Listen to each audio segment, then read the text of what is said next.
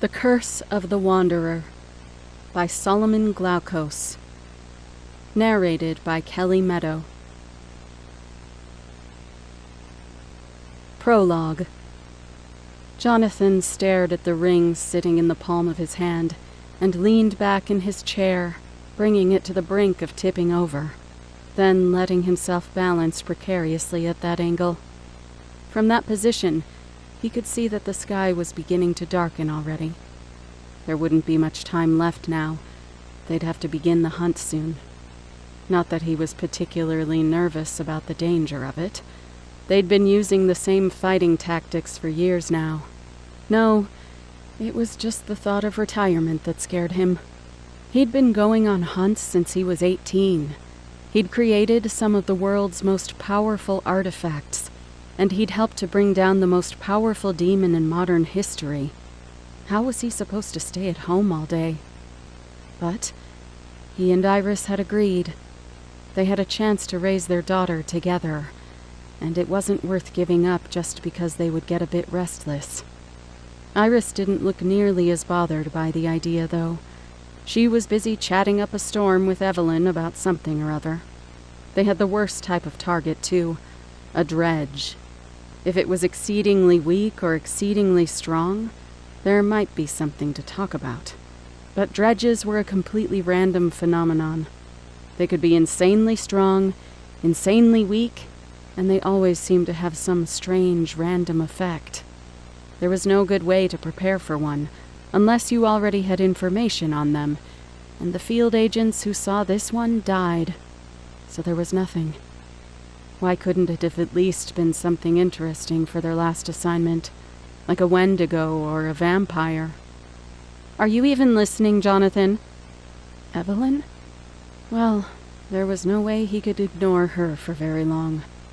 Jonathan let himself tip back forward, so that his chair was sitting even on the ground and he could look Evelyn in the eyes.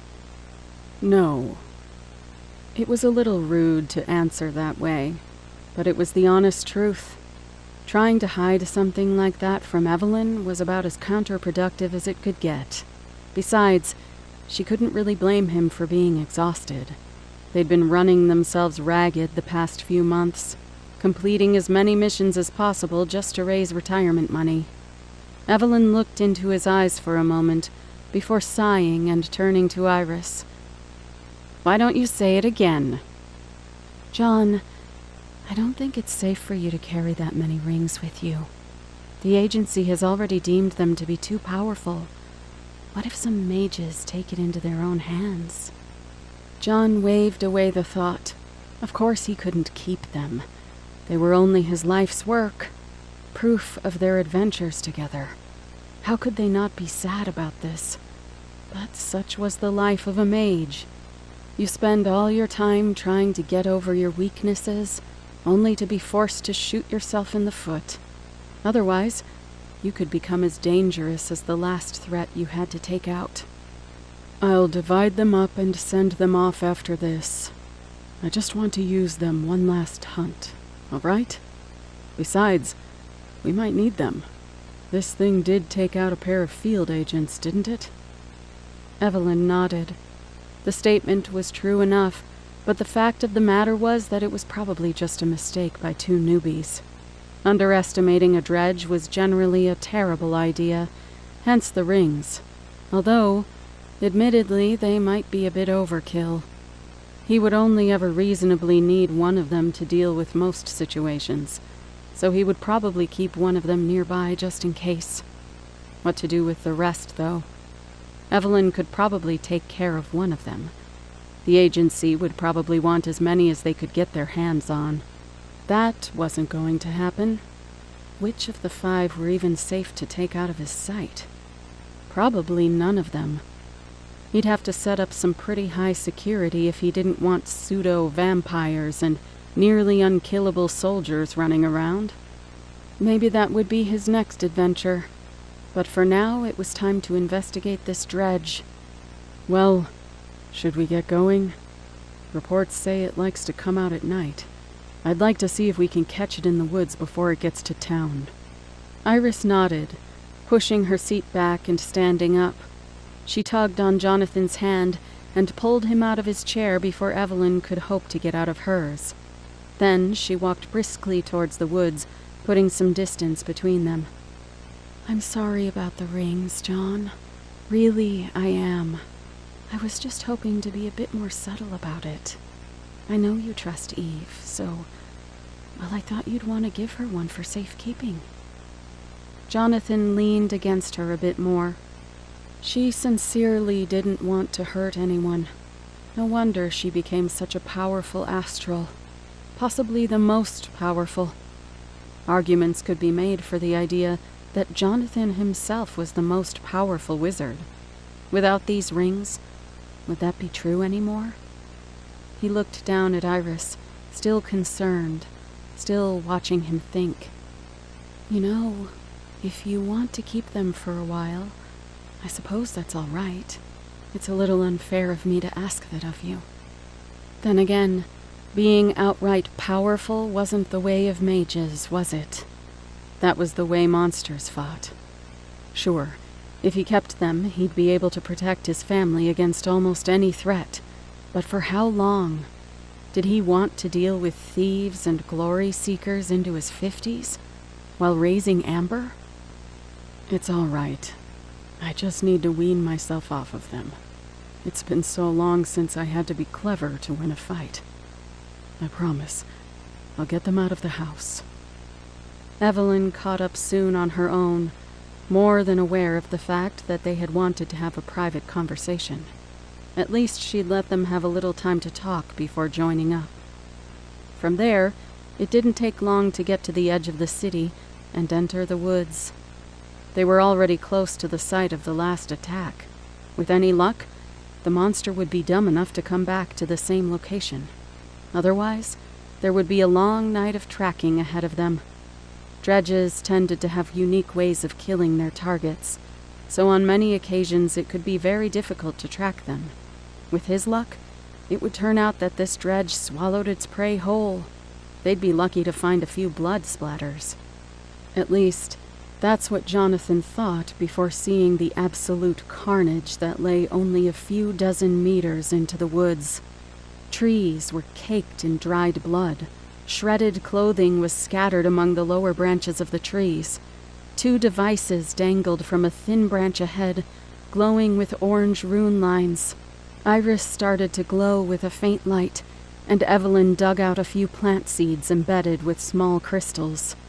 Jonathan fit the red ring onto his finger as they moved into a triangle formation, Evelyn leading them towards the center of the carnage. Jonathan edged along, keeping the formation while scanning the woods for any sign of movement. He felt a shiver run down his spine. This creature knew what agents were. It knew enough to leave their bodies intact, and it knew it was being hunted. "Evelyn, something is wrong here. We should turn around."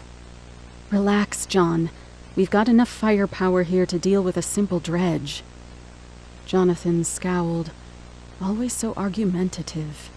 She wasn't worried about this. That creature was out there. It was watching them, and they had no way of knowing where it would attack from. A quick check with pulsing magic in his eyes showed that there was some sort of magical force infecting the air in all directions. There was no way to see the monster's position from here. Even if they enhanced their eyes with runes, they wouldn't be able to make out the life force of the thing with all these trees around. If Evelyn weren't the only one with brawler-type spells, he would have grabbed Iris and left. Instead, he looked down at his rings. He brought the red, the gray, and the black. He wouldn't want to use the black ring yet. He could be far more effective without it, so long as Iris was around. The gray, he didn't like the feeling of that one, useful as it was. Still, these were the last 3 he had. He turned his attention back to the woods. The path they were following was obvious. Trees were marked with blood, and different belongings of the 2 agents were left hanging deliberately from different branches. Jonathan could hear his own heartbeat in his ears, rising in pace, slowly getting louder. "Eve, we need to go, now. We're being led on. Can't you see that?" Eve didn't acknowledge the comment as a laugh echoed from inside the woods. There were a series of sharp cracks. Evelyn's wrist flicked, and a column of vines shot up to grab a boulder out of the air as it crashed through the trees. At least she had been paying attention. There was another series of cracks, and a mass of gray stopped short, inches from Evelyn, with a dull thud. Jonathan got a good look at the thing. It was partially human-shaped, like most of the dredge. This one had unnaturally long arms and 3 equally malformed legs. Its face was nearly devoid of features, save for a wide grin full of needle-like teeth, and its head tapered into a thick, tendril-like appendage that hung off the back of its skull. Its skin was a dull gray color. It began to traipse around the barrier that Iris was holding up, studying it with an amused grin. It took a few testing punches at it, creating loud thuds that echoed into the quiet forest, matching the heartbeat that echoed in Jonathan's ears, which he could now distinguish as not being his own. Then it began to speak. "All in vain, because death, in approaching him, had stalked with his black shadow before him and enveloped the victim. Jonathan." Jonathan stepped back away from the creature as it turned to face him, not only for the disturbing fact that it knew his name, but from its voice, which had the undertones of nails on a chalkboard. Evelyn suddenly threw a seed, the barrier disappearing in an instant to let it pass through. The barrier reformed as the seed arced down to the ground in front of the dredge. A cluster of bright red vines sprang up and wrapped around the gray monstrosity, partially lifting it into the air and restraining it. It thrashed against the restraints, but being stuck in the air was ineffective. Now for Jonathan's part. He walked carefully to the side as the creature seemed to watch him, grinning with those unnerving teeth as the rest of his body went deathly still. Jonathan made a hand signal to Iris to put a different wall up here. He couldn't cast through the astral barrier if it fully encased him. So, instead, she'd made a stationary wall only in front of him. He maneuvered his magic around the barrier and tied it to the beast that was watching him. Then, he ignited it. The flames clung to the creature's skin, even as it thrashed about trying to extinguish them. For just a moment, its smile seemed to fade slightly. The flames wouldn't go out as long as Jonathan kept feeding them, and those red vines were specifically bred and magically enhanced against fire. It was an amazing combination, yet Jonathan couldn't shake the feeling that something was still terribly wrong. The vines began to wither around the creature, turning black. Jonathan panicked for a heartbeat before recalling the leaves and decayed tree branches. No, he wasn't burning the vines. This creature had some effect on plants. He dismissed his flames and made another hand signal to Iris. "We'll need another strategy, Eve. Your plants aren't going to hold up on this guy." That wasn't all. As the creature gradually lowered back down, the vines slowly rotting into sludge, Jonathan noticed that he'd only managed to put a few small patches of scalded flesh on the thing during that entire encounter. This thing was flame-resistant. Now, what were the chances of that? Eve let out a determined growl. "Keep your advice to yourself, John. I can handle this thing all by myself if I need to." She whipped out a small, thorny seed embedded with a gem. No, she wasn't going to unleash one of those right away, was she? She had no idea how to conserve energy. She made a quick hand motion, then something hit her chest, and she slammed into the back of her reformed barrier.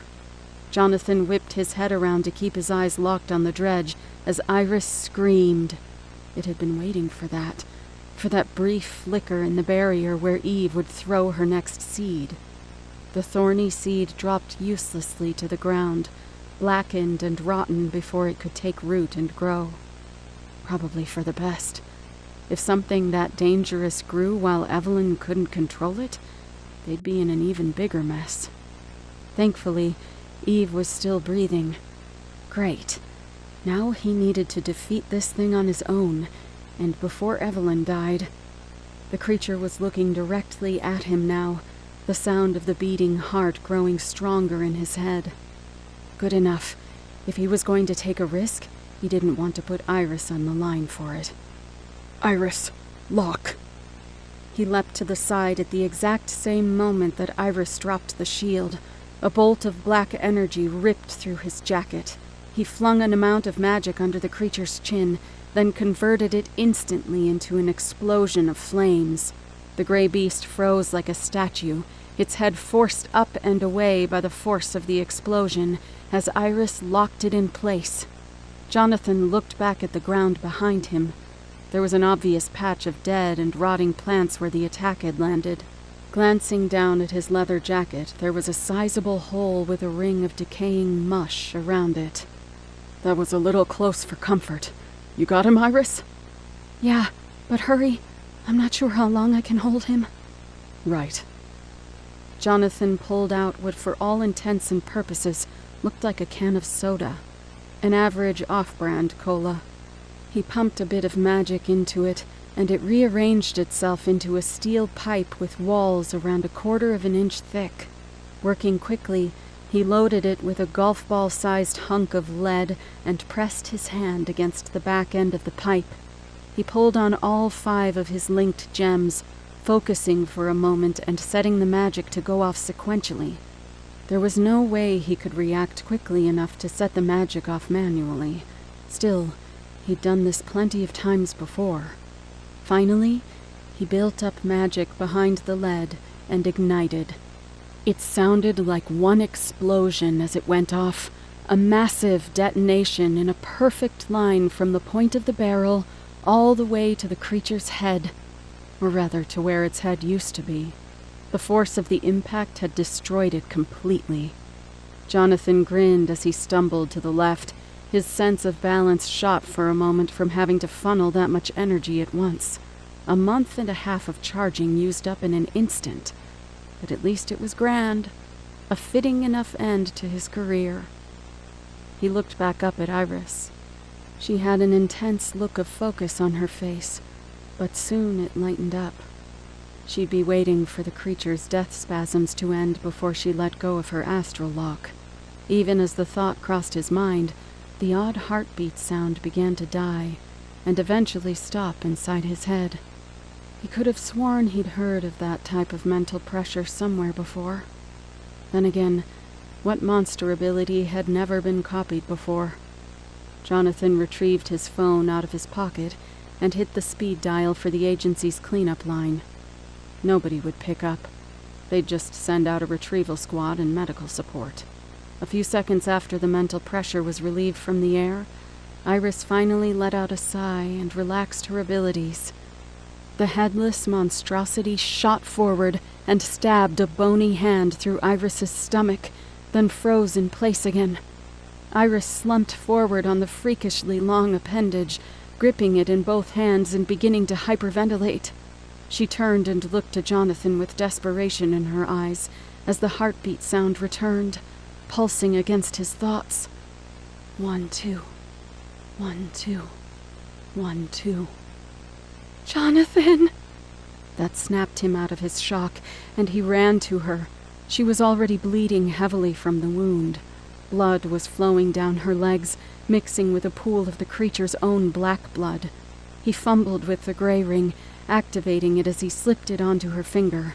Her bleeding stopped instantly, but her legs and clothing were still drenched. He helped to move her off of the limb. It wouldn't cause her pain, and she wouldn't bleed. At this point, it was far more important to get her away from that dangerous thing. Jonathan, you need to use the other ring. I can't hold him for very long. Her voice was unnervingly calm.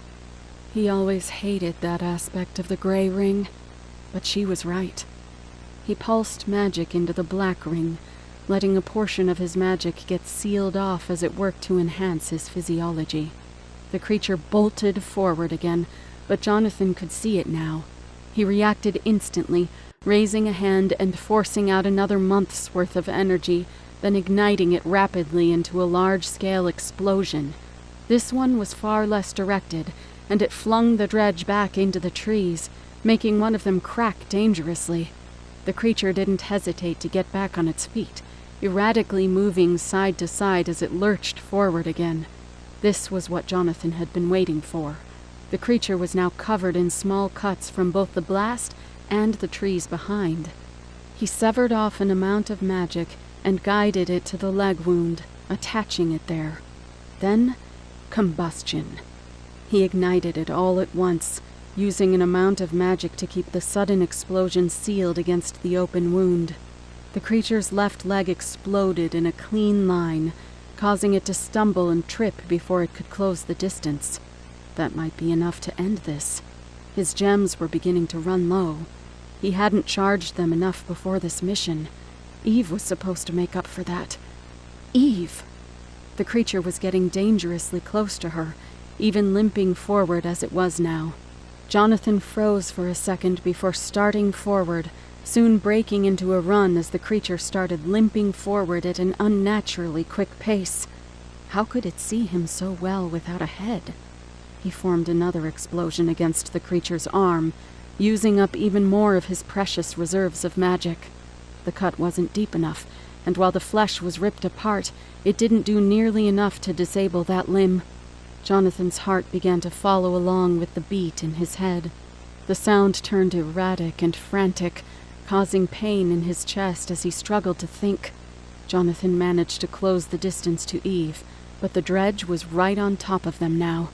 He wouldn't be able to outrun it while carrying Eve, and he couldn't create an explosion this close. He couldn't. There was nothing. He grit his teeth, calling on the last of his reserves as he created an intense flow of magic, shaping it vaguely after the beast in front of him. He let it build more slowly this time, roiling into an intense and forceful flame that rushed forward like storm winds. It was draining, it was wasteful, but it was instinct.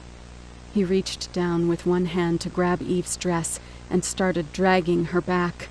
A hand lashed out and caught Jonathan in the side, sending him sprawling backwards. His arm nearly got pulled out of its socket while holding on to Eve. If it hadn't been for the extra strength of the black ring, he probably would have dislocated it. Hell, he probably would have gone into shock from the chunk that was now hanging loosely from the side of his stomach. He was bleeding fiercely now, as he stumbled back towards Iris. He dropped Eve next to her and nearly collapsed from exhaustion. The creature had managed to pull itself through his flaming jet stream and was now crawling diligently forward to finish the job. His gems were empty now. That had used up the last of his reserves, and the beast in front of him knew it. The heartbeat in his head began to slow, forcing his heart to do the same. Weakness overcame his body, and his vision began to fuzz. He was so slow. Even enhanced by the black ring, his body refused to move at more than a crawl. A cold hand grabbed him by the wrist, pulling him down. He used the meager strength he had left to turn and see Iris, barely sitting up, crying and bleeding. He relaxed slightly, a gentle smile creeping into the corners of his mouth as she smiled back at him. He'd found someone to love and spent his life with her. His mind was so muddled by the pressure, the slowing heart, that he hadn't noticed the change in her demeanor. By the time he did, it was far too late as she slipped the gray ring onto his finger and activated it for him. Suddenly, every beautiful memory that had been flooding into his mind disappeared. The love and compassion he'd been feeling were forced down by the power of the ring until they were nothing but coals. He knew that he loved her, but he couldn't feel it any longer. Even the feeling of guilt that surged up as a side effect was suppressed by the ring. But the heartbeat disappeared.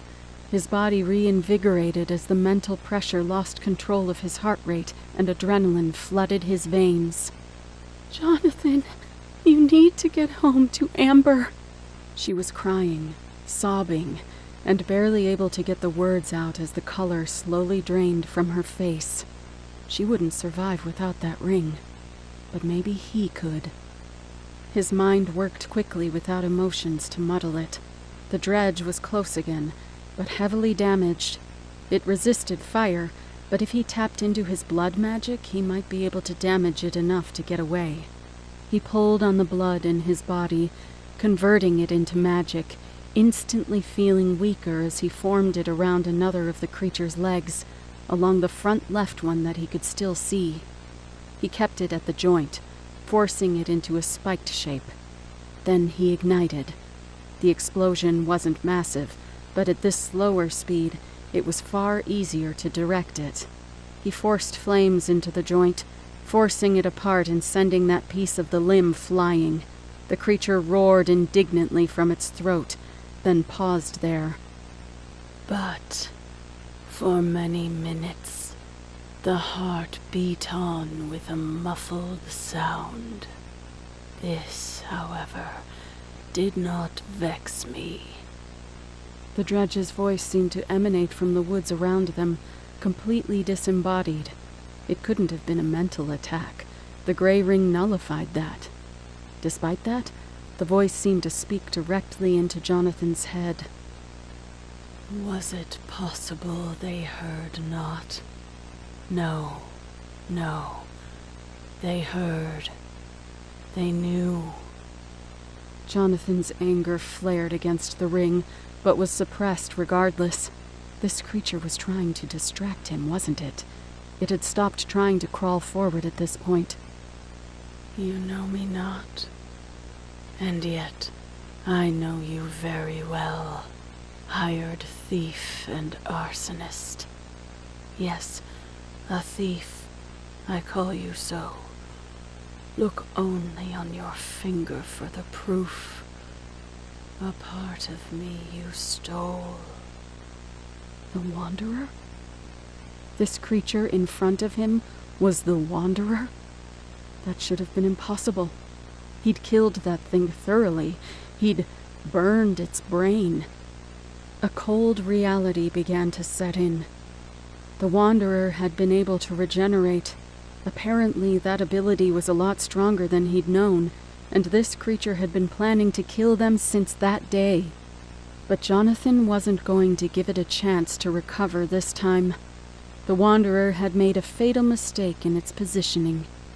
He flexed his wrist, flinging magic towards a nearby tree, igniting it from inside, tearing out an angled chunk of the stuff and sending it crashing down on top of the beast again. With the creature too slow to evade, he started felling trees around it, igniting their leaves, burying it in a giant campfire as the trunks themselves slowly but surely began to catch flame. He used up far too much blood in the process and collapsed amidst the forest fire. But the creature was pinned. It would burn into nothingness eventually. You have escaped death in one form, only to be delivered into worse than death in some other. You cannot escape me forever, Jonathan. His body gave out, and he let himself lay staring at his wife. With the last bit of his effort, he slipped the gray ring off his finger and let himself feel his love for her as he faded into unconsciousness. Chapter 1. Amber flicked a small flame in and out of existence above her finger, trying to hide the fact that she was staring at the new kid in the small classroom. He'd been here over a week now, and he still hadn't said more than a few words. All he did was answer the questions her father asked. Apparently, he'd all but graduated into a full mage beforehand, but she didn't get any information as to why he was in this class then. For the past few days, she had busied herself by trying to guess what his specialty was going to be. The next flame she flicked into existence suddenly flared upwards in a powerful burst. She saw Jonathan quickly rise back into consciousness, giving her a pointed look before going back into teaching mode. Amber, can you define a cataclysm for me? Amber scowled. If he was going to ask the question, he didn't need to make her magic flare up like that. The question was an easy one to answer, but it was his go-to for stressing the importance of any magic lesson. This was the 4th time today. It was starting to get more boring than the subject itself. A cataclysm is a magical reduction event that occurs when magic gets out of hand. The event could be a small intervention by a host, the death of every living mage, or the rewriting of magic as we know it. I see you've streamlined the definition even further. If it weren't because of your lack of focus, I'd be proud of that. Pay attention, Amber. I know you don't like the astral class, but you'll need to know their techniques. Now, can anyone identify the astral technique I just used on Amber? Amber rolled her eyes and then stared off into the distance. Her father put too much emphasis on astrals. All of their spells focused on support. They could hardly do anything on their own. Not to mention you had to knock yourself out to use most of their techniques. Amber's mom had supposedly been able to cast those spells without astral projecting, and Jonathan was very fond of reminding Amber of that fact. She'd heard the story 1,000,000 times at this point, how her mother sacrificed herself to save his life, except that wasn't the way Amber saw it. Her mom had basically died for no good reason, and Jonathan had more or less handled the creature on his own. It wasn't that she didn't respect her mother, but Amber didn't want to be some tragic story, and she didn't want to be support for someone more talented. Still, her father would teach her about astral spells until he was blue in the face. Nicholas and Connor were both paying close attention to the lecture. They hadn't had to endure those lessons for as long as her. Connor seemed especially concentrated, but he did that for every lesson. He was determined, but not the brightest when it came to magic. Nicholas, on the other hand, already seemed to know the answer to every question. If she had to guess, he was only focused because he was inspired by Jonathan. Honestly, who wouldn't be? Her father had personally revolutionized the art of pyromancy, to the point that mages around the world were looking into all forms of elemental magics as a more viable art. That's why she'd chosen to specialize in fire magic after all. Now, if only he could stop talking long enough to let everyone announce their chosen specialties. In the meantime, she could occupy herself with the other task she'd been working on for the past few weeks, trying to guess what Nicholas's specialty was going to be. He could remember facts pretty well, though that's the only real thing he displayed on a daily basis. Maybe he'd do well as a wizard, creating reproducible magical items from monster essences. Unique items could be powerful, but the reproducible items were one of the major ways that mages contributed to the world. Maybe he was going to be a regular mage, though. It was the standard, and he seemed like a pretty standard guy. Chances were that he wouldn't have the personality to use one of the elements. He'd probably go for something like a substance. Substance magic failed for the same reason that Earth wasn't included in the table of magical elements. It was just inefficient. Not that any magic was perfectly efficient, but that held especially true for any form of substance magic. It was hard to measure efficiency with magic, but the highest upper estimate she'd heard of was around 80% if you'd specialized in a substance for decades. Most likely, if you took on a substance, that power would be less than half your physical capabilities for years. Straightforward magic and straightforward disadvantages. Yeah, that all seemed to align with Nick. Even though he probably knew about the inefficiency, she just couldn't see him using something incorporeal like fire, or any of the elements for that matter. Amber, could you please define a cataclysm for me? Twice in a row now? Her father gave her a stern look. If you aren't going to pay attention, I can at least be sure you'll learn that lesson. He tapped his finger expectantly, eyes locked with hers until she started repeating herself. A cataclysm is a magical reduction event that occurs when magic gets out of hand. The event could be a small intervention by a host, the death of every living mage, or the rewriting of magic as we know it. Good. If you're bored with answering that question, then perhaps you'd prefer to pay attention to the new material? Amber kept her thoughts to herself and stayed silent. The truth was that none of this was really new material to her. She'd had to learn all about astral techniques very early on. In fact, they were some of the first things she'd been allowed to practice since none of their spells caused direct harm. Now, I know you've all been waiting for this. It's time to announce your specialties before we start training you in them. Connor, why don't you go first? So, he was going to go by seed order. She'd have to wait a little longer to see if she guessed right about Nick. Connor stood up shakily to her left, clearing his throat and taking a deep breath before working up some nerve. Sir, I've chosen to be a mystic as my specialty. Jonathan nodded, and Amber rolled her eyes. Of course, he knew all about that. Amber had mentioned it to him on multiple occasions. It was a topic that came up quite a bit between her and Connor, so naturally she'd tell her dad at some point. Jonathan pointed the eraser end of his pencil towards her, like he needed to hear her choice. She'd bugged him 1,000,000 times to learn some of his fire techniques already, and she was pretty sure she'd declared that she'd become a pyromancer on multiple occasions. She didn't bother standing up like Connor.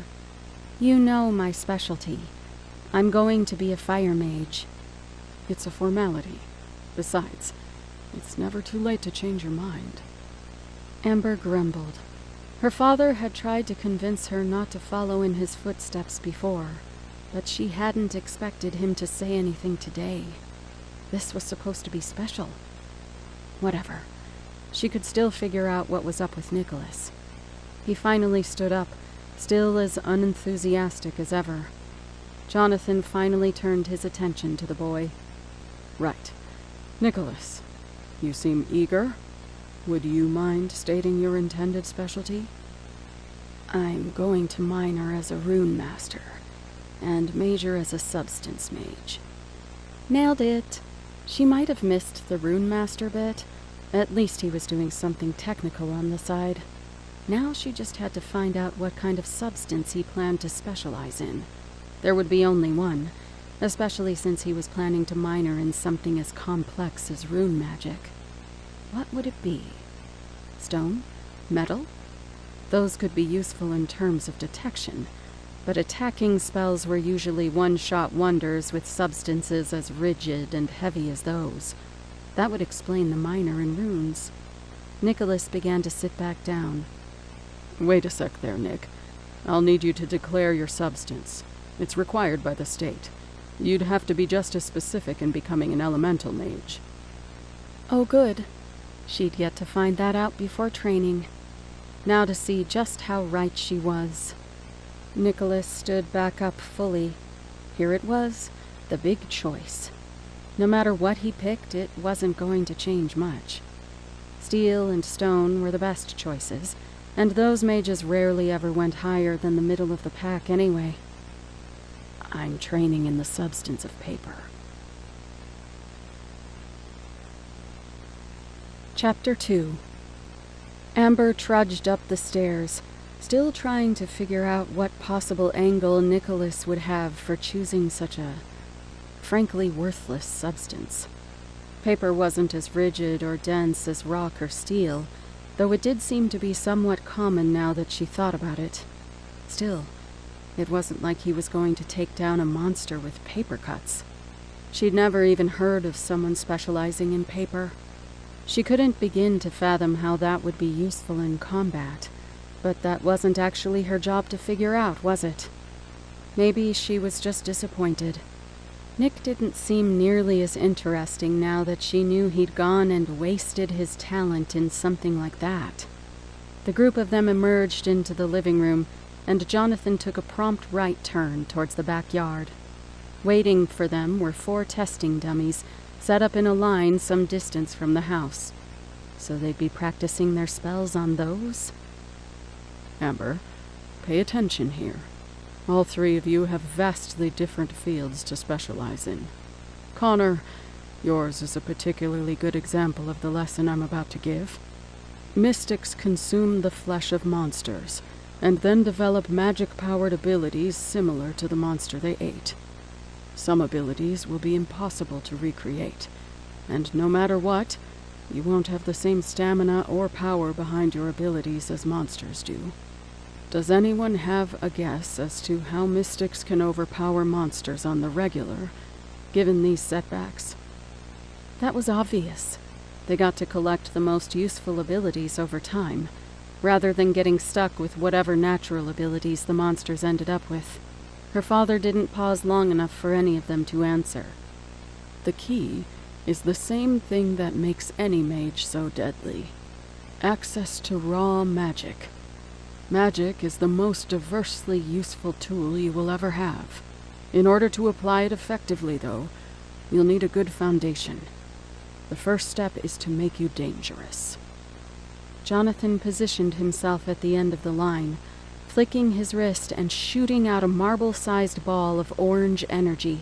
It turned white, then detonated in front of the target's face with a loud pop. The punching dummy was flung backwards and sent into a slow roll on its side. That was one of my most useful moves when I started out as a mage. I call it fire snaps. As you may have noticed, the explosion it created wasn't very large. In fact, it wouldn't even be so deadly if all the energy weren't released at once. But the reason it's so useful is because I can use it without pulling any energy from my crystals. This is the basis for the techniques you'll be using today. It needs to be repeatable. On that note, you might still need a charging time for it to be effective. It'll take a lot out of you, and you'll have to get used to that. Amber steeled herself. She'd tried magic like that before, and knocked herself out. Explosive magic was a fine art that had always eluded her. Charging up was difficult, and if you tried to draw a ton of energy very suddenly, you could easily hurt yourself. It'd be like trying to sprint a mile in under a second. Even if you managed not to screw up the spell, you'd be out cold until your body made up for the lost energy. How her father did it so casually absolutely dumbfounded her. She'd get there someday, though. She'd outdo him. Her father was talking again, but she wasn't listening at that point. He motioned for Connor to go, and the boy suddenly stiffened up. As usual, he was petrified. Poor guy. Still, he managed to raise his hand, so Amber forced some magic into her eyes. The only technique from astrals that had any actual use. It was only astral by technicality, but it allowed her to see the flow of magic from others, even in its raw form. He was forming a pale sphere of the stuff in the palm of his hand. With a slight shove, he forced it to shoot out at the target. It slowly dimmed in light, hollowing out in the center before disappearing completely. There was a muted pop, and the dummy shook back and forth slightly as a small gust of wind came back at all of them. Falling back on wind as an element? Not a bad choice. It should be easy enough to master, and it can be deadly if used properly. It's not quite like flames where you can create the energy directly. What you'll want to do is draw in a lot of air quickly to create a high-pressure area. You'll want to move your magic right up to the target, then perform the maneuver, instead of using up energy moving a ball of air around. That much made sense. If you kept it condensed, you'd have to spend energy holding it back the entire time. The same thing probably applied to fire. Then why did he make the little ball of flame visible beforehand? There was probably a good reason, but she'd have to figure that out by practicing. Jonathan gestured for her to go next. She took a deep breath, gathering up some magic. The power rushed out of her body like she was in a full-on sprint. She formed the magic into a ball and forced it forward. When it was only a foot or so from the target, she converted every last bit of it to flames. There was a massive plume of fire that went off for a few seconds before dying down into nothing. The target wobbled dangerously, but then settled back into the normal standing position. That's a good try, Amber. Flames are all about release time, though. If you want force behind it, you'll need to make that faster. If you're looking to apply heat, you'll need to slow it down. Nicholas, why don't you go now? But she had been trying to ignite the magic all at once. It should have made an explosion. She didn't have time to think about it as Nick gathered a number of black paper fibers into his hand. Were they coming from his clothes? No wonder his outfits were always so stiff. The fibers snapped together in a simple cone shape, and he proceeded to throw it at a startling speed. There was a loud smack as it pierced through the target in the shoulder and sent it spinning onto the ground. Well now, that's an impressive move. It seems like you've thought about this type of thing before. Did you all notice what he did? Amber hadn't. She didn't have time to activate her eyes again before the attack. What exactly had he done that was so special? The key to that attack is throwing it yourself, isn't it? You all know how substance magic can be inefficient. I've taught you that. But by throwing the construct himself, then pushing it faster with magic, he bypassed quite a bit of the restraints and saved energy. Good work, Nicholas. He threw it? That wasn't impressive. Even though there were only a few substance mages in the world, Nick couldn't have been the first one to figure out throwing things. Sure, it went straight through the target, but that didn't make him some sort of genius. With a single hand gesture, Nicholas made the solid paper cone dissipate into fibers again and returned to his clothes. So, it was repeatable too. And with paper? How had he aced it on the first try with paper? She turned her attention back to her own target and forced out another ball of energy. As it approached the target, she ignited it, trying her hardest to convert the magic all at once. The plume had a little more force behind it this time, but the target still didn't fall. She stumbled as she tried to stand straight and ended up stepping back to lean against the house. She was exerting herself a little too much here, and for minimal results. What was she doing wrong? Connor took another shot with his air bullet, but he didn't manage to do any better than her. Still, he didn't look nearly as exhausted as she felt. She couldn't be losing this badly to both of them. She had to be missing something else. Nicholas walked out to his target and set it up by hand before getting ready for another attack. He wasn't done? He nailed it on the first try. What did it matter? Amber didn't wait for him to set up again. She pushed off the wall of the house and crammed as much magic as she could muster into the palm of her hand, firing it off and detonating it as forcefully as possible. Her focus was off, though. The magic didn't stay concentrated, and the flare of the attack reached all the way back to her palm. She felt a searing heat flash against her before falling back, vision going fuzzy. No way she was out already. She managed to tilt her head to the side, just in time to see her dummy tip over before she lost a hold of consciousness. Chapter 3. Amber woke to find herself sitting in one of the plush leather armchairs in the living room. A quick look around her let her know that it was dark outside, and the fireplace was crackling in the corner. Fire. Right. She immediately lifted her hand to find it. Totally fine. She could have sworn she'd scorched it before she passed out. You didn't burn your hand. Don't worry. You scared me with that little stunt, though. Turns out you just used too much energy. What were you trying to accomplish there? Amber blinked a few times. Dad was asking such tough questions, and her mind wasn't fully working again yet. I was trying to knock the dummy over. I did it, didn't I? Amber. Crap. His serious voice. He was sitting forward now, jaw set and dark eyes staring into hers. They were like black pits of coal ready to drown you before even bothering to ignite. What exactly did he want her to say? It only took a few seconds longer for her to relent the truth. I wanted to do fire snaps, like you. I got frustrated. Just wanted to knock the stupid thing over. Her dad relaxed and leaned back into his own chair. He'd started the fireplace and made tea for himself while he waited.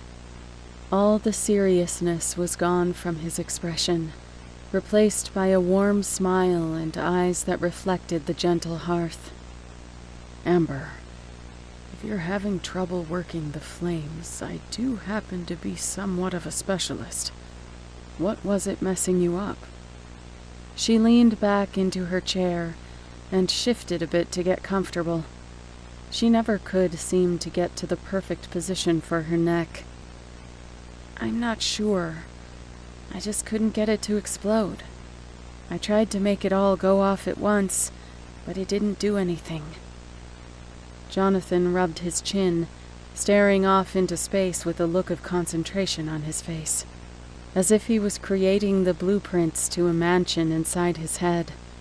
A few heartbeats passed before he shook his head and returned his attention to her. I'm sorry, but that could be any number of things. I wasn't watching you closely enough. Should have used astral vision.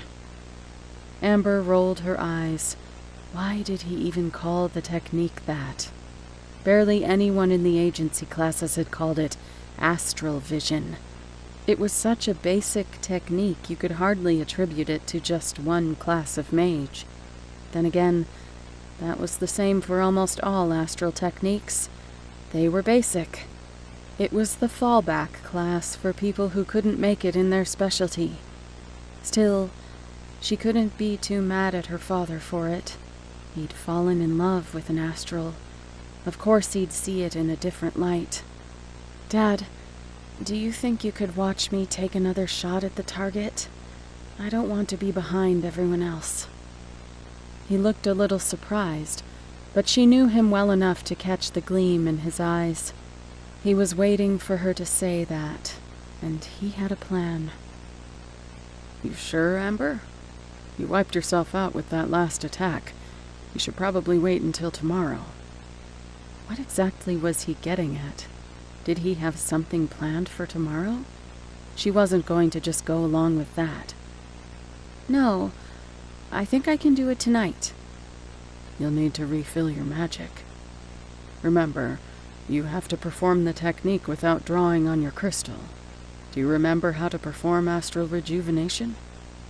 Amber cursed at herself in her head. She'd walked right into it. She probably remembered how to do that, but it was degrading. The technique was almost useless except for this specific situation. Really, Dad? Show me you can do it once, and I'll restore you for the rest of practice. She sighed. That was probably the best deal she was going to get. She took a deep breath and closed her eyes.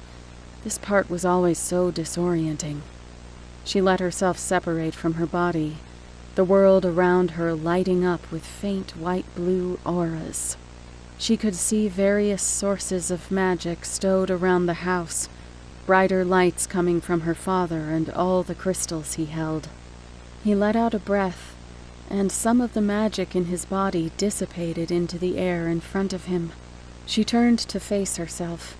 A point of light shone from the crystal on her bracelet.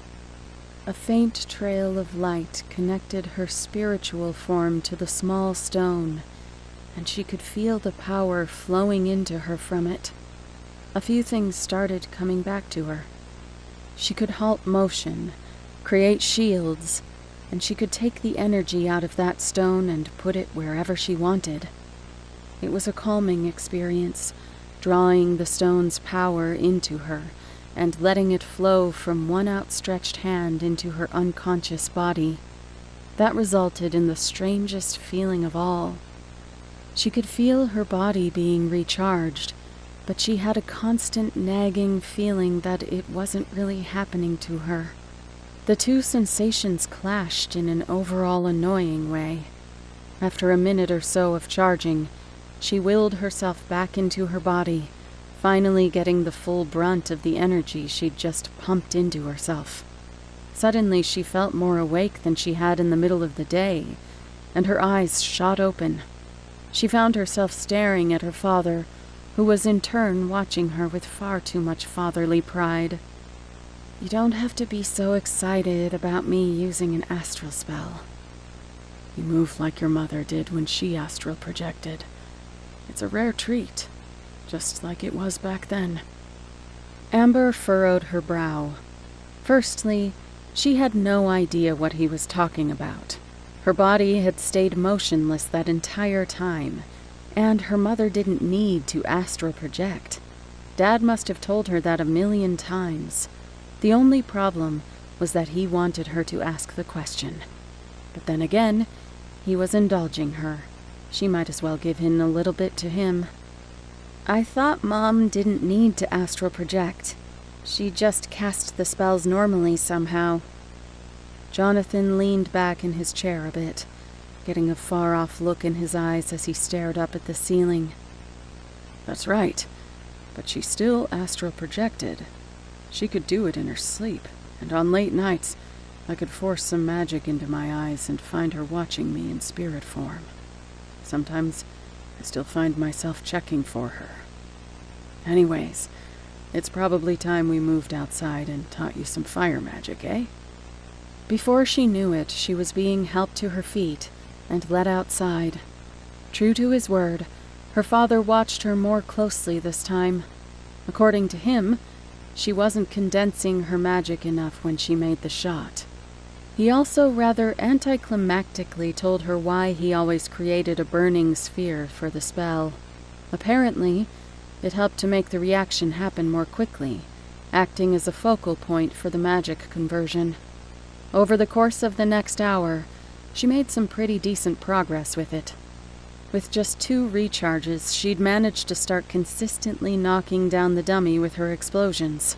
Still, the spell wasn't nearly as epic or grand as her dad's, and it didn't even send it rolling like Nick had managed on his first try. Beyond that, it would take even more practice to get better.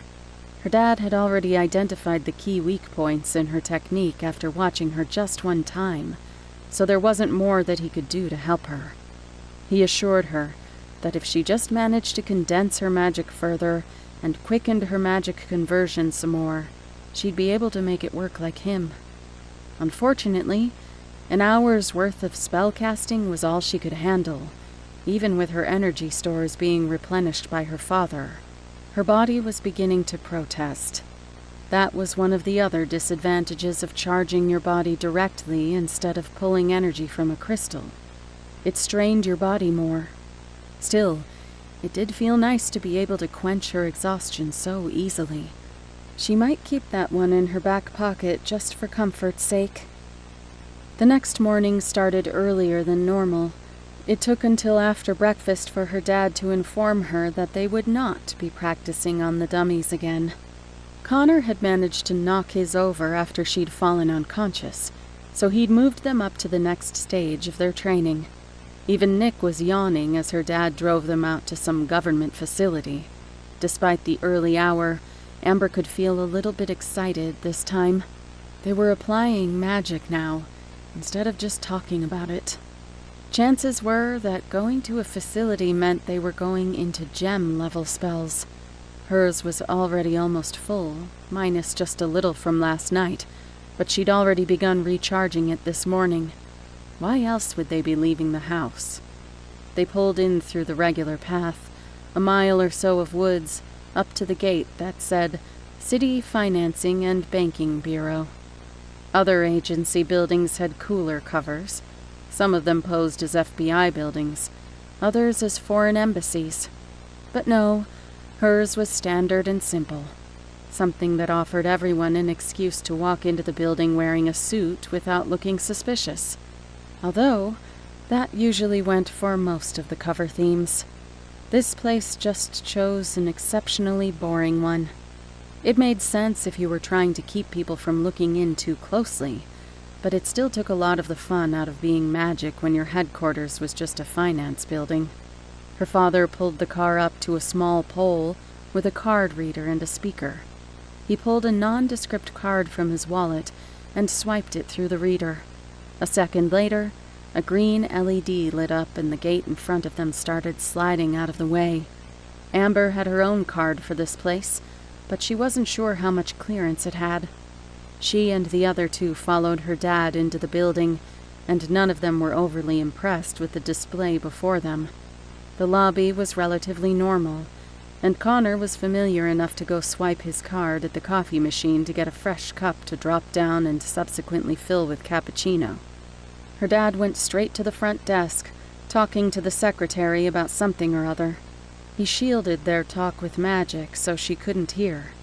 With nothing else to do, Amber went to arguably the most interesting part of the building, the scoreboard.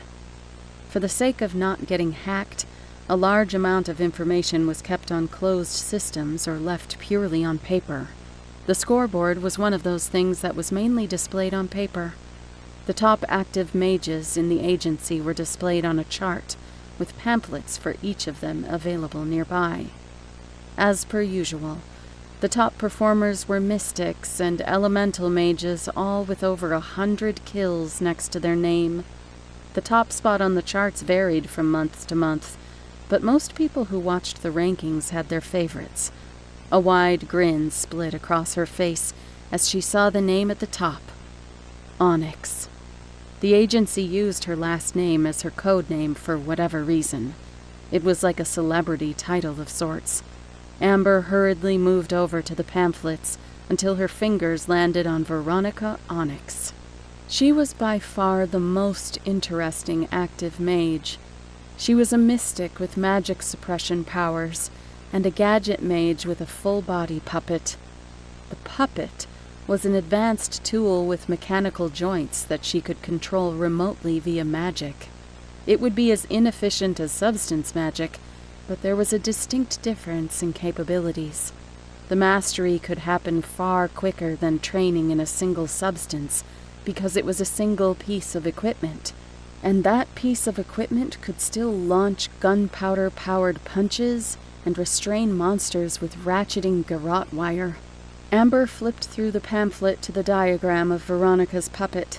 There hadn't been many public updates on what that thing used, but Amber wasn't allowed to take the pamphlets outside the facility, so she didn't get many opportunities to look it over. If it hadn't been for her complete lack of interest in maintaining and lugging around a heavy, complex chunk of metal, she would have strongly considered becoming a gadget mage. She sat down on one of the plush leather couches in the lobby and started looking over the diagram. Besides a few thin shells containing the weaponry, the whole thing was mostly a series of bars and joints in a humanoid shape. It all seemed a lot simpler than it used to, though she still struggled to make sense of a few of the internal diagrams. Her dad clapped his hands together, drawing everyone's attention, then gestured for the three of them to follow him into another room. That went faster than she'd expected.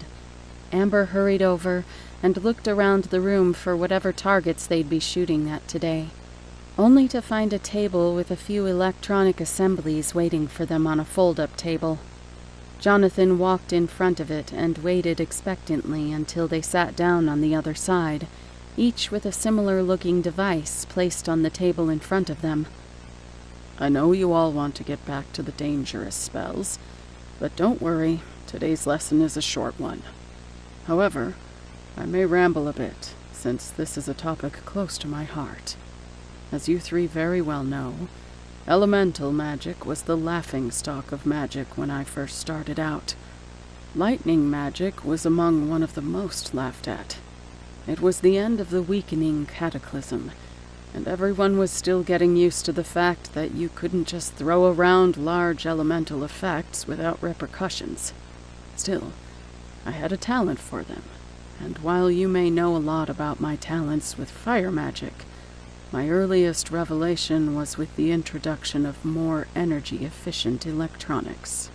Jonathan picked up the assembly in front of Amber, and it came to life. A metal bar shot out and clicked into place, then, in a similar fashion, clicked again and disappeared back into the assembly. An electronic lock. That's what these things were. There was, admittedly, some merit in being able to manipulate simple electronics like that.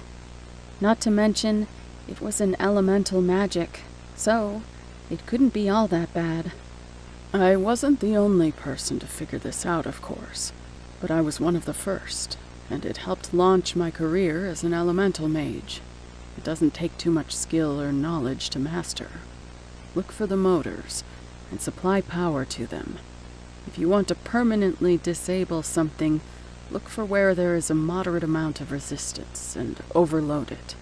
Those will usually be the sensitive electronics. Though you may be able to disable those with fire as well, Amber, it's still useful to know. You three work on this for a bit. I have some arrangements to make. Jonathan set the assembly back in front of Amber and walked to a door where a man in a black suit was waiting for him.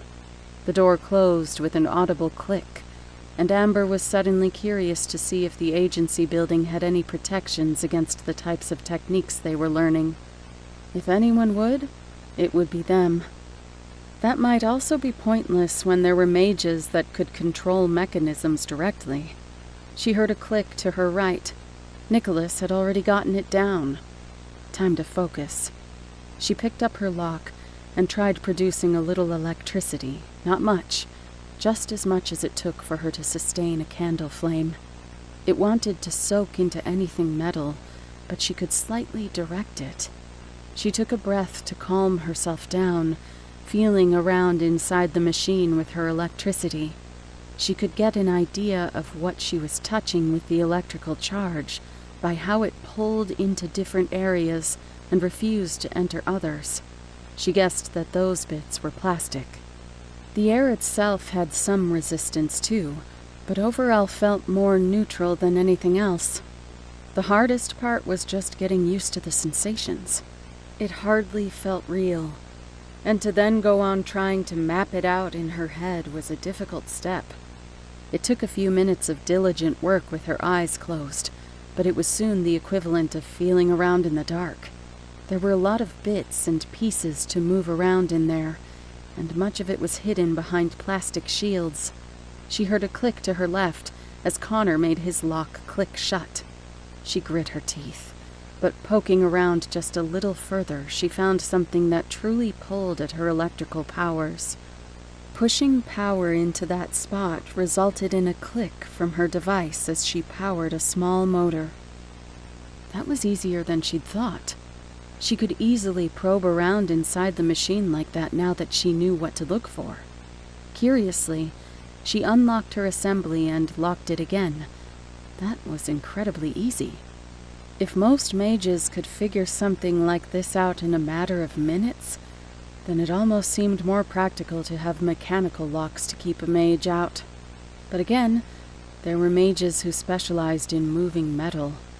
The more she thought about it, the more unlikely it seemed that even these facilities would have mage-proof locks on most doors. It would be impractical, except in the most sensitive areas of the building. From the corner of her vision, she saw Nick creating a rune on the outside of the assembly. Then, reaching out, he tapped it. The lock clicked out again. He tapped it again. The little metal bar shot back into the assembly. You can do that with runes? She pushed some magic into her eyes and reached out to touch the normally invisible mark. Nothing happened. Yeah, I can code it to myself or to others, though I usually code it not to go off for myself. I hadn't considered using it this way until now. Wanted to see if I could. Your dad is pretty creative. Amber nodded slightly in agreement and withdrew her hand, turning her device over a few times before setting it down. There wasn't much else to do now. This lesson took way too little time. What do you think he's doing in there? He clearly didn't give us enough to do. We all got it down already. Maybe we're supposed to experiment more? Figure out what else we could do? I already got the rune working, so I'm not sure what that would be. I mean, if I wanted to destroy the electronics, it'd be easier for me to use a small flame rather than overload them. Maybe we're supposed to go and crack that lock on the door he went into. Nick chuckled quietly at that suggestion. That was the longest conversation she'd ever had with this boy. He may not be overly interesting, but he knew a bit about magic. She played a few more times with her lock assembly while she waited for her dad to get back. Nick didn't seem interested in saying anything else, and Connor, her usual friend, busied himself by trying to create a rune. He only ended up scorching patterns in the metal of the locking mechanism. Eventually, Jonathan opened the door he'd left through, walking in front of them. Before we go in there, I need to ask you all a question. Why do you want to be battle mages specifically? It's not something you need to answer to me. It's something you need to answer to yourself. If you don't have a reason to fight, you will not be able to make a profession out of this. I'll give you a moment. Amber's father stood waiting in front of them, meeting each of them in the eyes. He turned to her, and she froze. He expected her to answer that? Well, duh. Of course he would. But still, the answer should have been obvious, right? She needed to carry on his legacy. She wanted to advance the world of magic for the good of everyone. That and stop monsters from killing people and causing chaos, but that was a given. Jonathan looked at each of them again, and then, looking satisfied, stood up and gestured for them to follow. He led them to the door he'd last come through and opened it for them. The room was mostly empty except for a blacked-out pane of glass and a television screen embedded into the wall. Wait, hadn't her father come in here with someone else? She didn't see any other exits. The screen flicked to life, displaying a forested area and several agents in full body armor, rifles at the ready. Someone in the video yelled, "Go!" The camera rushed forward, and the sounds of gunshots went off, overloading the audio of the video as a bear-like creature appeared on screen. It had a long tail that led out to a paddle on the end. It thrashed around, slamming its tail into one of the agents and slamming him into a tree. The man didn't move after that. The numerous bullets didn't seem to have any effect on the creature. It jumped forward and pounced on another agent, biting a large bloody chunk from them and rearing its head back to swallow before turning its attention to the camera. Jonathan paused the video there, moving behind Connor and putting a hand on his shoulder. He was trembling and pale. I probably don't need to tell you all that monsters are incredibly dangerous. Even with the entire arsenal of mages at the agency's disposal, there still aren't enough to prevent regular people from having to fight these things. With one last squeeze on Connor's shoulder, Jonathan walked up to the side of the blackened glass and flicked a switch on the wall. The glass became clear, save for the wire mesh that ran through it. Inside, chained to the floor, was that same bear-like creature from the video. Its tail was held down by at least a dozen metal clamps bolted to the floor. Jonathan leaned against the ledge of the window, staring at the creature intently. Make no mistake, Avonks need to be killed. Their presence in a water supply can lead to outbreaks of rogue mages, magically enhanced diseases, and can routinely cause cancer in the more mild cases. Even high-caliber bullets take ages to wear down their magical defenses. They've been known to knock missiles out of the air with their tails and shrug off landmine detonations to their unarmored underbellies. He turned back to look at the three of them, standing up a little taller and meeting each of their eyes in turn. He barely seemed like himself in that moment. When her eyes met his, he felt more like a stranger than her dad. His usual black trench coat was far more sinister in this context. In 2 weeks, I'll be releasing this thing, and it will be your job to hunt it down and kill it. That's how long you have to back out. It will be hungry. It will want to kill you. It will attack you, and I won't be able to stop it. He looked Amber in the eyes during that sentence. It was uncomfortable. He was trying to be uncomfortable. It worked a little too well. She started to feel like she was the monster, and now had to go up against this man. It passed, though. She knew the point he was trying to get across, and she accepted it. He seemed to notice the moment that she acknowledged it to herself, and moved on. That being said, I will give you every bit of combat training that I can in that time frame. During that period, we'll be meeting at the facility. I'll be upping your clearance, so you should be able to get in at any time. Extra training is encouraged. Amber shuddered and watched her father exit the room. The thrashing beast watched them through the window, still chained to the ground. It was watching them through the glass. Connor lurched forward, trembling as he rested his hands on the window frame and glared back at the beast. Nick, on the other hand, watched the television screen, still paused with the Avank's bloody maw ready to eviscerate whoever the camera was attached to. A creeping sense of loneliness infiltrated her mind, draining away the confidence she'd been trying to build up until realization hit her. It was suddenly a bit harder to breathe. She was barely able to knock over a target without relying on her crystal, and now she had to fight something that could withstand landmines.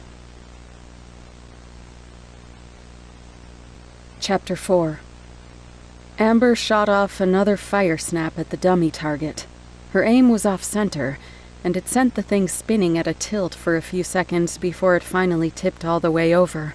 The explosion was small but forceful. Having a focal point of fire did help to convert her magic quicker, but she was learning that she could form that right at the last second instead of at the beginning. Right now, she was working on directing the force of the explosions to try and increase their effectiveness. It was something her father used in a lot of his explosions, but it was proving to be difficult to pull off. At least, it was difficult the way she'd wanted to do it. She was hoping to condense it down to a fine point, but all she'd managed was to make the fire blow out in the right direction. It still helped. In fact, it made her technique a lot more effective. But it still wasn't up to par with her dad's technique, and on top of that, it wouldn't do the slightest bit of damage to the Avank. She gathered her magic and swung her arm, letting loose with a concentrated blast of flames. The second target's head was flung backwards, and it slapped against the ground, bouncing a few times in the process. Good. That should be able to meet up with what Nick had pulled off, but she was already so far behind him. She leaned against the wall of the house and slumped down slightly. Now what? She still had to prepare for the Avank, but if a landmine wouldn't destroy that thing, then what chance did she have? Admittedly, she could probably outdo a landmine slightly. She didn't have any idea what her dad might do, and he refused to tell her. So what would Onyx do? Amber couldn't talk to her either, but she was easier to read than her dad was. Onyx's puppet could probably handle it all by itself. In fact, with the garrote wire, she could probably strangle the thing. Strangling might work, actually. If she could keep burning the air that it breathed, maybe she could do some damage. Breath was a little difficult to work with sometimes, Something to do with life force made it difficult to target the mouths of people and creatures. It wasn't impossible to target, but it disrupted magic to the point that it was usually more effective to aim elsewhere. That wouldn't stop her from burning up all the oxygen around it, though. She smiled. Finally, something easy. She had enough energy in her crystal to do that much. This would be simple. She wouldn't even have to use explosion magic. Her dad hadn't given her such an impossible task after all. She slumped down further until she was sitting on the ground and started to let her body recover. It was strange to use magic like this. She'd never exerted herself this far with it. To be honest, it wasn't all too difficult from sports. Each shot was like an intense volleyball exchange, or maybe a particularly complex ballet move. While she had the facility at her disposal, she should probably work on combining movements with magical exertion. Theoretically, she wouldn't need to exert herself too strongly. She'd be relying on her crystal, but it would still be good training. That being said, she didn't want to think too much more about training at the moment. Amber pushed herself up with a bit of effort and dragged herself back through the door and into her warm, comfortable house. She just wanted to sit down in one of the big leather chairs and take a nap. Before she could lay eyes on her precious, soon-to-be bed, however, she saw something else. Someone else. Leaning back in her chair was Nick. What was he doing here? She didn't even have a chance to clean up.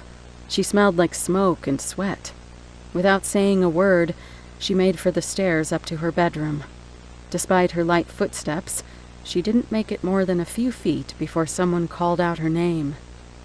"Amber, come sit down. We have a visitor." She clenched her teeth. She hadn't noticed her father coming in with a tray of snacks and tea. He was always so formal like that. Amber forced some surprise into her voice and turned around. "Oh, hey, Nick. I didn't see you there." Her father gestured to his seat with one hand while he set down the tray of tea and snacks, taking a spot on the couch. Amber put on her best neutral look and walked over to her father's chair. It felt off when she sat down. Her dad's chair was way too big and plush. How did he stay awake while sitting in this thing? She soon found a cup of tea being placed in her hands. The cup was thick and the tea was just poured into it, so it was cold to the touch. But she knew if she tried to drink it now, she'd likely burn her lips off. A few moments later, she heard Nick make that very mistake and sputter a bit as he tried to take a drink. "Careful, it's hot. Now, Nicholas, what was it you wanted to talk to me about? You said it had something to do with the Audiobook." Nicholas sat up straighter and set aside the tea on the stand next to him. "Yeah, I just wanted to make sure I wasn't wasting my time. You said the creature's skin was nearly impenetrable, but you never said anything about conductivity. Not to mention, you had us working with electrical magic beforehand. I hope I'm not dumb for assuming this, but wouldn't a lightning attack bypass all its defenses and strike at the organs directly?" Jonathan smirked and took a long sip from his cup. "Congratulations. Electricity is indeed one of the main methods used by mages to hunt Audioboks. It's an area where mages like us severely outclass modern technology. Your efforts won't be wasted. Is that all you needed to know?" Nicholas leaned back in his seat, no, her seat, and looked down into his drink, contemplating the question. "Yeah, that was the main thing. I didn't expect you to pull out tea and cakes. I think I have my overall strategy figured out. I don't mean to be rude, but I was hoping that once I knew for sure I could go right into preparing runes." Jonathan waited a moment, setting his teacup to the side and nodding. "Of course. I don't mean to keep you, but you're more than welcome to train and prepare here if you'd like." I appreciate the offer, Mr. Tepish, but I should get going. With that, Nicholas stood up, nodded deferently to Jonathan, and headed for the door. Jonathan waved but didn't get up. He just sat and sipped his tea until he heard the door close. She grabbed her own cup and held it with both hands. The cup was nice and warm now, having absorbed some of the heat from the drink. Absorbing heat. Her face turned a bit red as she realized her mistake. How could she have not seen it? Her father had even pointed it out as one of the 2 major strategies when using fire to attack. She just needed to heat the Avank up. The skin might not get damaged by the brute force of an explosion, but it probably conducted heat the same way that it would conduct electricity. That was way too simple for her not to have considered it by now. She took a hurried sip of the tea. It was still too hot. Honestly, how did her father drink it at this stage? It wasn't enough to truly burn her mouth, so she just calmly set it down and leaned back. So, I should be going for a slow burn tactic, right? Overheat the Avank? Her father got that same cocky grin he'd used with Nick earlier. Yep, that's right. I'm glad you picked it up. It's not as simple when the creature is underwater, naturally, but you won't have to deal with that this time around. I probably shouldn't have mentioned that, but you would have had Nick to deal with that anyway. One of the reasons that electricity is preferred. So even with that discovery, Nick's method was better than hers. Great. She'd just have to show her talents on the battlefield. Not that she needed to do much besides stay out of the way and keep a steady flame on the thing. She'd want to practice that. She remembered her father had a technique for this. He'd shown it to her on a few occasions, but she'd never been as interested in it as she had been in the explosions. What kid wouldn't want to make fireworks instead of a campfire? Dad, can you teach me crawling flames? Jonathan's expression fell a little flat. That one is a little more difficult. It takes rune knowledge to pull off. As much as I'd like to teach you that, your time right now would be better spent learning some basics. In fact, you should probably be practicing astral lock. It could get you out of a rough situation. Whatever feelings of hope she'd had died there. She'd heard 1,000,000 times how useful that technique was, and now that she was finally free to truly practice magic, she wasn't allowed to learn it? That was so unfair. She stood up abruptly. Then, I think I'm going to go spend some time at the facility. Maybe they'll have a way for me to practice properly. Want me to drive you? She shook her head and made for the garage. It had been a while since she used her own car. Her dad had been in a habit now for a long time of driving her wherever she wanted to go, even after she'd gotten her license. The drive to the facility was uneventful, though it was a unique experience to open the gate on her own. Honestly, after having some time to calm down, the experience of entering the facility on her own had an edge of excitement to it. Even talking to the receptionist on her own had its tinge of exhilaration. Now she just had to wait for them to prepare a training room for her. The receptionist said she'd let Amber know when there was a room available. A lot of mages came to practice, so there was no telling when a room would be open. So, for now, she was sitting on one of the couches and checking up on the top mages of the agency. She'd have gone to check who was in the rooms, but she'd seen Nick's car out in the parking lot. If she suddenly barged into the room he was training in, that might give off the wrong impression. It's not like she was planning on following him here. Amber just wanted to be practicing already. It was bad enough that she took so long to figure out the proper strategy, and now her dad wouldn't even show her how to use flames? Why did he keep bringing up astral techniques?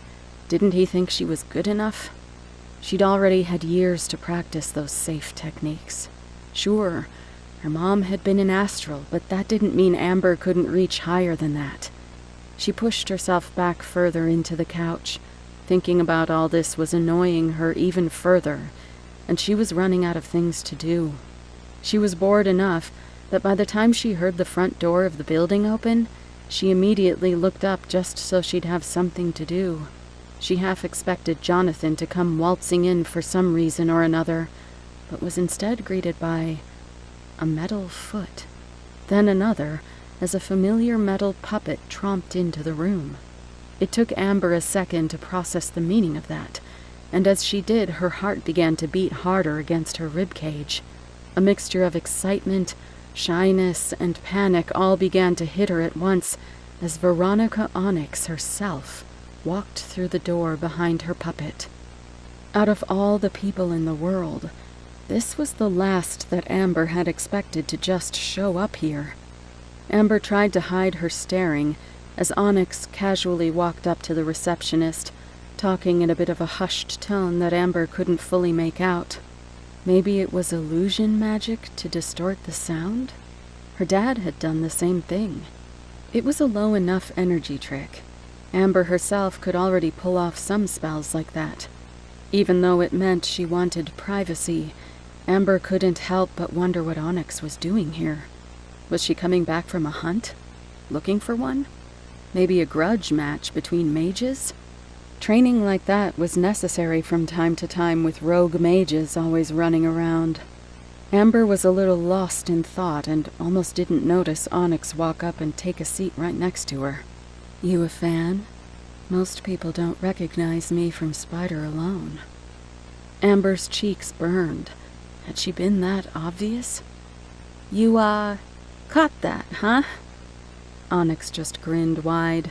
Spider, her puppet, flanked Amber on the other side, though. It didn't sit. It just stayed in a standing ready position. Still, it did block off Amber's possible escape route. Yeah, you gotta notice details when you're a mage. Figuring out an enemy's weakness can make all the difference in the world. That applies to other mages, too. Speaking of which, what's your specialty? You're new, right? Well, that was an easy thing to figure out. Amber was nervous and young. Of course she was new. "I'm trying to make fire my specialty. I just started, though, and I have no idea what I'd do as a subclass." Veronica waved her hand dismissively. "You don't need a subclass, kid. If you find one, you'll find one. Fire, though? That's ambitious. It's nice to see, actually. Usually timid girls like you end up in support classes, astrals or illusionists." Amber shuddered at the thought. An illusionist? She hadn't even considered that as a specialty.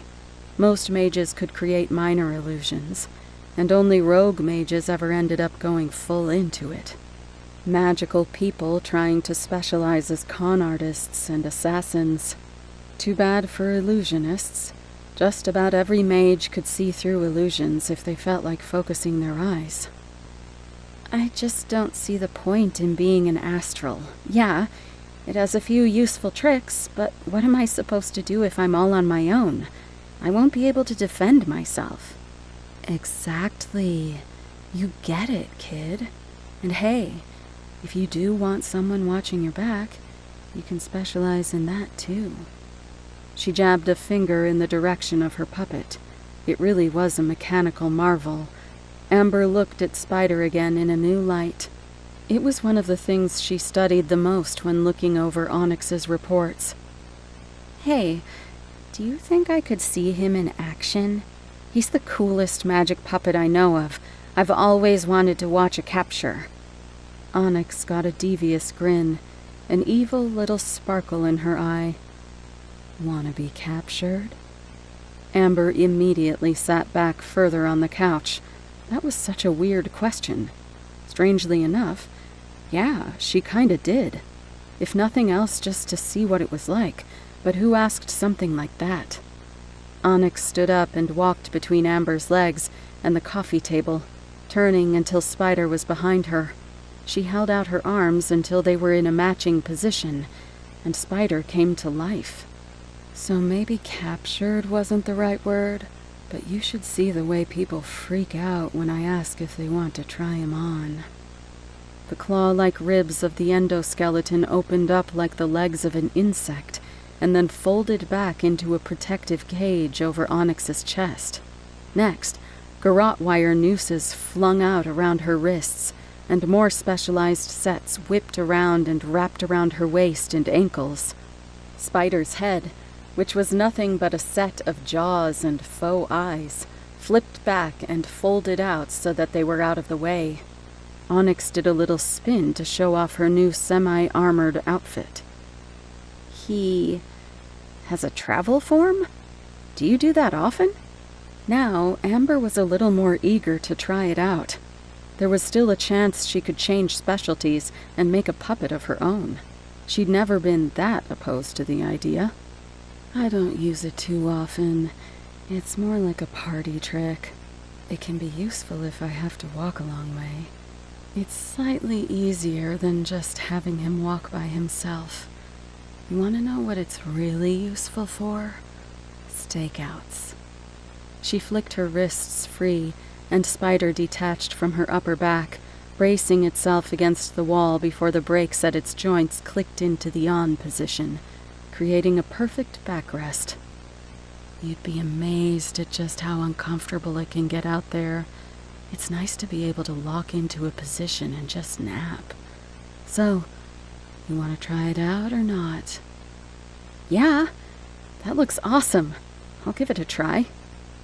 Onyx unlatched the restraints and made Spider stand back up with his arms held forward slightly, chest still open so it was easy for Amber to step backwards into it, and then rest her forearms on Spider's. "Let me know if anything starts pinching. It shouldn't." Spider's ribs began to close around her. There was a little extra wiggle room, but the wire that wrapped around her waist pulled the endoskeleton's spine against hers tightly enough that it didn't matter. There was just a gap between Amber and the protective cage. The rest of the wires released, and then snapped promptly into place, faster than they had on Onyx's own body. She must be more used to capturing people this way instead of getting into her trap. Once that was done, Amber felt the mechanics loosen their control and she was free to move around. It was kind of heavy, actually. She twisted and the metal joints twisted easily enough with her. They didn't have quite as much range of motion in the back as her own body, but the rest of it seemed to work well enough. Spider's fingers didn't move with her own like they had with Onyx. Instead, they remained locked in a flat position, staying attached at the wrist like a metal bar jutting off her forearm. It kept her from flexing her wrist upward, but that wasn't too uncomfortable. "Wow, this would be heavy to lug around all day. You move this with magic?" Onyx nodded. "Yeah, it's gotta be tough if I want to restrain monsters. Haven't had much luck using anything lighter. Want to feel what the brakes are like?" Amber moved her arm a bit. She could probably guess what the brakes would be like, but while she was here, she might as well. She nodded enthusiastically, and a moment later she heard clicks from every angle of her body. Suddenly it was like she was strapped to a solid steel structure. She could only partially turn her whole body. The brakes in the spine had a lower resistance, but it still took a lot of effort, and made the wire at her waist dig into her skin. She shuddered to think what it would be like if Onyx deployed the wire around her neck. It was already impossible to move now, so suffocating at the same time would just turn this into a death trap. As the thought crossed her mind, she suddenly felt a little less safe being strapped to this thing. Onyx noticed the shift and released the locks with a series of clicks, and the wires whipped around to release her from the mechanical coffin. "Get a little claustrophobic there? You okay?" Amber nodded, but stepped quickly out of the mechanism's range. "Yeah, I'm fine. I just kinda realized I was standing in a machine designed to kill things." That made Onyx burst out giggling. "You know, you're not wrong. It's pretty good at that. I wouldn't have hurt you, though. Honestly, When I am chasing down a rogue mage, I usually... Miss Onyx? They're ready for you now. Amber hadn't noticed the receptionist walk up behind Veronica. Apparently neither had she. But Onyx waved in acknowledgement, and Spider clicked back into its usual form behind Amber. All right, kid. Looks like I gotta go. Keep working at this, though. I want to see you as a top fire mage in the future, all right? With that, Veronica Onyx walked briskly down the hall, Spider clomping behind her with metal feet, leaving Amber to think by herself. Onyx expected her to become a fire mage now? Amber really needed to get into one of those training rooms. Chapter 5. 2 weeks went by incredibly fast. Her father took time to speak with each of them on multiple occasions, but for the most part they were left to train at their leisure, except for today. A day and a half before the practice hunt, they were all gathered together in another specialized training room. This time there were metal testing dummies on tracks, 3 of them. Amber felt her stomach start to drop as she pieced together what today's lesson would be. Welcome to class, everyone. I'm sorry to drag you away from your personal practice. I've seen some incredible improvements from each of you. However, today I want to make sure you remember how to use a valuable skill. Astral Lock. Yep, there it was, just like she thought. Great. She already knew how to do this. Every mage probably knew how to do this already. It wasn't like it was some hidden or complex technique. Kids were allowed to practice that sort of thing. Her father paused when he saw the look on her face, but then continued anyway. In my own experience, it's almost vital to learn this skill when working as a team. When your specialty is not the answer to the situation, or when you need time to figure it out, being able to freeze your opponent in place is almost always a viable option. I've taught this technique to both Connor and Amber before. Nick, are you familiar with it? Nick's eyebrows raised. It was probably the first time Amber saw him look anything other than neutral-faced or deep in concentration. No. I haven't studied any astral techniques beyond magical sight. Jonathan took in just slightly too deep of a breath. There was no way that wasn't intentional, right? All right. I guess I failed you a bit in that regard. I should have trained you in it sooner. We'll start with a demonstration then. Amber, would you kindly demonstrate astral projection for us? Amber almost agreed, though she felt exasperated trying to convey that she didn't want to be an astral. Then she had another thought. Onyx had mentioned how easy it was for people to fall into roles like that. She wasn't going to be a specialist in support magic, and she certainly wasn't going to be teaching support magic. No. Her father raised an eyebrow at her, but shrugged and turned his attention to Connor. Connor? Perhaps you wouldn't mind helping out your classmate during our lesson? Connor nodded like he normally did, and sat down cross-legged on the floor. Amber forced some magic into her eyes, and watched as his astral form left his body. It floated a few feet above it in almost the exact same position, and looked almost the exact same as his normal body. Nick, you said that you knew how to use magical sight. I'd like you to start doing that. Now, Connor, I'm about to set this practice dummy moving. I'd like to see you slow it down to a stop before it can reach the end of the track. Amber turned her attention to the end of the track. It had a rather tall rubber stopper to keep the dummy from flying forward too far, but it was leveled at the metal bar under the main body of the thing, so you could still see it coming at you. Her father hit a button, and the dummy in front of Connor took off. His astral form looked caught off guard, and he raised his hand to perform the lock a little too late. The dummy faltered on the tracks, but broke through almost instantly. It slammed violently into the rubber stopper before Connor could make a second attempt. The sound of clattering metal echoed through the room as the dummy bounced back away from the end of the track.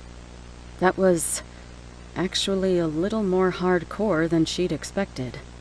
That thing moved way faster than any normal human could go. She moved a little closer to her own track and noticed something that she hadn't before. A very heavy-duty spring. She thought it was a bit odd that the dummy didn't break through the end of the track. Now she saw why. As you can see, these move quickly, as will just about any monster you come across. You have to be able to stop them in an instant before they kill someone. Ideally, I'd like you to both be able to drop into astral projection and perform a successful lock on the dummies before they reach the end of the track. However, for today you will be allowed to start already astral projecting. Focus on simply being able to stop the dummy at all. Amber wasn't sure if she could manage that, at least not without using some of her stored magic. Maybe that was the point. Her father clicked a second button on the remote, and the dummy reset. Then two rushed forward within moments of each other, hers and Nick's. Obviously, neither of them was stopped. Nick's from lack of ability and Amber's from lack of desire. She didn't want to waste her stored magic on a stupid project like this. Her father had already moved to Nick to help him figure out astral projection. She couldn't hear what was being said over the sound of the dummies sliding along their tracks. The dummy on Connor's track shot forward again and suddenly slowed to a crawl part way across the track. Then it broke through yet again. Was Connor just using basic magic for this? If he wanted a real effect, he should just use the magic in his crystal and get it over with. Maybe he didn't know how? Her dummy shot out again on its own. Their timing was inconsistent, too. Was it supposed to catch her off guard? It slammed into the rubber stopper and rattled loudly, almost dangerously. Curiously, she checked on Nick again, putting a bit of magic in her eyes. He was still struggling to figure out how to astral project, let alone stop the target. His astral form didn't fully leave his body yet. It only managed to separate a few inches, leaving a translucent blue-white body superimposed on top of his normal one. It was admittedly fast progress, but Connor had picked it up just as fast, and at a younger age. Connor's dummy shot forward again, and then slowed suddenly near the end of the track, about 2/3 of the way down. It came to a complete stop. Finally. The dummy relented and began slowly pulling back to the starting point, a small green check mark appearing on the wall behind it. Nick's dummy shot out again and rammed straight into the end of the track. He still wasn't fully astral projecting yet, which meant he wasn't able to do the lock. Just as Amber was starting to think he might have some sort of mental block, he finally managed to project the full form from his body. Now this would be interesting. It would be nice to see him try something he wasn't an absolute natural at. Jonathan finally left Nick's side as he copied Connor's initial motion of raising his arms, trying unsuccessfully to perform an astral lock. Good job, Connor. It looks like you held on to the lessons I've taught you. I'm glad to see it. His attention soon turned to Amber's dummy, and then to her with a confused look on his face. Is something wrong, Amber? I thought you'd have gotten it over with already. Are you not feeling well? He had part of that right. Normally she would have just gone and been done with it, but it was about time she stopped playing along with all this astral training. If he wanted an excuse to relive the past, he wasn't going to get it through her. It wasn't her job. Her job was to become a fire mage. She shook her head nonchalantly, but before her father could say another word, there was a deafening screech from behind him. Nick's dummy pushed along a few more inches, creaking and straining against the lock that had finally been successfully applied to it. Then, almost sullenly, it slid back to the beginning of the track, awarding Nick with a green check mark behind it. Jonathan clapped for Nick and said a few words of encouragement. Amber couldn't bother to listen to what they were. Of course Nick was a natural at that, too. He couldn't even fail at the thing he could have been proud to be bad at. No, Nick could even do astral techniques if he wanted. It took Amber a moment to notice that all the eyes in the room had turned their attention to her. Out of all of them, the look of concern on her father's face was the most annoying. She heard her dummy start to slide again, and it rattled away at the end of the track after maybe a second. She said nothing. Amber, you know this is required material, don't you? It's essential for your safety in the field. So, her dad was making being a mage depend on her astral skills? That was just great. She glared at him for a moment, then closed her eyes. She wasn't going to give up being a mage over this. She heard the dummy slide and instantly slipped out into astral form, reaching forward with one hand in a grasping motion, pulling magic from her crystal. There was a deafening pop, followed by a squeal of metal as the mechanical drive below the dummy ripped upward through the track by its own force. The metal bar that had held the dummy in place was bent at an angle, holding up the dummy in the exact position she had stopped it in. There was silence for a few seconds before the track let out a metallic grinding sound, trying and failing to pull the dummy back to its starting position. That went on for a solid 5 seconds or so, before her father clicked the remote to shut the system down, a bit of a shocked expression on his face. But there was something far more sinister in that look of his. He was proud of her. Chapter 6. Amber stood alongside Nick and Connor, staring off into a large fenced-in field. Not a normal fence, mind you. A giant electrified fence that looked more like a comically oversized jail cell than a fence. But in here was her chance at freedom. Beside the decent area of regular field, there was a section that was completely shrouded in forest. If she had to guess, that's the spot where they'd release the Avanc. Today she wore a rather standard suit. It was non-negotiable. Despite not being the easiest to move in, it was laced with Kevlar fibers, the same stuff they used in bulletproof vests. These wouldn't stop a bullet, and she doubted that it would stop that monster's tail from cutting her in half, but every bit counted. She couldn't help but remember the video they'd seen before. Maybe this would keep her alive from a glancing blow? She adjusted her earpiece. They'd all been given that as standard equipment, but they didn't have weapons other than what they themselves had brought. She hadn't brought anything besides her crystal. Nick had taken a few notebooks in, and Connor had a jug of some clear liquid. They all had separate plans on how to take this thing down, so it would come down to whose plan ended up working the best. She already knew Nick's. He'd obviously spent a lot of time making lightning runes, expanding on his capacity for damage.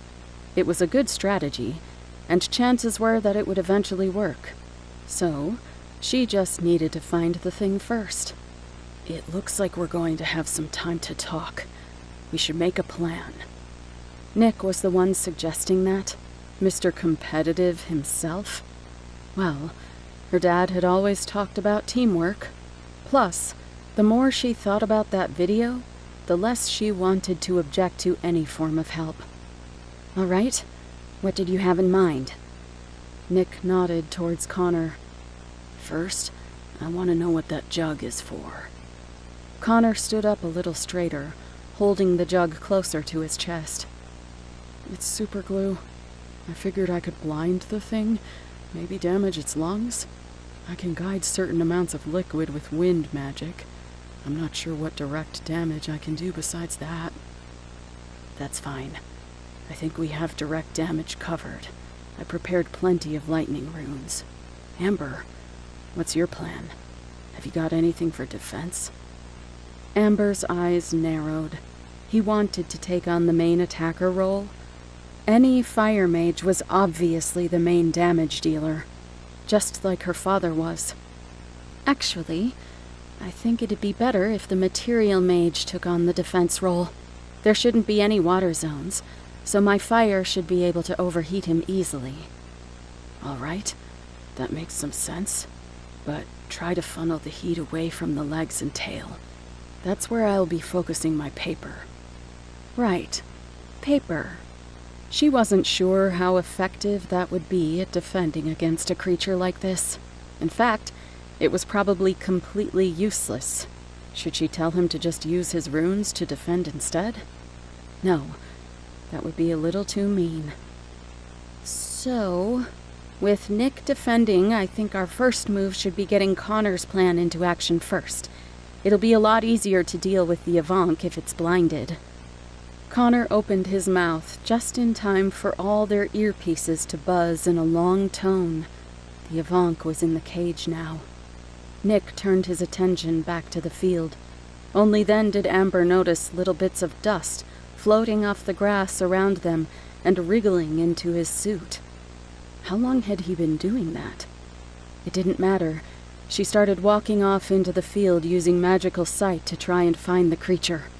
Maybe magical creatures wouldn't be easy enough to track that way, but since Avank magic was in their skin, it was a safe bet that it would glow extra bright. Her theory was confirmed in moments.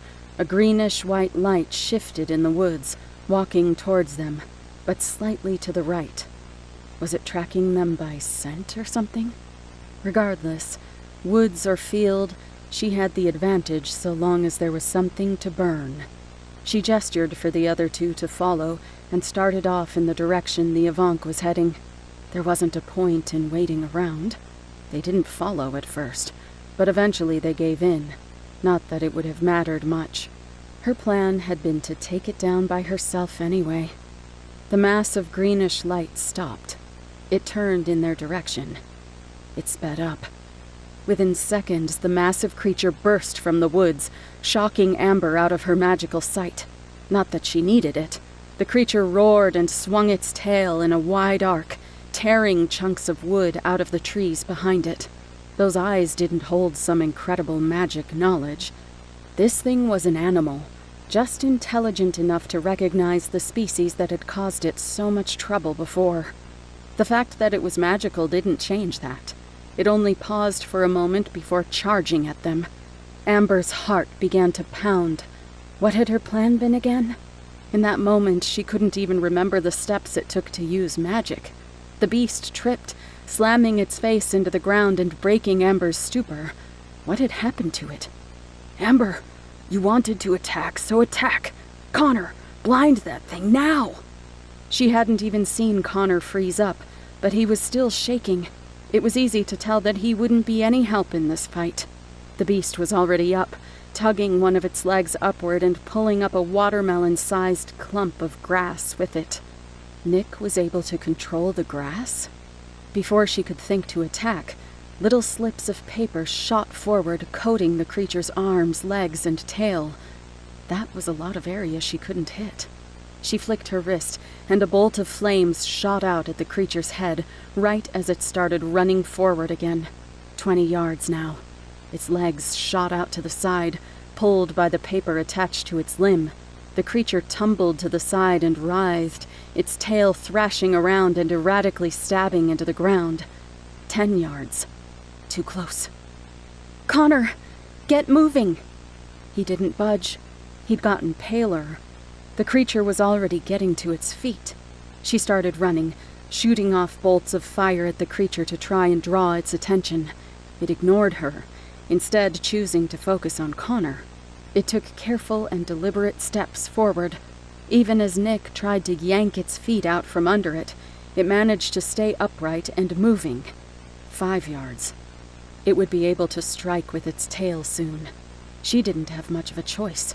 She drew on her crystal, condensing her magic into a tight sphere before launching it at the creature. She flexed her fingers, and the sphere detonated with far more force than she'd been able to produce up until now. She could feel the sound of the blast thud in her chest as it jerked the monster's head to the side and knocked Connor to the ground. Maybe the Avank wasn't hurt by the impact, but she'd aimed for the ears. It wasn't ignoring her now. She barely had a moment to feel proud of her attack before the image of a charging Avank threw her right back into terror. 20 yards. 15 yards. 10 yards. It tripped. Nick was at least still paying attention. She turned and ran, hearing the creature get up behind her and roar. She just had to hope that Nick would keep it from catching up to her for now. This wasn't going anywhere close to how she had planned.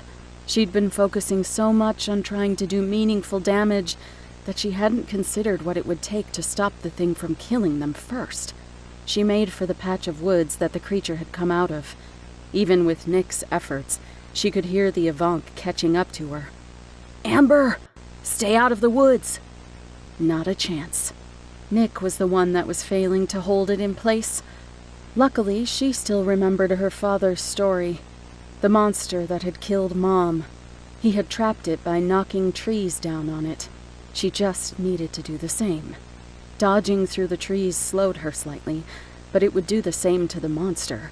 After 10 excruciatingly long seconds, she turned to see the Avank far closer than she had imagined. Its tail stabbed at her, just barely falling short of her as she kept running. It gave her just a moment to react as the creature slowed. She turned and shot a fire snap at its leg, aiming inward so that the explosion kicked the leg out to the side, making it stumble just like Nick had been doing. She had to dodge out of the way as the massive beast tumbled and crashed forward. She narrowly avoided its tail as the bladed end slashed through the trees around it, felling them in its rage and making them topple on top of it. That had worked out better than she'd thought.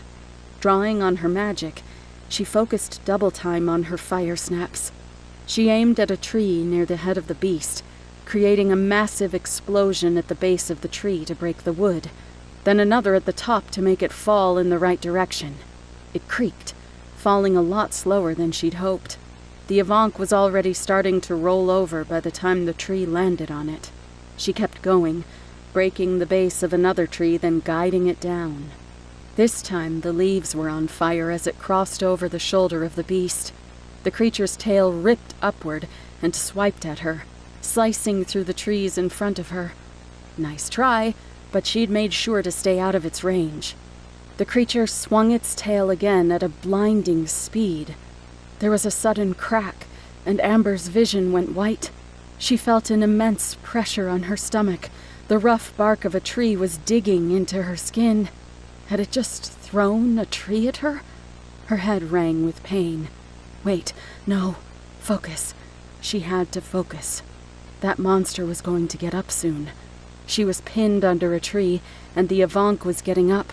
She couldn't aim at it. She couldn't even see it. She could barely stay conscious, let alone figure a way out of this. She heard the creak of wood and the shifting of leaves. It was getting up.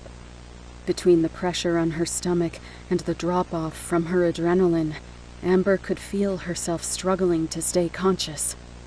Maybe what happened next was because of her struggle. Maybe it was her will not to die, or maybe it was simply the fact that she'd had to do it so many times in the past few days.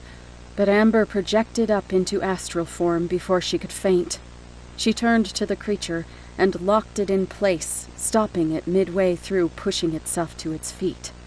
With the help of the trees on top of it, she could just barely keep it from getting up.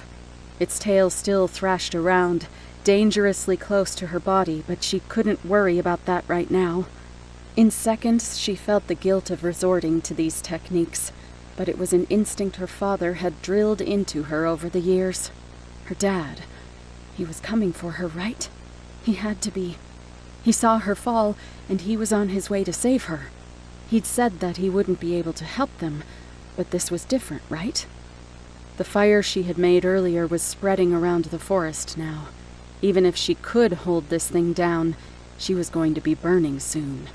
She heard branches cracking and pounding footsteps. Heartbeats later, Nick came crashing through the brush. Not exactly who she had been looking for, but maybe he could at least get this tree off her. The creature strained harder against her lock, lifting the trees another few inches. Nick paused, then forced magic into his eyes and looked right at her astral form. "Good thinking, Amber. I'll finish him off." What? No. He needed to get this tree off her, and they both needed to run. He raised his hands and magic exploded from his body, moving up to rip the leaves off the trees, forcing them to explode into fibrous dust and rush towards the monster, swirling around it in a miniature cyclone.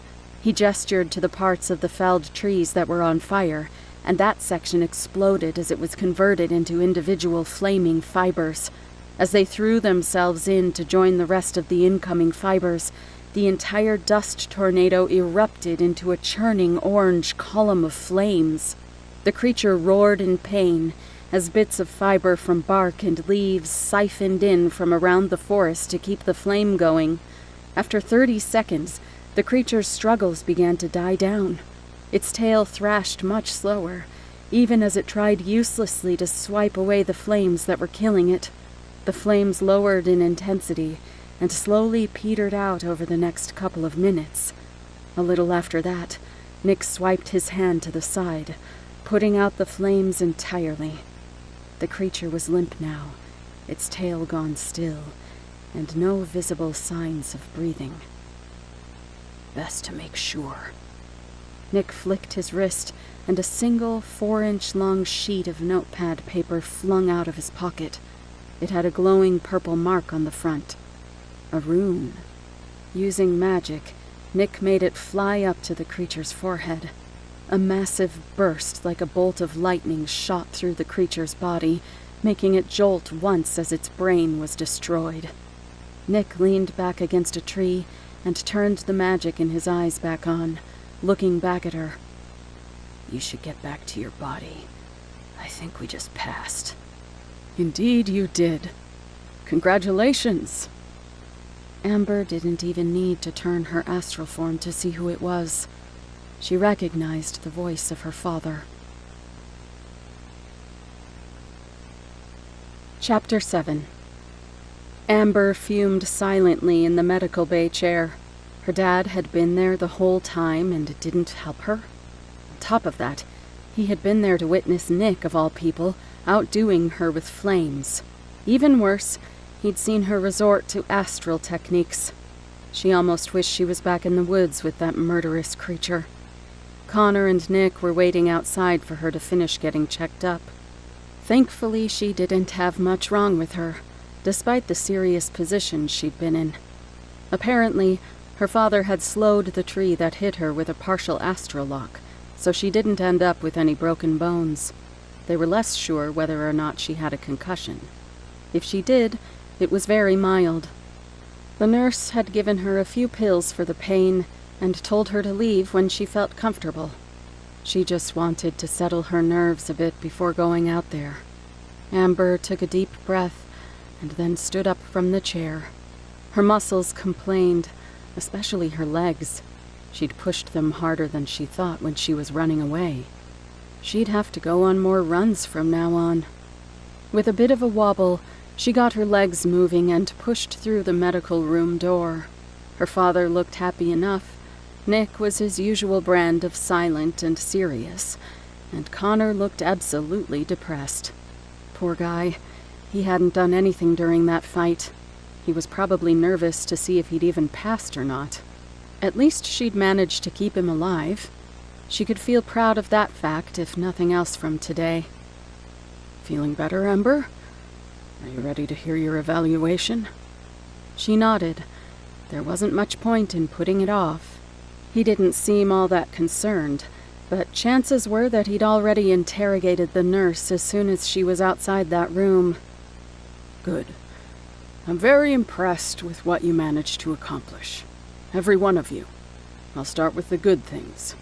Connor, you had the fewest tools of anyone here. You're training to be a mystic, so you'll likely be relying on specialty abilities that you pick up later.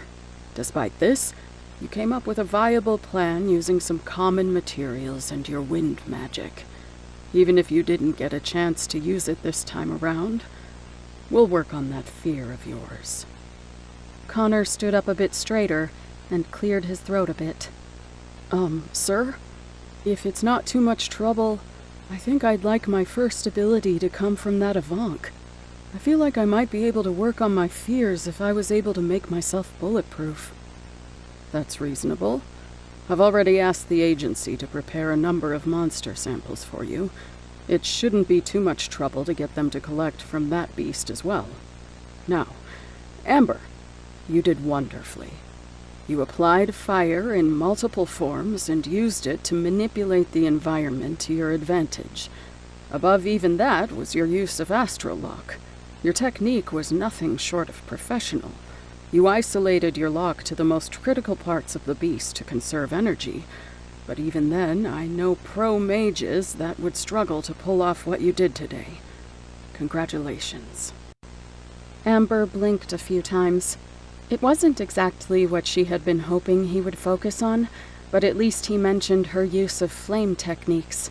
It wasn't much, but it was a promising start coming from him. Jonathan turned to Nick next, not managing to hide a sly grin.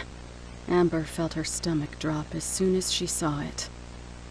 Nicholas, I was amazed with you today. I saw applications of magic that I never even imagined before. You clearly understand the essence of what it means to be a mage. Using paper, you managed to save your teammates' lives multiple times and dampen the offensive capabilities of the creature. To top it off, you created a fire technique I'd never thought possible. Its efficiency probably outstrips anything I'm currently capable of. I have no quarrel with graduating you from my class this moment if you would like. Amber's nerves soon disappeared and were replaced by a need to not strangle her father. Amber put her hands behind her back and dug her nails into her own hands. Meanwhile, Nick barely took a second to think over his answer. I think I'd like to stay in your class for now. There's still more for me to learn. Besides, I'd like to be on a team that I graduated with. And he just had to stick around, too. Yeah, this was going to be great. Amber stopped listening so closely after that. Jonathan's notes for each of them were pretty basic. Connor needed to be able to move, and she needed to work on her flame techniques, and Nick was basically perfect. There was no additional class that day, and she got away from the facility as quickly as she could. Jonathan had driven her there, so, unfortunately, she had to ride back with him. The drive was only quiet for maybe 5 minutes before he broke the silence. Are you okay, Amber? I'm fine. Jonathan suddenly paused, staring at her for a few seconds before letting his expression soften just slightly and turning his eyes back to the road. Oh. The ride was silent from there on out. That was unusual, but she supposed it was what she was aiming for. Amber wouldn't complain. Time seemed to pass by slower, but they inevitably made it back to the garage. As they made their way into the house, he finally spoke again. Come with me, Amber. She didn't respond, but she did follow him down into the basement. Their former classroom had already been modified back into his workshop. Desks replaced by workbenches. There was even a tiny kitchen in one of the corners. They had always had water down there, but she didn't know how he had set everything else up so quickly without her noticing. Wait, she couldn't let herself be surprised. Jonathan motioned for her to sit down, so she did. He sat across from her and looked her in the eyes for a few seconds. What's bothering you, Amber? Well, he wasn't blind, at least. Should she respond? Maybe not. But she'd already had the long, silent car ride. Upset as she was, there wasn't really a good reason to keep hiding it from him. It's not like he was going to figure it out on his own. Why are you always treating Nick like he's your son? Why is it that you want him to succeed and you barely even notice what I do? Even when you do, it's just about being an astral. It's like you don't even care that I want to be like you. Her dad sat back a bit from her outburst. For once, he didn't look confident or on top of everything. He was sincerely surprised. If nothing else, she could take a little gratification from being able to do that. Amber, I'm not trying to treat Nicholas like my son. I do need to support him, though. He's recently been through a tragedy, and on top of that, he's my student. Give him support, sure, but he's already doing better than me and Connor. He gets a ton of praise, but why aren't you trying to help me and Connor catch up? It's just turned into watching Nick outpace us at everything. And even when I go out of my way to learn fire techniques similar to yours, you go and praise Nick's fire technique. Why do you want me to sit back and be an astral? All I've ever wanted to do was be a fire mage like you. I'm not Mom, and I don't want to be her just because you miss her. The last part seemed to hit her dad like a bullet. His face even went a little pale for a moment, and after a few seconds of shocked silence, he looked away from her. For once, she wasn't comfortable with the silence that followed. Seconds passed by agonizingly slow. Amber, I couldn't be more proud of you for following in my footsteps. It brings genuine joy to my heart to see you discover the same techniques I did. The truth is that Nick was already about to graduate before he came to us. You've developed at an incredible pace to keep up with him like you did. I didn't realize that I wasn't getting that across to you. I'm sorry. Amber let her knuckles rest a bit. Her hands finally took another shape besides a fist. Why did her dad look so sad all of a sudden? She opened her mouth, but he cut her off. I'm not done yet. I just needed a moment to collect myself. He wiped some tears away from his eyes with one arm, letting the silence hang for another uncomfortable amount of time. Amber had never seen him like this before. It was distinctly wrong. Amber, I don't want you to get the idea that I think less of you because I'm trying to teach you those techniques. You have to understand that I've had your entire life to inspire you, to dazzle you with my specialty. Iris never got that chance, though. So I hold myself back. I know I have an advantage when it comes to that, and I see you have such talent for her techniques. I'm not looking down on you. I never want you to think that I'm looking down on you. I've imagined spending weeks on end teaching you all the flame techniques I know since the first time you told me you wanted to be a pyromancer. I had no idea that I was hurting you. That made a lot of sense. She felt a bit of a knot start to form in her gut. She never thought she was capable of making him cry. The whole experience was unnerving, and she already hated herself for being the cause of it all. Dad, I'm sorry. I went too far. I know you're not trying to turn me into Mom. He grabbed her hands and squeezed them reassuringly. I'm not. But you don't need to apologize for anything. I needed to know how you were feeling. Now, if you're feeling better, how about we go upstairs and celebrate your first hunt? I had a cake made and everything. That probably should have made her feel better, but it only made her feel worse. All this time, he was planning something for her anyway. The least she could do was try to seem like she enjoyed it, though, right? She put on the most convincing smile she could and let him lead the way back upstairs. The stairway seemed to take longer this time around. It was odd. She never really took note of it, but it led pretty deep into the ground. Just so you know, Amber, I do still intend to teach you everything I know about flame magic. You should cherish this time when I'm not drilling those techniques into your head. That finally got a genuine smile out of her. It was one thing to want to take on the mantle of someone you looked up to, but it was a whole level higher to know that they wanted it too.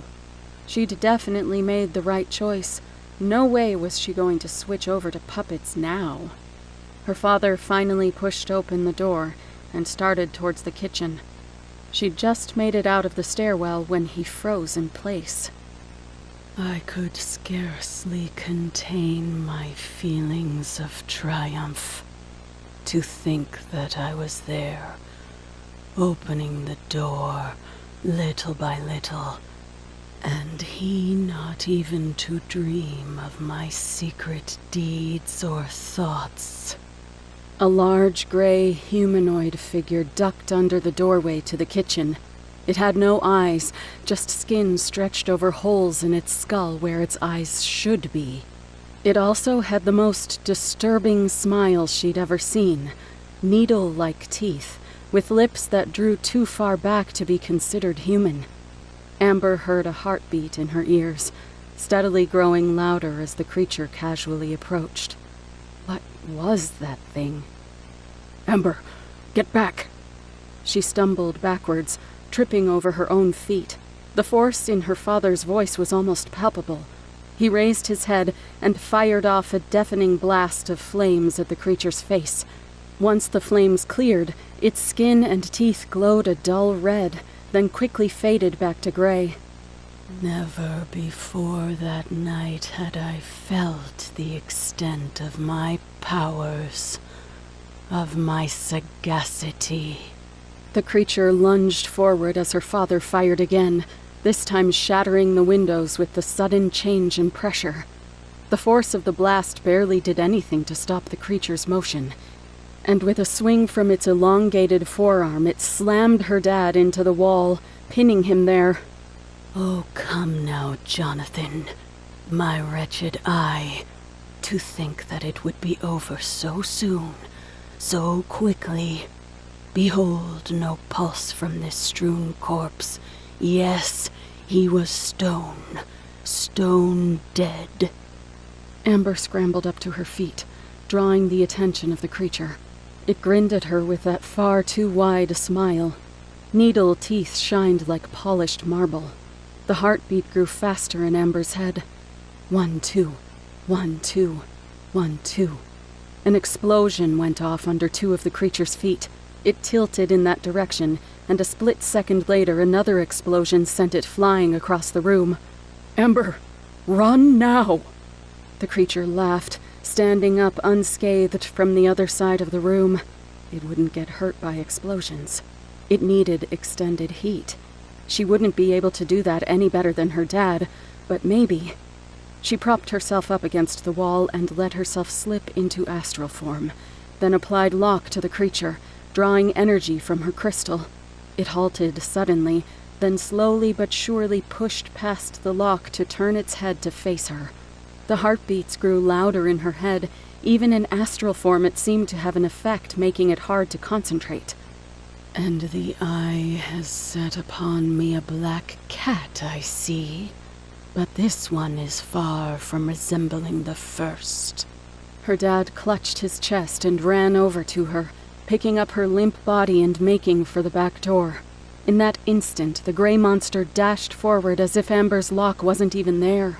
A quick slash sent her dad tumbling, and the impact brought her back to her body. She didn't have time to open her eyes before she felt her dad being pulled backwards off of her, lifted by his now useless leg.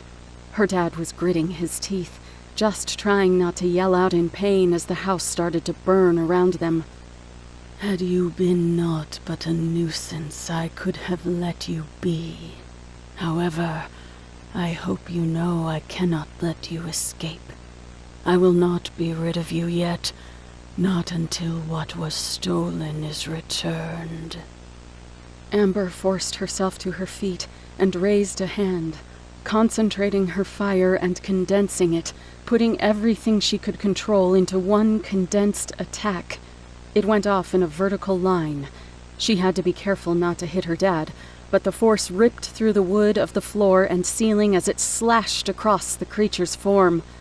The only result was a faintly visible glow of red on the now frowning creature's form. Maybe I misjudged. This black cat is not more than a kit. In fact, it is no cat at all. Her dad's eyes were wet from pain, but he smiled at her, then jerked into motion. Time seemed to slow as she watched him in action. The first explosion was huge, powerful and compact. It tore through his leg like it wasn't even there, and ripped a hole through the ceiling, making the upper floors start to cave in, crashing down on the dredge. The second thing she noticed was the heat at her back and the sudden gust of wind that followed. A quick glance showed her that the wall behind her had been reduced to rubble, and before she could look back, a heavy gust of wind swept her off her feet and sent her flying out into the backyard. Jonathan, you think to trap me in the walls of this accursed house? A second burst of wind softened Amber's fall as she repositioned herself to see what was happening. She managed to look just in time to see the creature rising up from the rubble. A torrent of white flame surged from her father's hand like a tidal wave. The flames continued to surge as they were compressed, held together so that all their power was contained by one continuous straight edge, looking less like wildfire and more like the flames that shot out of a rocket during takeoff. The roar of the flames overshadowed the yells of the monster as it was held back by a cylinder of pure heat and force. She got back up to her feet only for her dad to knock her back down with another gust of wind. He was using magic to hold himself up on his now only leg, the other one dripping blood onto their living room floor. Amber, I'm sorry, but you can't help with this one. I'm sorry that I've disappointed you up until now. He was speaking through illusions. She hadn't learned that yet. She tried to yell back, but the volume of the flames was loud enough that she couldn't hear her own voice. She could see the beast's arms gripping onto whatever it found, reaching through the flames and grabbing at the air uselessly. I've been a bad father to you. I wish I had more time to tell you just how proud of you I am. No, that wasn't true. She pulled herself up to her feet, trying to scream it out to him, but she was knocked back to her knees by another gust of wind. You need to stay back. I know you want to help, but this one is too dangerous. You've listened to my stories. You know what it is. She stood up yet again, only to be hit by an even more forceful gust of wind, this one knocking her to her back. She knew what it was, but she didn't care. Her dad had killed it twice already, so why did it have to show up when he thought she hated him? Before she had a chance to at least tell him how much she loved him, how much she looked up to him. Tears streamed from her eyes, and even though she couldn't hear it, she screamed and tried to crawl forward. The wind stopped, and she could see her dad glowing red in the center of two high-pressure jets of flame, both coming from the tips of two of his fingers. He was going to use his blood as an energy source. The house was on fire around him, and the beast was glowing orange from the heat, like a solid piece of steel. He turned the flames vertical. One swept the 3 legs of the beast out from under it, while a second shot upward, breaking through the ceiling in a perfect circle to make another section of the house come crashing down on top of the thing. The house was already on fire, but the new access to air made it flare up even brighter. He was too close to it all. The flames were surrounding him. His clothes were on fire now. Why wasn't he protecting himself from it? He could control flames like that with ease. No, it was crawling up his coat. He raised both his hands to the air. She had just enough time to look up above the house, to see the ring of white light. He'd been drawing a rune above their house, right above the hole he'd put in the ceiling. The rune glowed brighter only for a moment before shooting down a column of flame that instantly filled the house with bluish-white light. The force was enough to blow the support beams out from almost every angle. Flames shot out towards her from the hole her father had made, but a final gust of wind forced her to roll out of the way as the house caved in. The flames kept going for a solid minute, even as Amber finally managed to get to her feet. She didn't want to be standing. She wanted more wind, more signs, anything to show that her father was still alive. The only signs of his existence were the flames still shooting down from the sky. Even then, they were slowly dying, going from white to orange, and then slowly sputtering out. Even the rune producing the flames began to flicker out of existence, and the burning pile of rubble in front of her was the only thing left. The heat burned her face, but she made herself stay put, staring at it. It was all she had left. Chapter 8. Amber stayed kneeling there for the rest of the night. At some point, she'd fallen asleep, because she woke up to find Nick shaking her by her shoulder. "Amber, what happened here? Are you okay?" The memories of the night before came flooding back in a matter of seconds, and she could feel tears forming in her eyes again. She didn't have any control over it. She wished her mind would just go back into shock so she could avoid thinking about it again. She didn't want to tell Nick, not only because her throat was raw from screaming the night before, but because he was the last person she wanted to tell about what happened. Nick waited for far longer than she'd have liked before standing up and dialing a number on his phone. "Nicholas Weiss, 412-9877. Yeah, hi. I need cleanup and assistance at the Tepish house. I'm not sure. Whatever danger there was seems to have ended. No, but Amber is still... Yeah, I can take her. She doesn't look injured. All right." Amber composed herself as best she could and shakily got to her feet. She struggled far more than she'd have liked. Her legs had fallen asleep. Soon, Nick grabbed her arm and helped haul her up to a more manageable position. He didn't say anything. He just led her around the outside of what used to be her house, keeping himself between her and the now extinguished pile of charcoal and ash. His car was old and beat up, just a silver sedan of some kind. She didn't really know cars all that well. Even then, she wasn't able to identify if this car had belonged to any major brand to begin with. After getting her inside, he got in and drove away quickly. There wasn't any good reason for it. Her dad had obviously destroyed that thing, or it would have finished her off last night. "I know you probably don't feel like talking, but I'm just going to let you know that you'll have to talk soon. The agency is probably going to want to hear your story 50 times or more when we get there." Amber considered staying silent, but then something occurred to her. She had to clear her throat before croaking out her question. "What were you doing there?"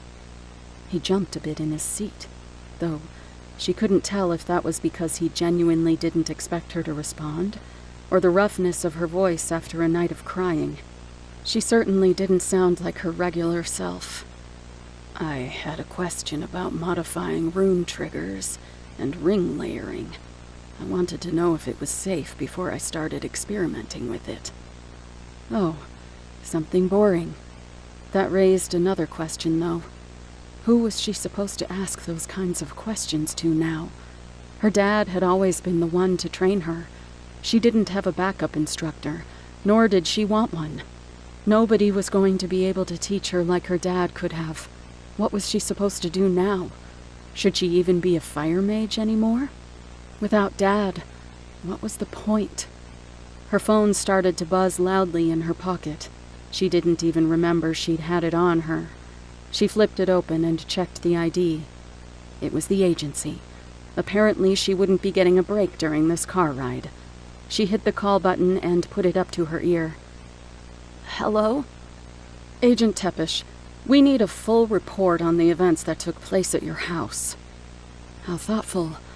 The woman on the phone didn't have an ounce of emotion or any tact. She considered hanging up. She didn't exactly want Nick to hear this. Also, since when was she an agent? "Now, Agent Tepish. A dredge got into our house. The Wanderer. Dad killed it, but he died in the process. Is there anything else you'd like to have me relive, or are you going to send out your squad to investigate?" The line was almost silent except for the clacking of a keyboard. A half-minute passed before she spoke again. "The Wanderer is a confirmed kill from over a decade ago. I think you're inflating your memory of the situation."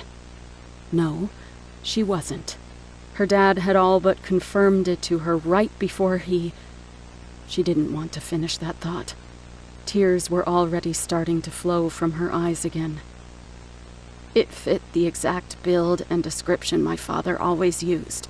It spoke and had a personal connection to him. I'm not wrong. If you want to confirm, you can check whatever is left of its body." "All right, Miss Tepish. We'll send a team to recover the body and examine the area. Meanwhile, we have a slight detour for you. There are special parameters in the event of your father's death. Now, I want you to put me on speakerphone." She once again considered ending the call then and there, but eventually thumbed through the options on her little flip phone to put it in speaker mode. "All right, you're on." "Agent Weiss, I can assume you've cleared the area and are on your way back to the facility as we speak. I need you to start heading to the city bank instead." Nick almost forgot to respond out loud, nodding instead and taking the next turn. It took a few seconds before he realized he hadn't said anything that the phone would pick up. "Okay, we're en route to the bank. What is this about?" "In the event of Jonathan's death, the agency has instructions to recover the contents of his safety deposit box.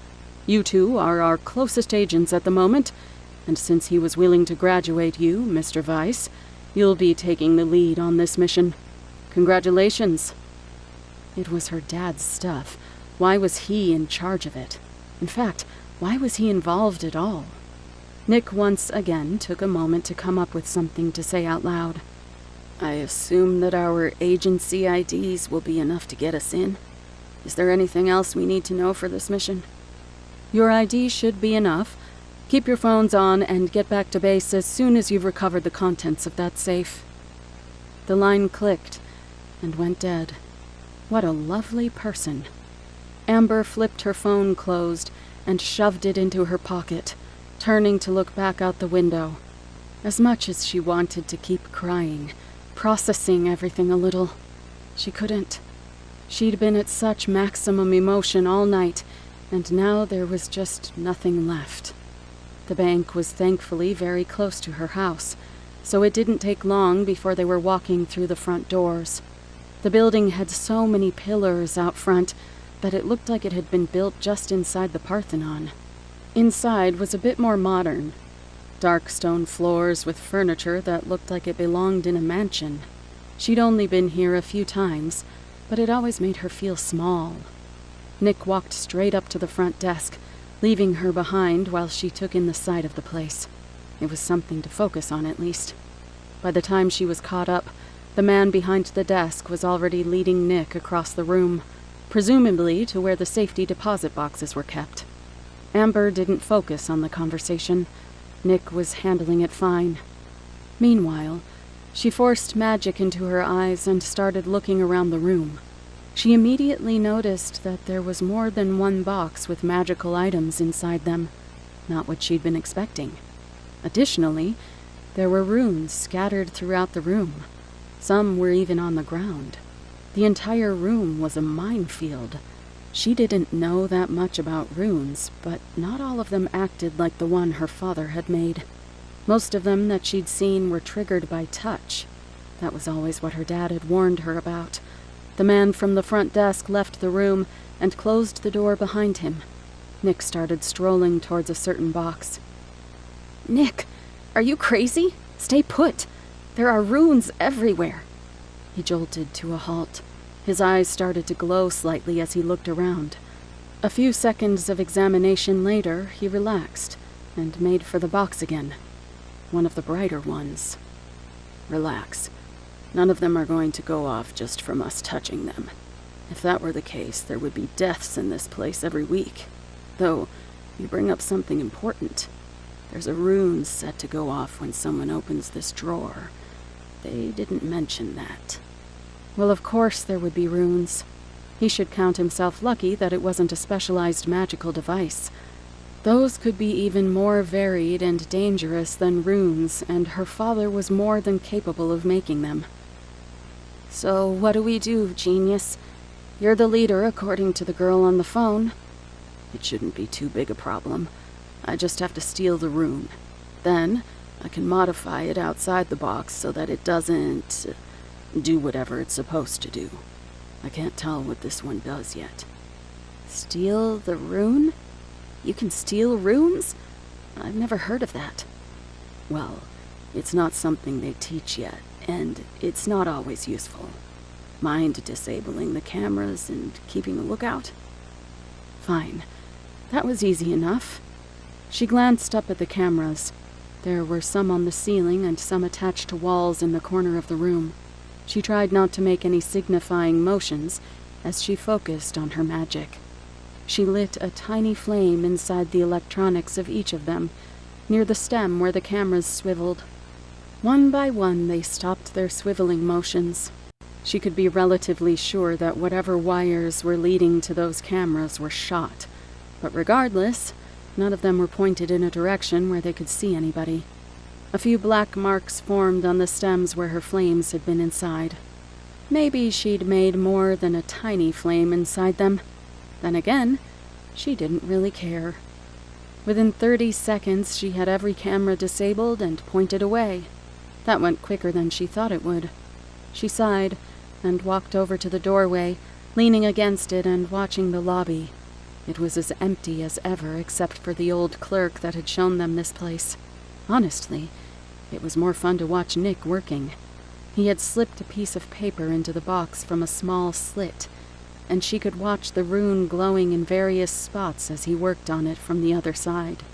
The paper itself glowed, since it was being magically controlled, and she could see the different colors of the runes slowly start to switch surfaces, transferring from the metal of the deposit box to the slip of paper.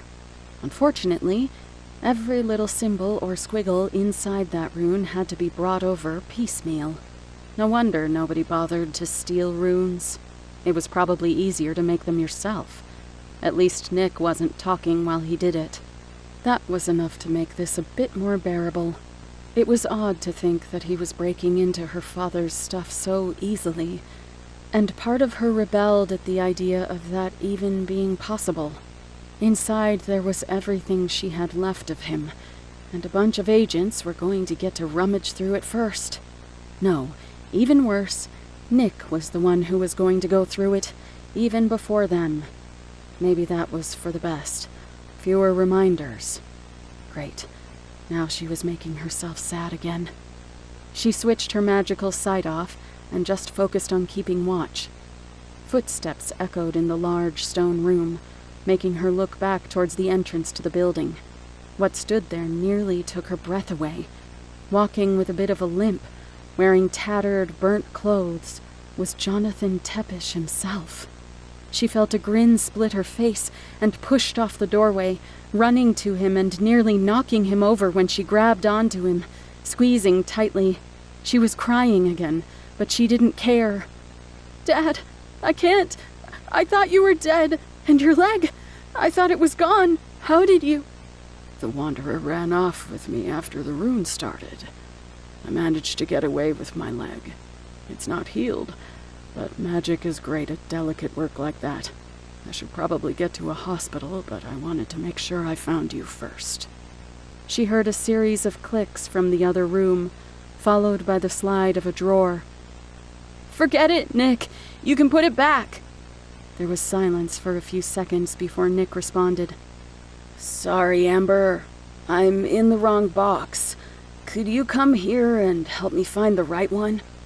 Amber let out an exasperated sigh. What was the deal with this guy? Hadn't he heard her talking to her dad? Didn't he hear his voice? There was no reason to look for the box anymore, although it did bring her peace to know that he hadn't been able to break in. As soon as she stepped into the room, Nick pulled her in and shut the door, jamming it shut with paper. "Nick, what are you doing?" "That's not your dad. Look at him through the wall. Check his magic." That was absurd. You couldn't just check if someone was magic by looking at them. Even in astral form, you could only see stores of magic. Wait. No, her dad's leg was held on by magic right now. He wouldn't have been able to see that spell. Maybe that's why he was freaking out. She forced magic into her eyes. You know, just because you see one spell doesn't mean it's... Her voice cut off as she saw her dad's entire body light up through the wall. His features looked dead, and inside his body was some sort of writhing magical mass that slid over itself as it moved the dead body around. Her dad's own eyes lit up with magic. Then his head jerked to the side to look straight at her. "Open the door, kids. Let's not play this game."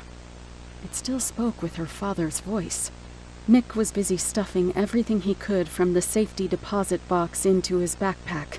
She should have been completely destroyed inside by seeing something like that, but her emotions were still weak. The only thing she felt was panic and adrenaline. "Amber, I'm sorry. I thought it was him too, but when I looked up there was still magic in my eyes. Right now we have to get moving. Do you have any idea how we could get out?"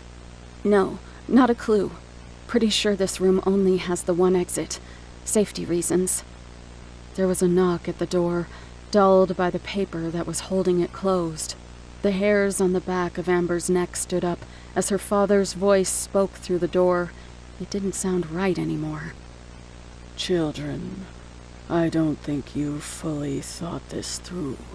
I may not look the same under your magic eyes, but I assure you that my power is the same, if not stronger."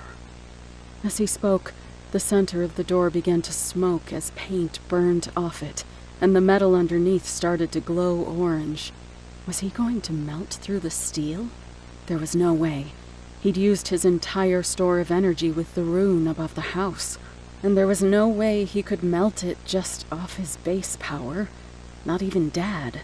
Regardless of Amber's logic, the door continued to melt.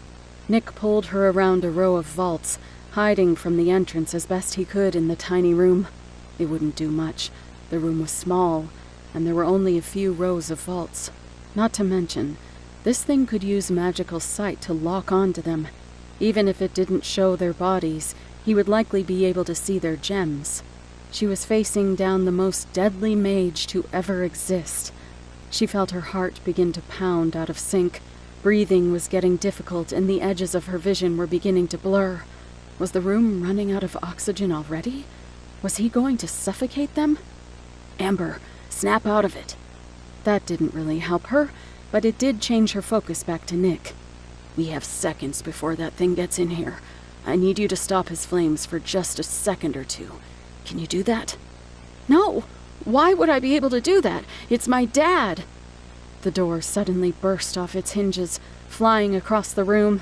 She heard a grunt of pain from her father. "Children, enough games. Give me the ring now." Amber felt herself slip from consciousness. Her instincts kicked in, and soon she found herself in astral form. Her dad's clothes were smoking now, as he started to turn the corner. In a panic, she locked him. His face twisted into an expression of pure rage again, and he roared, pushing against the restraints and thrashing about. In that instant, she watched Nicholas throw the piece of paper with the security rune on it. She heard a click, and a bolt of electricity went off against her father's forehead. He fell to the floor and twitched. Her heartbeat suddenly slowed enough for her to get back inside her body, and she took the chance. Her eyes shot open, and she was suddenly facing a wall of deposit boxes again. "Get up! We need to run!" Nick helped her to her feet, and she got a clear look at her father writhing on the floor. They stepped around him and out the door. Then, as Nick tried to drag her out of the building, she stopped. That thing in there wasn't her father. Regardless, her magic wasn't going to be as strong as his. But as she forced magic into her eyes to get a good look at the thing controlling him, she saw exactly what she'd seen before. A writhing creature inside his chest, and a room full of runes. "Amber, we have to go. That rune isn't going to hold him for long, and I don't want to find out what it can do when it gets up." She ignored him. All the pain that had been welling up inside her finally had an outlet. Her father never would have tried to struggle physically against an astral lock. Something was trying to imitate her dad, and it was a pathetic excuse. This thing was an insult to everything he'd left behind, and she had had enough of it. Maybe her magic probably couldn't hurt him. He'd find a way to deflect it, but he wouldn't be able to withstand the magic of every mage who'd put a rune on their lockers. She let herself fall unconscious, her astral form slipping out. Using every last drop she had in her gem, she started forcing her magic into as many runes as she could handle, only the biggest and most dangerous-looking ones. It wasn't an overly useful skill, especially against runes that were still being made, but it was a funny thing that overcharging preset runes could easily set most of them off. Luckily for her, plenty of them weren't set up to resist it. A series of explosions from different elements went off inside the room. The stone floor twisted, little rocks shot around like bullets, and ice formed before instantly being blown apart by fire or lightning, creating elemental shrapnel. Plenty of extra runes went off, their boxes being hit too harshly and setting off the triggers of other runes. That was probably enough. She slipped back into her body, only to find that Nick was dragging her unconscious body towards the door. He looked back and saw her eyes open. "I'll admit it. That was clever. I don't know if the agency will be glad you did it, but I am." Nick hurried her out to the car, nearly starting it before she was buckled. He didn't waste time in moving either, making the tires squeal as he peeled out of the parking lot. Looking behind them, Amber saw a smoking figure standing at the front of the building, watching them drive off. He was too far away to see properly at that point, but the message was clear. This wasn't over.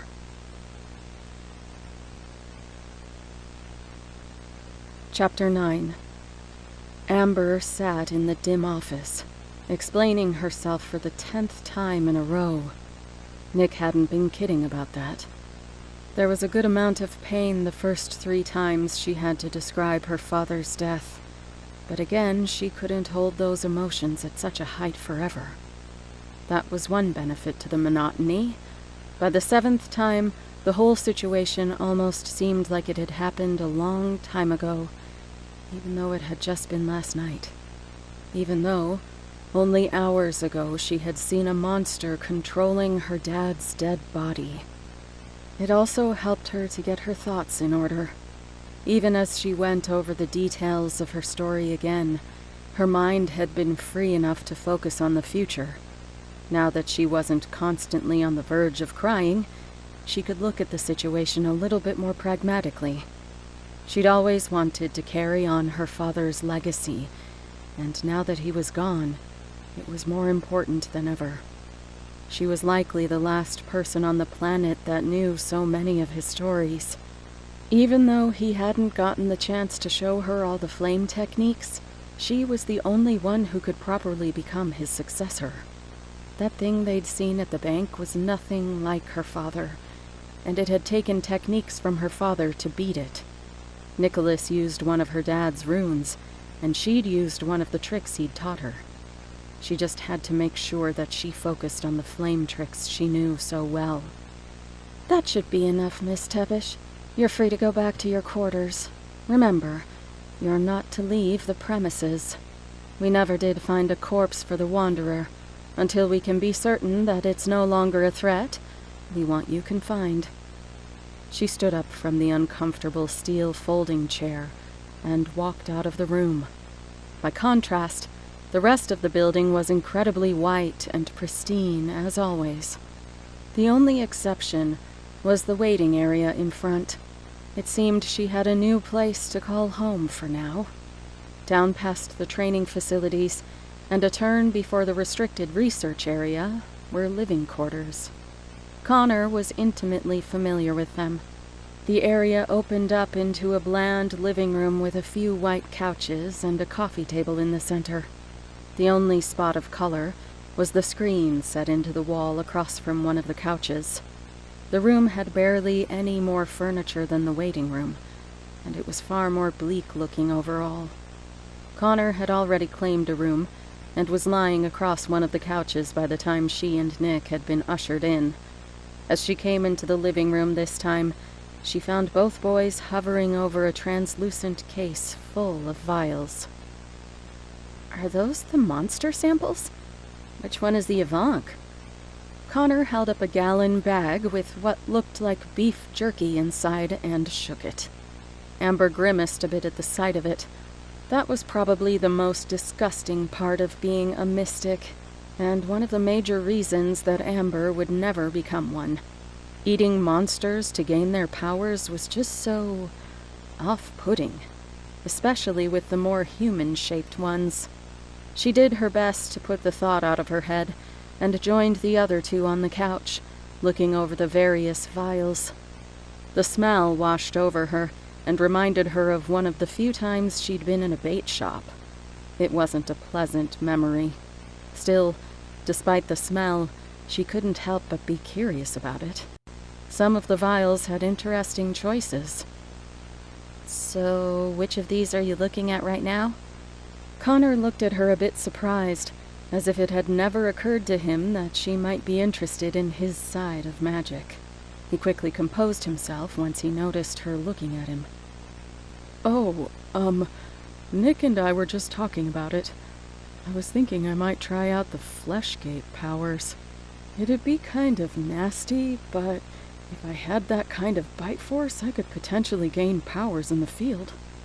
That wasn't a bad idea, as long as he could stomach it, literally. It would even combo well with the Avant power, allowing him to get close. Kind of a miserable way to work, though. It sounds like a good idea. Just gotta watch out for anything poisonous. Might be a bit of a long shot with dredges, too. Never know what they might have in them. A certain vial caught her eye, and she picked it up. North American troll. I've heard of those little guys. They inspired the myth of the Puckwoji. Wouldn't that give you invisibility powers? Haven't you ever wanted that? I mean, it's interesting, but I kinda need something that will let me attack. As it stands, I'm the one here with the least firepower anyway. That's if I can even muster up the courage to attack in the first place. That made sense. She'd had the same problem, and she intended to keep training her fire abilities once she managed to fill her crystal back up. In fact, there was a lot of work to do in that regard. Nick reached out and picked up another vial. This one's pretty good for attacking. Keelut.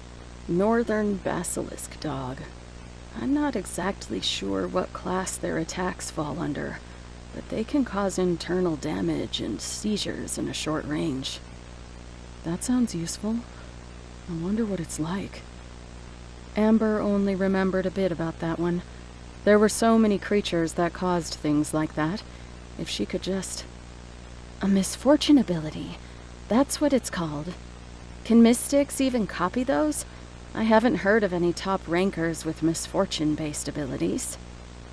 Connor took the vial and turned it over in his hand a few times, staring at the sample inside from different angles. Maybe not. Most of the high-ranked mystics have specific dredge abilities. But this type of power is symbolic of all monsters if you think about it. Throughout history, they've always been symbols of misfortune. Terrors that you can't hope to compete with or even explain. That's exactly the kind of thing I want to inflict back on them. With that, he popped the cork on the vial and tossed the chunk of dried meat into his mouth like he was taking a shot. He barely chewed the stuff before swallowing. His eyes began to glow, and Amber suddenly felt a headache coming on. She moved back away from him, and the headache soon dissipated. Geez, Connor, you didn't have to test it out right next to us. Don't you need more of that stuff to make it a permanent ability anyway? Nick had also stood up at this point and was rubbing his temples, wincing a bit from the pain. I think he's out for now. It might be a good idea to give him the room. Hopefully he remembers the type of monster meat he eats. Geez, rushing into things like that? He should have started with Avant powers the way he acts. That got a wry little chuckle out of Nick, but he was already turning back to his room. "Hey, wait, Nick. I'd like to see what you pulled out of the deposit box before the agency decides to take it all away." Nick let out a yawn and rubbed one of his eyes before giving her an answer. "Oh, right. Between the action and the interrogations, I forgot about that. Come on, it's just in my room." That might have been a strange thing to ask of her if she wasn't sure the room was just as bland and sterile-looking as her own room. Sure enough, when she followed him in, it was nothing but white shelves, a white dresser, a white bed, and white walls. He sat on the bed, reaching over the edge and picking up his backpack. Then he started pulling out the contents of one of its compartments. The first thing he pulled out was a stained wooden box in the shape of a treasure chest. It was probably about the size of a toaster. The next object caused him a bit of trouble to pull out, but he eventually removed a large leather-bound book. He handed her the box first, and a quick look over it with magical eyes showed that the outside of it was covered in the magical lines of a rune. She definitely couldn't risk trying to open it, so she set it aside and went for the book instead. It was an old leather-bound tome with a brass clasp on the front. Amber thumbed at the clasp, considering whether or not she was ready to open something like this.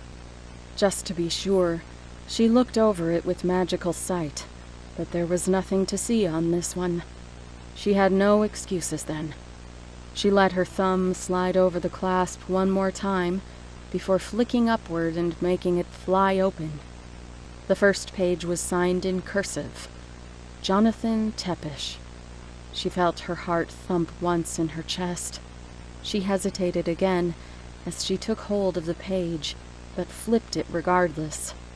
She'd already decided not to back out, so why did she even pause? The next page began with another of her father's long speeches. It was kind of hard to read. His handwriting was terrible, and she'd never been that fond of reading cursive anyway. She felt a smile tug up at the corner of her mouth as her eyes traced over the letters. It was the same way he used to write on the chalkboard in the basement. To think that Nick had nearly kept it in his bag all night. She closed the journal and tucked it under her arm, reaching down for the other item, the box. She couldn't open it, but it was still her dad's. Nick put his hand on top of it before she could grab it. "I hope you don't mind, but I think it'd be best if I held on to this one. It's protected by a pretty complex rune. I'm not sure what it does, but it has a lot of triggers. I'm honestly surprised that picking it up didn't set it off." How dare he? He wanted to keep it for himself. For what? To study the rune? Maybe it was dangerous, but it was Amber's birthright. It already felt wrong that he'd even carried it so long. She had to take a deep breath before replying. "As soon as you figure out how to open it safely, you bring it to me. Don't take forever." She turned and swiftly walked out the door, across the small living room and into her own little space. It hardly looked any different. With a sigh, she did her best to clear her mind. Being flustered wasn't going to help her build up magic. Unfortunately, charging a crystal was a slow process. You could try to rush it, but you ended up with a lot less and usually wore yourself out for no good reason. The best way was, unfortunately, to sit and do very little while feeling slightly tired all day. So it was good to have something like a book to keep her attention for the long stretch of time that it would take. Just thinking about the book made her walk faster. Being able to read her father's words again was something she'd cherish for the rest of her life. There was pain there, but there was also a pure joy and comfort that completely overshadowed it. She couldn't wait any longer. She flipped open the book and started thumbing through it, checking out random pages. Her dad had really gone all out on this thing. There were sketches, statistical charts, and even magically captured images on these pages. Lots of notes, too. She stopped flipping once she got to a more interesting section. The rings. Her dad had told her about them, though sparingly. She'd only ever seen him wearing one ring, but he'd never specified exactly what it did. Here, though, she got some good descriptions of each of them. The red ring was created with the feather of a phoenix. Those were all dead now. It was lucky he'd been able to find it. He went on for several pages about how he'd managed to track it down. Apparently, finding it had been one of his first big projects. He'd asked just about every single magical person they'd encountered, until he finally got a lead. Immediately, he took on a very obscure mission posting just to get close to the area. It had ended up being a kitschy little shop, sold as a stylized feather pen. He then went into great detail about the various fire techniques he'd built into the ring itself. Unfortunately, a good majority of that went right over her head. He'd said this was his first project? He must have been young when he created it. The end result, however, was a ring that could boost a mage's efficiency with flame creation beyond even 100%. No wonder he'd always been at the top. Perfect efficiency in any form of magic was bound to put you on the map. But to go above that? Well, it was absurd. That was just the first ring? To preserve a little bit of her motivation, she skipped over the rest of the rings. It went on for a good number of pages about them. The black ring, the gray ring, the gold ring, and the white ring. Man, did he go on about those things. Further in, she finally got a look at something interesting. Techniques. Fire techniques. Fire snaps, shrapnel shot, bright blade, jet blast, crawling flame, moves she'd never even heard of before, and notes on how each one worked. She hugged the journal to her chest. Something was finally going right in the universe. Maybe it shouldn't have been enough to make her this happy, but she clung to the feeling anyway. Her dad was still going to be the one to train her. He'd prepared for everything, even death. She'd somehow managed to underestimate him yet again. Amber set the book back down on her bed, carefully flattening out the pages. She couldn't let them get crumpled. Finally, she had a bit of direction in her life, a goal to reach for again. She needed to find the most powerful technique in this book. The Wanderer was still out there, and she intended to be the one to take it out once and for all. She flipped through the pages again, looking over the various spells. Crawling flames was a decent option. She'd always wanted to learn that one. Then again, that monster had been basically impervious to heat. She probably needed to use raw force. Bright Blade was a good example of that. She'd tried to use that one herself on the Wanderer before.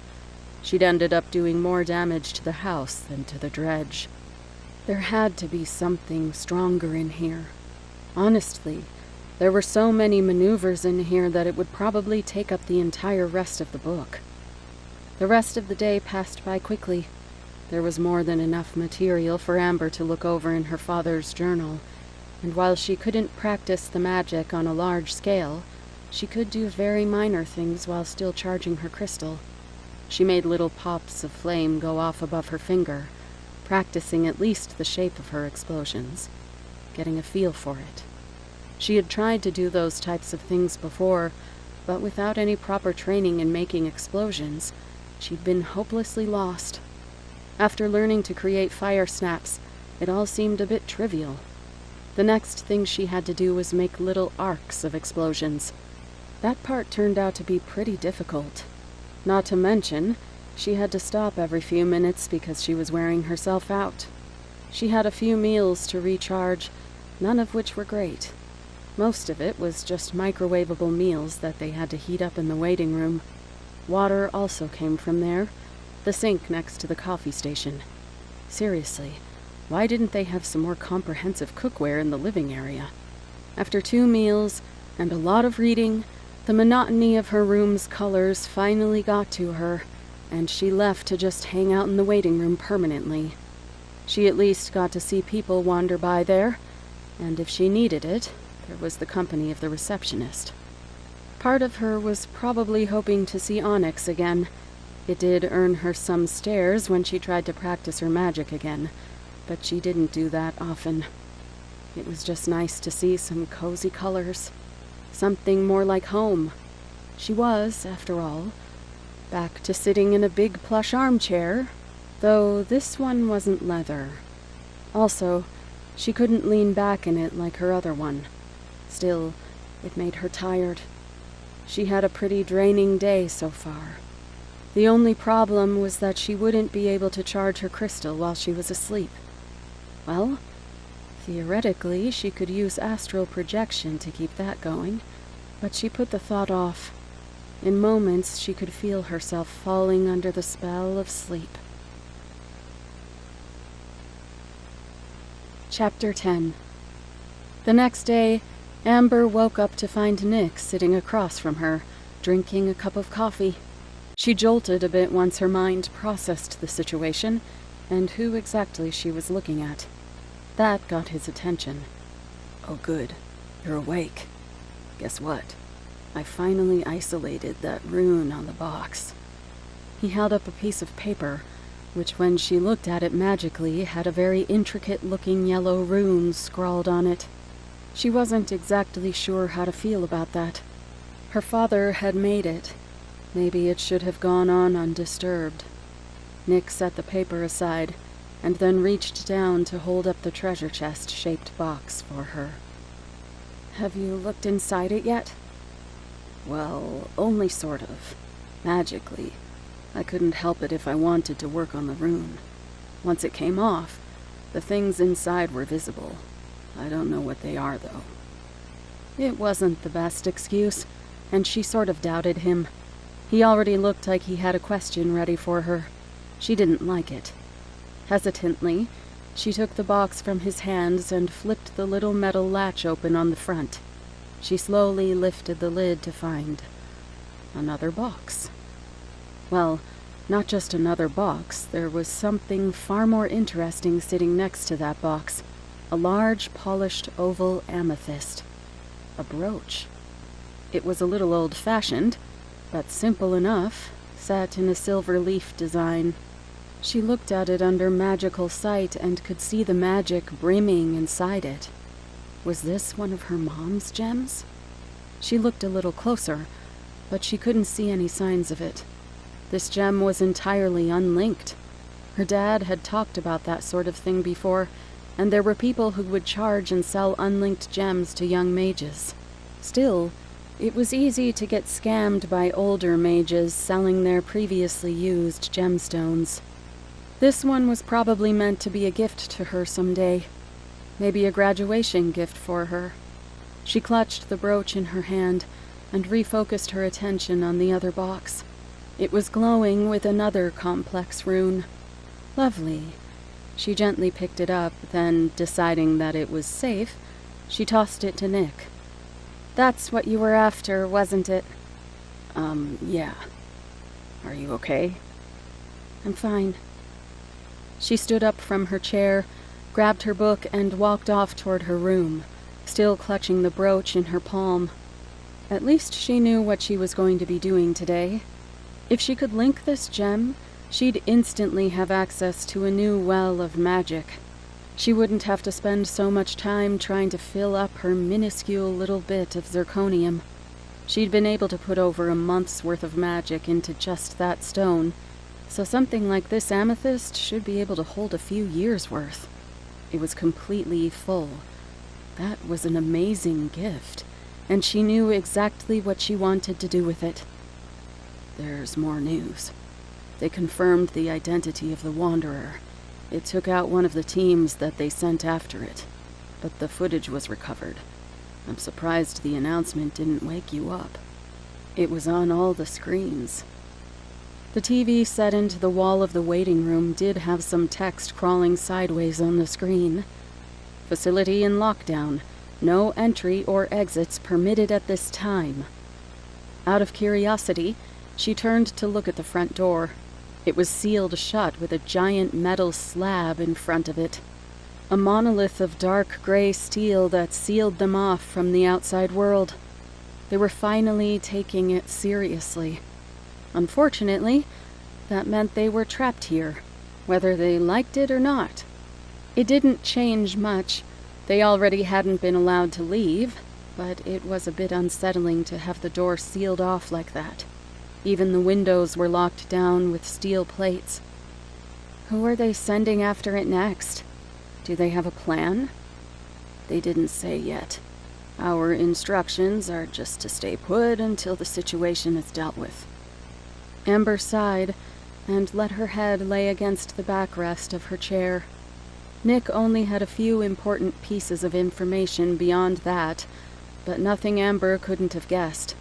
There hadn't been any further sightings of her father, but his body wasn't there in the bank. She had known that it wouldn't be there. With so little to say, Nick soon left her alone and she retired to her room. After an hour or two of trying to resonate with a purple rock, Amber was starting to wonder if she was even doing this right. It had been so long since she successfully linked her first gem that the thought wasn't entirely unfounded. Amber laid back in her bed and sighed. She needed something else to do. She couldn't train properly until she linked the second gem, and she wouldn't know which flame technique she needed until she could train in them. She sighed and slipped her father's journal off of her nightstand. Maybe she was looking at this from the wrong direction. She needed to destroy the Wanderer, so maybe instead of studying techniques, she should be studying him. She flipped through the book until she got to the section on monsters. Her dad hadn't exactly compiled it in alphabetical order. Amber ignored as best she could the long, droning lectures he'd written down about each topic, focusing on titles and sketches. Finally, something caught her eye. A face. It sent chills down her spine to see the Wanderer's face, but it was off. Indeed, the title was correct. The Wanderer was written on top, but besides the face, the drawing was completely off. It looked kind of normal. It still had arms that were too long, and no eyes on its face, but it had the regular human shape to it. According to the statistics her father listed, the Wanderer was over 30 feet tall. That wasn't right. He was a lot bigger than a human, but he probably wasn't even half that height. The power set also had a lot of bizarre things listed. There was, of course, the usual enhanced strength and speed, but on top of that, invisibility, blood retention, pain dulling, and mental force of presence. That last ability was a rarity. Only monsters could apply direct mental pressure, and then it was few and far between. Was that what the heartbeat sound was? It had certainly been disturbing, but her father had launched her outside of its influence pretty quickly. Invisibility might explain how it made its escape each time, but she hadn't seen it use that technique. There was an irony there she couldn't avoid, even in her thoughts. She read slowly through the encounter description below. It had apparently been terrorizing its way across the nation, feeding from town to town. By the time her dad finally went up against it, it had already destroyed 5 teams of mages and even broken through traps laid by different special forces units. They'd barely gotten permission to try. The agency was already planning on dropping a bomb on the thing. It was one of the most disastrous cover-ups in agency history. No wonder he decided to make his second ring out of it. All that said, he'd practically taken care of it himself. Crawling flames had torched the thing's head until it finally died. From there on, it was just details about the different properties he'd been able to extract for his new weapon. After that, it ended. But she knew for a fact that the story didn't end there. Her dad had told her the story of how Mom died 100 times before, and it was immune to head trauma. Then again, maybe that was part of the game. It had clearly survived the first encounter, and had the ability to manipulate its own body. That would answer a lot of questions. The changing size, the increased resistance to fire, the false head. Still, that wouldn't explain everything there was. A knock came at her door. "Hey, Amber, are you in there? Come on out. We've got the TV set up and we're picking out movies." Nick? What was his deal? Why wouldn't he leave her alone? Then again, she wasn't reaching either of her goals right now. She could do with some distraction. She sat up and closed the book, snatching the brooch up and making her way to the door. "What have we got for movies?" He'd grinned like he'd just won some kind of game. Was he just trying to get her to come out of the room? Did he and Connor have some sort of bet going? "Come take a look. There isn't much to choose from. Some superhero movies I've never heard of. They look hilariously bad, but Connor swears they're good. There are a few classics in there." At least he hadn't been lying about the movies, but what was he so smug about? She pushed the thought out of her head. The whole point of this was to take a break. She just had to get them to put a movie in so she could ignore Nick. She walked past him and to the center of the room, where dozens of DVD cases were piled up on the floor. "So, which one has your vote?"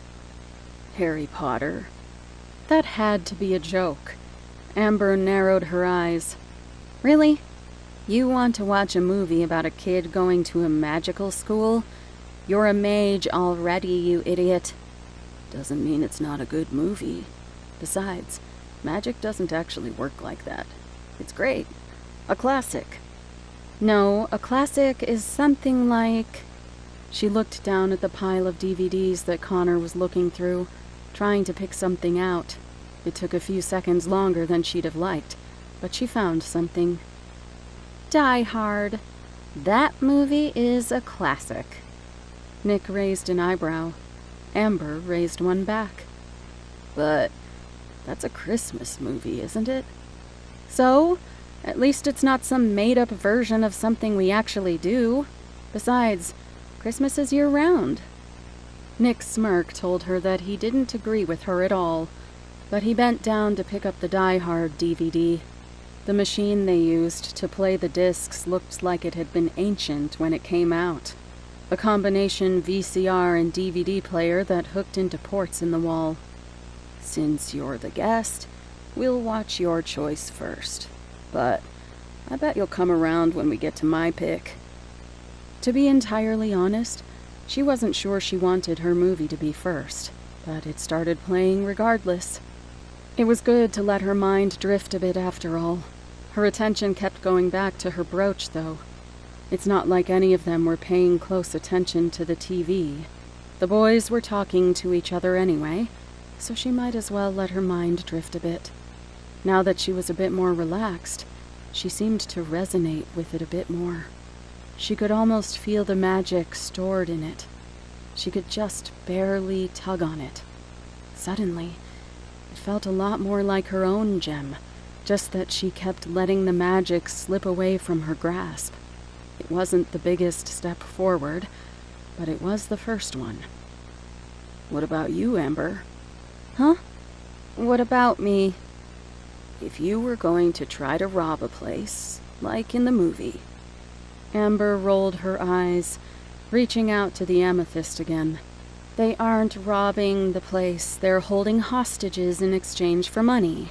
It's totally different." Connor rolled his eyes. "Well, let's say that's included. You're committing a crime to get a bunch of money. How would you do it? It's just for fun. You don't have to be serious about it. Nick is probably the best one to do it, being able to control paper and all." "I already told you, that's not really paper." "You can still control it, can't you? You said it was plant fibers, so it's paper." "There's a difference. Anyway, Amber, what would you do?" I said I'd just slip the money out of the vents, and Connor said he'd ask the negotiator for a plane, then send it off somewhere while he flew down with his wind powers and just walked away free. Amber pondered for a moment. There weren't even any hard, fast rules in this scenario, so she might as well go for the easiest answer. Well, if I had to, I'd make sure nobody knew it happened. I'd disable the locks with electrical magic, make myself invisible with illusion magic, and then take what I could and set the rest of the money on fire. It'd look like an accident, and they wouldn't have to account for any missing cash because they'd just think it all burned up. Both Connor and Nick gave her strange looks for that. Had she said something wrong? They exchanged looks with each other once before Connor decided to break the silence. Wow, have you thought about this a lot, Amber? What? No! You asked the question and I gave an answer. It's all stuff that we know how to do except the illusion magic. Besides, what's the fun in a question like that anyway? It's too open-ended. Nick leaned back against the couch and smiled. All right. Then what would be a good one? Well, I don't know. Try the specific situation. Assume you've directly swapped places with the guy holding the hostages, and you're on the phone with the negotiator. What do you do to get out of this? How do you make it so that the hero doesn't kill you and your whole team? I don't think there's a way we could survive with a main character like that, even if magic were allowed. How about something more relevant to us? What are you going to do once you're allowed to leave? Did she really want to share that kind of thing with these two? Then again, she could use some help in pulling it off. They might have some insight into how to get it done. Nick was creative, if nothing else. She didn't expect that Connor would come up with anything useful, though. I'm going to hunt down the Wanderer and kill him. I doubt that anyone in the agency is going to be able to do it if my dad wasn't. Isn't that the reason we're here in the first place, though? To protect us from that thing? How are you planning on hunting it if you're stuck here until it's safe to go out? She hadn't considered that aspect of it. She had assumed that would be an easy part of the plan, but the more she thought about it, the more of a point he had. I guess I'd just leave anyway. But I think they'll be okay if I tell them I want to go hunt the thing. They want it dead, I want it dead. There shouldn't be an issue, right? Nick grabbed the remote and paused the movie. Maybe not, but you'll have to be prepared first. They wouldn't approve trainees going after something that dangerous even under normal circumstances. What's your plan to take it down? Got something special in mind? Amber raised a finger and made a small directed explosion above it, a small crescent shape exploding outward like a blade. It made both of the boys jolt from the sudden sound. Yeah, I just need to use direct force, but that's not the only problem. Somehow it's been able to regenerate completely, even after being pinned in a forest fire and having its head burnt to nothing. Connor looked like he was about to raise his hand, then stopped himself and spoke freely instead. Amber, you know that's impossible, right? Of course it's possible. That's the Wanderer. My dad said so. No, I mean, it couldn't have regenerated. The agency has special facilities for destroying the bodies of monsters, and ones that can regenerate aren't saved for mystics specifically because of the situation you're describing. Right. She hadn't considered the cleanup crews either. That made a lot of sense. Actually, she hadn't known about that policy for mystics either. Well, it came back. So obviously I'll have to figure out how it keeps doing that. But it's like my dad said. The first step is to make you dangerous. So, that's what I'll be focusing on for now. Nick nodded, then stood up, stretching his arms out as if he was about to go to bed. Well, then I guess I'll go reserve one of the training areas. We should all be practicing if our first mission is going to be going after something so dangerous. You guys keep watching for a bit while I go make the preparations. Chapter 11. Amber hadn't exactly invited Nick, or Connor for that matter, but she couldn't afford to be conceited about this. The truth was that she was going to need someone else's help if she wanted to pull this off. No matter how she looked at it, her dad had needed a team when he brought this thing down too. To top it off, she was nowhere near as dangerous as her dad was. She flicked her wrist and let off another explosion at the dummy. This time the cut was deeper, but it was still inefficient, and she'd already managed to overexert herself. She'd been worn out by only a few blasts. This dummy didn't even look all that damaged. She managed to walk in a somewhat stable manner up to the dummy so she could inspect the problem herself. Once she was leaning against the target, the answer became pretty clear. Her cuts were way too shallow. She'd more or less fixed the timing problem she'd been having. The words had finally sunk in after practicing making explosions for so long. Her whole line of thinking on how to make magic explode was wrong. Thinking of it like gunpowder, it would have a chain reaction and burst out like flames normally would. But that's not where magic's strength was. It all had to happen at once. Then again, that shattered her reasoning on why fire snaps started with a sphere of flame. There were probably reasons for it, but for now, she ignored it. Brightblade was superior anyway, even at small scale. Still, it wasn't nearly going deep enough into the target. She sighed and walked back to one of the folding chairs set up in the large training room. Her magic replenished quickly, but the strain on her body recovered at a snail's pace. She really needed to work on her stamina more. Meanwhile, she could watch Nick and Connor practicing. Connor seemed to be distorting the air around his puppet, making it shimmer and twist, but nothing stuck. Nick, on the other hand, had put a set of metal armor on his target. It was decently thick, but she was pretty sure it wasn't steel. Even Nick couldn't expect to penetrate an inch of steel with base magic. He was throwing balls of paper at it, though. Not the usual crumpled-up balls of paper. Tight, perfect spheres of paper fiber that looked like white marbles. He glanced over at her, and almost glanced away right after. Had he been watching her like that the whole time? Hey, Amber, you should try adding armor to your target. A lot of monsters have pretty tough skin. You should be practicing with that in mind. Why didn't he just mind his own business? Maybe she would add armor if she were doing any significant damage to the target in the first place. He was just showing off. Every time he threw one of those little paper balls, she could hear it going off like a gunshot. It was breaking the sound barrier before it hit. He was using the same ammo every time, too. Seriously, he needed to be brought down a peg. As she watched him wind up to throw again, an idea started to form in her mind. She let her head hang limply back, staring up at the ceiling. Once she was suitably comfortable, she slipped into her astral form.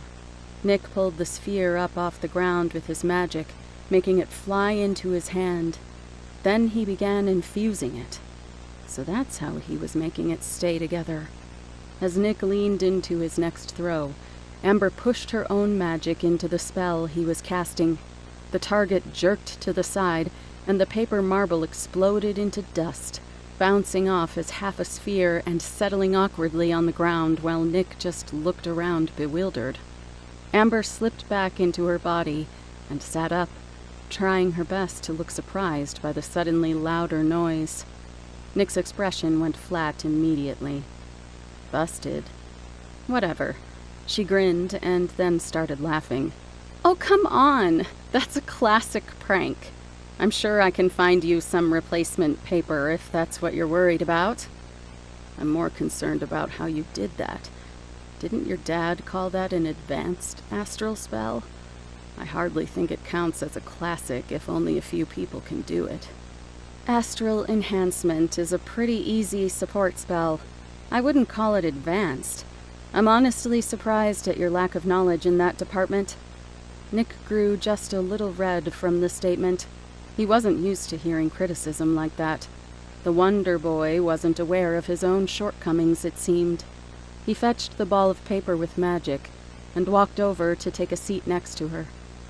Truth be told, I'm actually pretty ignorant outside of my specialty in paper. I've had to devote a lot of time to it to make it effective. That's why I took up runes. They forced me to look at other types of magic, too. Maybe she shouldn't have been so hard on him. It wasn't like he needed to know that much about astral spells. It would probably be a bit of a waste on him. He'd managed to make paper useful, after all. Someone needed to be creative with magic in niche areas. Well, paper has a really good synergy with runes. I never thought I'd see a person walking around with a notebook full of magic bombs. Nick let out a breath that he'd been holding in, and his whole body seemed to relax. I'm glad to hear someone say it. I was pretty impressed with your synergies, too. I never thought I'd see astral techniques combined with fire so well.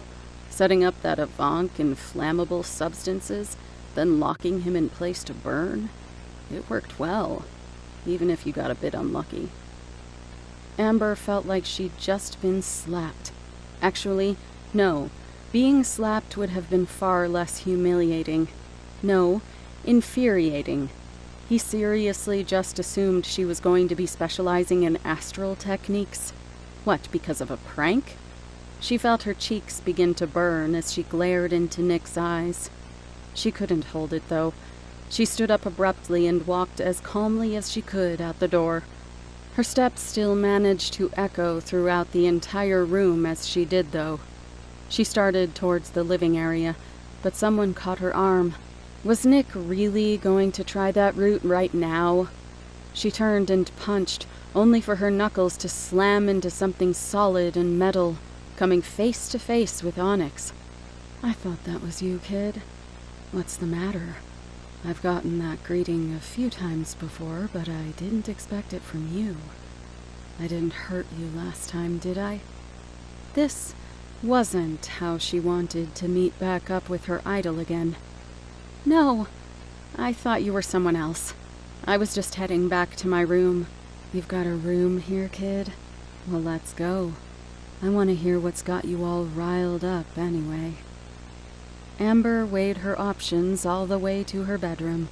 Not that she couldn't use some advice from a pro, but she didn't like the idea of sharing a small problem like this with someone she looked up to so much. All right, well, I can see why you were hesitant to show me. This place looks awful. I think you're the only colorful thing in here right now. So what's got you so upset? Amber was suddenly a bit more aware of the pain in her knuckles. Was she bleeding? No, probably not. She hadn't hit that hard, but it was sore. She wished she could use that as some sort of excuse to get Onyx out of here, but Amber doubted that she would listen. There's really too much to unpack there, but the short version is that I'm not living up to my dad. My flame magic is still weak and simple. My astral techniques are more noticeable and useful. Onyx crossed her arms and leaned back against the wall, looking Amber over. You're Jonathan's girl, aren't you? I should have seen it sooner. Look, you're just not confident enough in yourself. She wished it were that simple, but Nick had managed to outdo her with nothing but plant particles from trees. Then again, it had been her flame in the first place. He had basically just used astral enhancement on her in a different way. That's right. He was support class and nothing more. I want to believe that, but everyone around me just keeps telling me how great my astral magic is. My own teammate thinks I specialize in it. How did you figure out who I was, anyway? Jonathan's death is why I'm here in the first place. I'm here for security reasons. The thing that killed him is still out there. I know.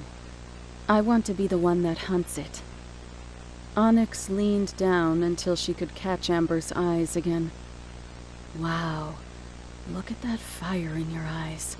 You gotta use that. I wouldn't be where I am today if I wasn't dead set determined. You've gotta be ruthless. Aim for the top. Don't settle for anything less. Amber nodded, feeling a bit less trembly, though she was sure she still had puffy eyes. That's the spirit. Now, I think it's about time we straightened out your teammates. That punch you threw at me was a good start. You just gotta pick the right target next time. Onyx didn't look too serious about that, but it was hard for Amber to tell. In any case, she wouldn't be punching Nick for something like that. She shouldn't have wanted to earlier. I think I'd rather prove myself by showing off my flames. I've got the method I want to use against the Wanderer picked out, and I've practiced it. I just don't have the stored energy yet. I've got this amethyst my dad filled and left to me, but I haven't been able to link it yet.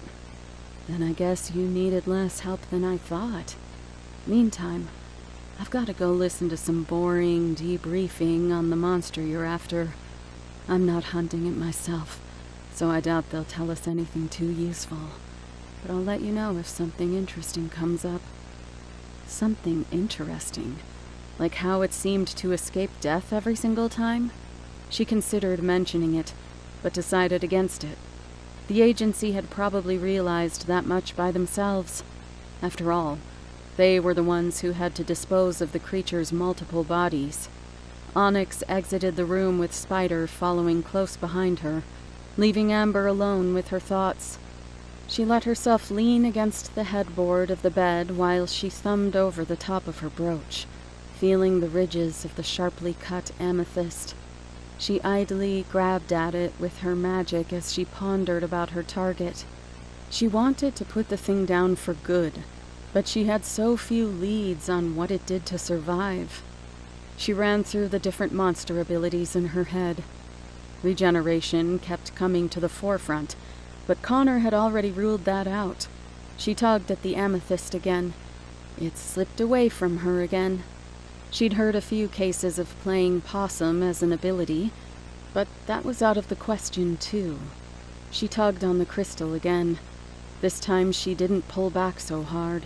Her grip on it stayed, but any progress from there was slow, like pushing something heavy uphill. As long as the body was confirmed dead, those two were basically out of the question. That made sense. The agency had set it up that way. It meant they were doing their job. A high durability core had a small chance of eluding the people who disposed of the creature's body, especially with such a large body in the first encounter. But they wouldn't have let it happen twice, right? She might as well dismiss that theory, too. Maybe she should have let Onyx know after all. She might have some level of expertise. She'd certainly encountered more monsters than Amber had.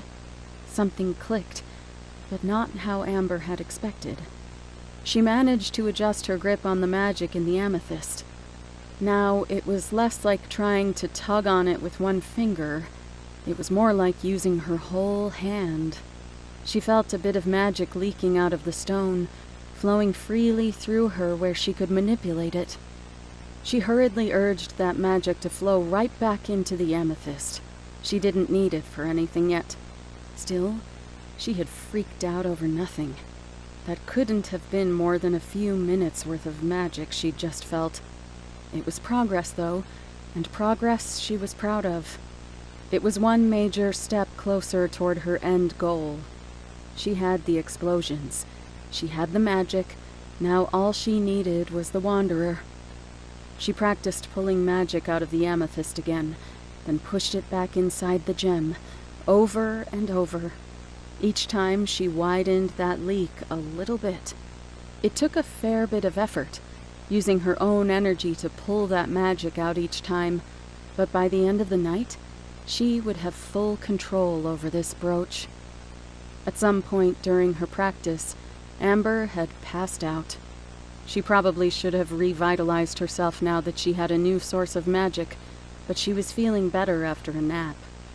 She fished around for her phone, flipping it open to find she'd only been out for about an hour. That would be enough practice for now. Amber couldn't accurately judge how much magic she'd been able to pull out of the gem at once now. If she had to guess, it was a month's worth. The fact of the matter was that she'd never controlled that much magic before. Once she was better rested, she was sure she could call on even more of the amethyst's power. Combine that with the magic she could pull from her zirconium, and it should be enough to deal a lethal blow to a monster like the Wanderer, so long as she was using the right tactics. Pretty soon, she'd be able to put the pieces of her life back together. Her stomach growled at her angrily. Right, the ever-present side effect of overusing her magic. She probably shouldn't have gone right back to magic training after being so winded in the training area. The nap had helped her to recover, but that had taken energy. She wouldn't be back to 100% until she ate. The food here wasn't the best, and if she could, she'd have preferred to avoid it if it was at all possible. Her stomach growled again painfully. She grabbed her father's journal and made her way to the lounge in front, focusing her attention on the vending machine that was functioning as their only food source. It wasn't an ordinary machine. It had mostly meal options, such as burgers, enchiladas, and various other things, most of which could be microwaved to prepare. The healthiest-looking option she'd found was the turkey sandwiches, which thankfully were only refrigerated instead of frozen. She swiped her ID and pressed the button, making the machine drop the plastic-wrapped sandwich for her. She didn't know exactly how the thing worked. The front only had pictures of the food, and for the number of people using it each day, she should have seen someone restocking it, but that had yet to happen. As she knelt down to retrieve her food, the lights cut out. A heartbeat passed before the sterile white lights were replaced by angry red ones. Alarms blared throughout the building, echoing from every angle at once while screens on the walls scrawled hastily typed text across the screens. Perimeter breached. All units to lobby entrance. Wait, here? Her question was soon answered as heavy boots stomped down the hallway. Men in black body armor flooded the room, pushing her off to the side as they assembled in a tight semicircle facing the entrance. Amber just barely managed to squeeze past them to the main hallway. Each one of them looked like a one-man army, carrying guns with massive barrels, grenades at their belts, along with various other tools she couldn't quite identify.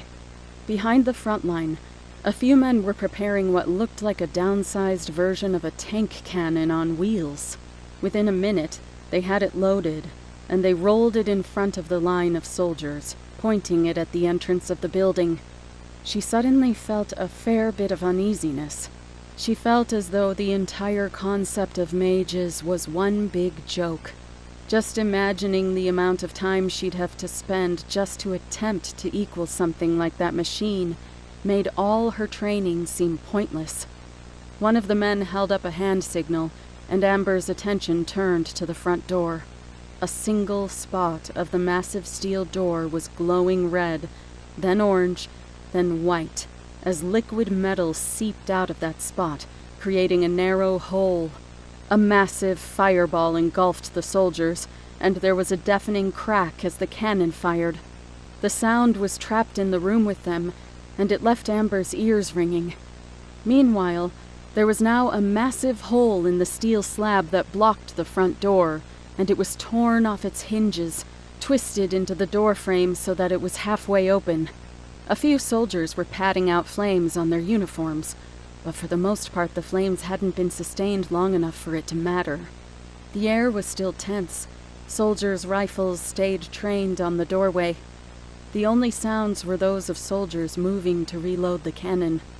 A hand shot from around the door, and there was utter chaos as guns exploded in the hands of their soldiers, going off one after the other like a string of firecrackers, leaving men screaming with broken hands. A few wise soldiers dropped their guns, but it wouldn't matter. Amber ducked behind the wall as the cannon's ammunition was ignited, and the machine exploded violently. Amber's ears were already ringing from the cannon shot beforehand. Thankfully, this time she'd had the sense to protect her ears with magic. One of the few sound-based tricks her father had taught to her. It was a useful skill when you lived with a mage that could make explosions. When she turned to look again, her father was stepping through the door, arm raised in front of him, at the ready. His clothes were in tatters, large holes gouged out of them, exposing splotches of wet, irritated red skin. However, his limp was entirely gone now. His voice seemed to boom inside the small room. There entered 3 men who introduced themselves with perfect suavity as officers of the police. A soldier ducked to the ground, reaching for his gun, but her father's reaction was quicker. A fresh wave of flames shot out and engulfed the man, detonating his bullets before he had a chance to grab the gun, making it useless. The man screamed in pain as the flames engulfed him along with his weapon. Amber was frozen in place.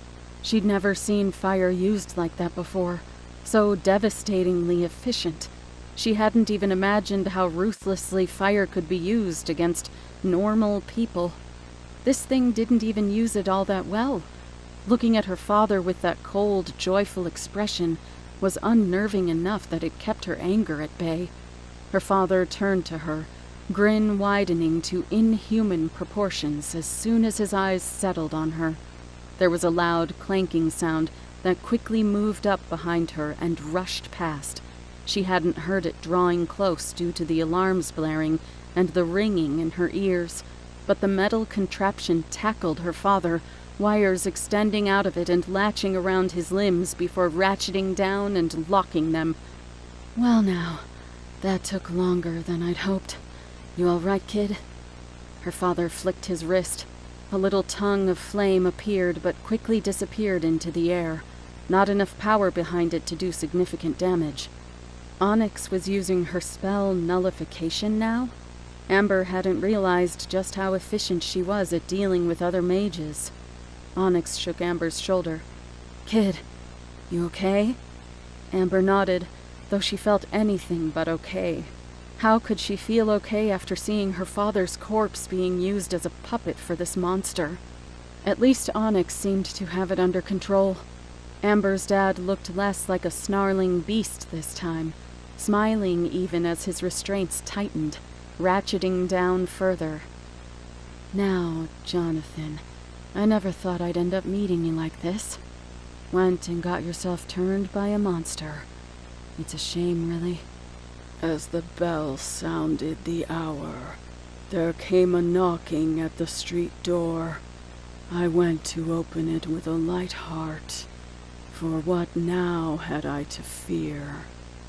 As he said it, the metal door creaked and shifted until it snapped forward and out of the doorway. Amber shrank back at the sight of the 3-legged abomination, the Wanderer. It flung the slab of metal like a frisbee towards Onyx. Her puppet tried to move to protect her, but Amber's father gripped onto the wires, restraining the metal exoskeleton. The door hit Onyx's legs with a sickening crunch, sweeping her feet out from under her. The corner of the door ran straight through the wall Amber had been behind, narrowly missing her. Now the Wanderer itself had turned his attention towards her, walking casually forward, ducking under the ceiling of the building, his face forward.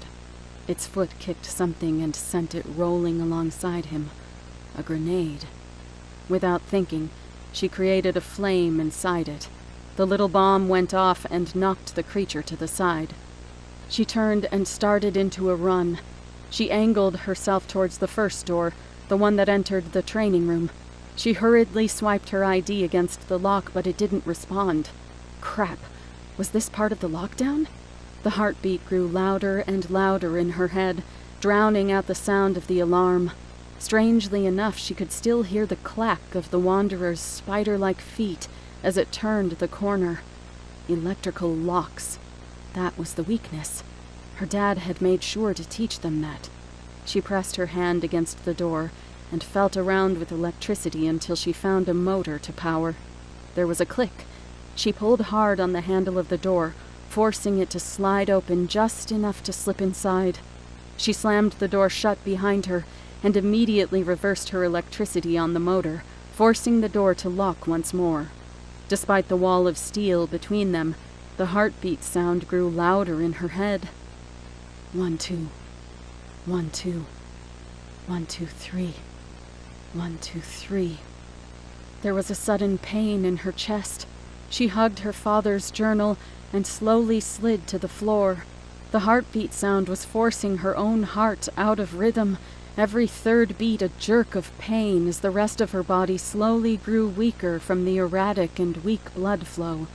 She took deep, gasping breaths as she struggled to stay conscious. Something slammed against the door. Connor rushed over and grabbed her by the hand, pulling her away from it.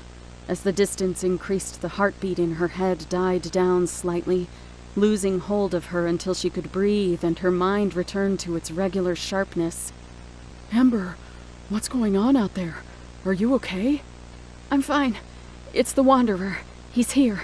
We need to escape. We need to leave. Now. Nick walked over from the other side of the gymnasium-like area. I like the plan, but if you haven't noticed, we're in a pretty confined space right now. That was true. They were somewhat trapped in here. For all the various amazing things this room had been set up with in the past, nobody had thought to install another door. These panels all look interchangeable. Remember, there used to be lights on that far wall when the dummies were set up? We might be able to find something useful underneath. Nick had already come up with a solid plan, it seemed. Except, if that was the most solid plan, then they were probably screwed. Wait, what was she thinking? In fact, what was Nick thinking? There was another room right next to them. What about the monster viewing room? It's right next door. I mean, that's an option. But even if we manage to get through the blast glass, won't that just lead us into a more inescapable room? A fair point.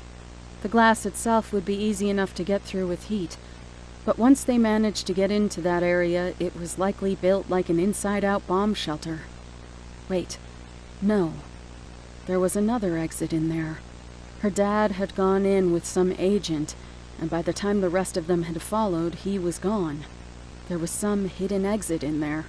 Even if it led into the monster area, that was still better than being in this room where the Wanderer would eventually break in. As the thought passed through her mind, there was another loud bang from the door, making it bow out dangerously. She didn't bother waiting for the others. She bolted for the monster viewing room. Amber felt her heart rate go erratic as she passed by, but she soon stepped out of range again. Still, she could almost feel that monstrosity watching her through the walls. Only after it punched the door again did she work up the nerve to open the door to the viewing room and start looking around with magic-infused eyes. There wasn't anything to reveal, except a few stains of magical essence where the Yvank had been chained up in the next room. That made a bit too much sense. A secret passageway wouldn't be revealed by magic like that. She didn't have any great form of magical sensing beyond that. Her electrical skills were mediocre. She could spend a long time feeling around with electricity before she maybe found an electrical door. Looking behind her, nobody had followed her in yet. There was some time to try that option. She let herself slump against the glass, sending her astral form out into the center of the room. She could pass through walls like this, so hopefully the other side of the door would be less hidden. She hesitated as she looked at all four walls. She could eliminate the one that just led to the training room, but there was a good chance that the wall in front of her, the one opposite the monster room, would end up being the right room. If that were the case, she would just be leading them right back to the Wanderer. She steeled herself and started towards the wall, but stopped herself. Her dad was still there. Through him, the Wanderer had used magical sight before. If she went out, there was a good chance that she'd end up getting spotted. There was a good chance she was spotted already. She looked towards the Wanderer, but only managed to see a large, amorphous blob of magical energy, like a living fog. It reached out almost all the way to her. She was only just outside its range. She floated back away from it, and decided to check the monster room first. A quick look revealed what she'd been hoping for. A vague door shape with a handle, and a keypad on the side of it. That didn't exactly help her. How was she supposed to open it? She slipped back into her body and moved over to that section of the wall. It was really well hidden. She had to check again to make sure she was, in fact, pushing on the right part of the wall. Of course, it still wasn't that easy to get through. Gritting her teeth, she backed up and gathered her magic. 2 distinct pops of fire snaps shattered the drywall that clung to the outside of the reinforced door. But that was it. She'd only managed to get rid of its disguise and nothing more. Connor burst through the door, followed closely by Nick. Both of them stared at the secret steel door she'd just revealed. "Good job, Firecracker." Firecracker? Well, it wasn't the worst thing Nick had called her. Connor was busy locking down the other door and keeping a lookout while Nick inspected the new exit she'd discovered. She hadn't managed to dent it, but then again she hadn't been using her full power either. She was saving that for the Wanderer. Nick pressed his hand against the door and closed his eyes to focus. It only took a few seconds before there was a loud clunk from the door. That show-off. Amber still didn't know how people were supposed to open the door normally, but Nick was able to push it open and head inside. The pounding on the security door of the other room was getting louder and quicker. She'd have thought of it as frantic if she didn't know that it was just a normal speed for the creature outside. Connor nearly yanked her arm off, pulling her into the monster room.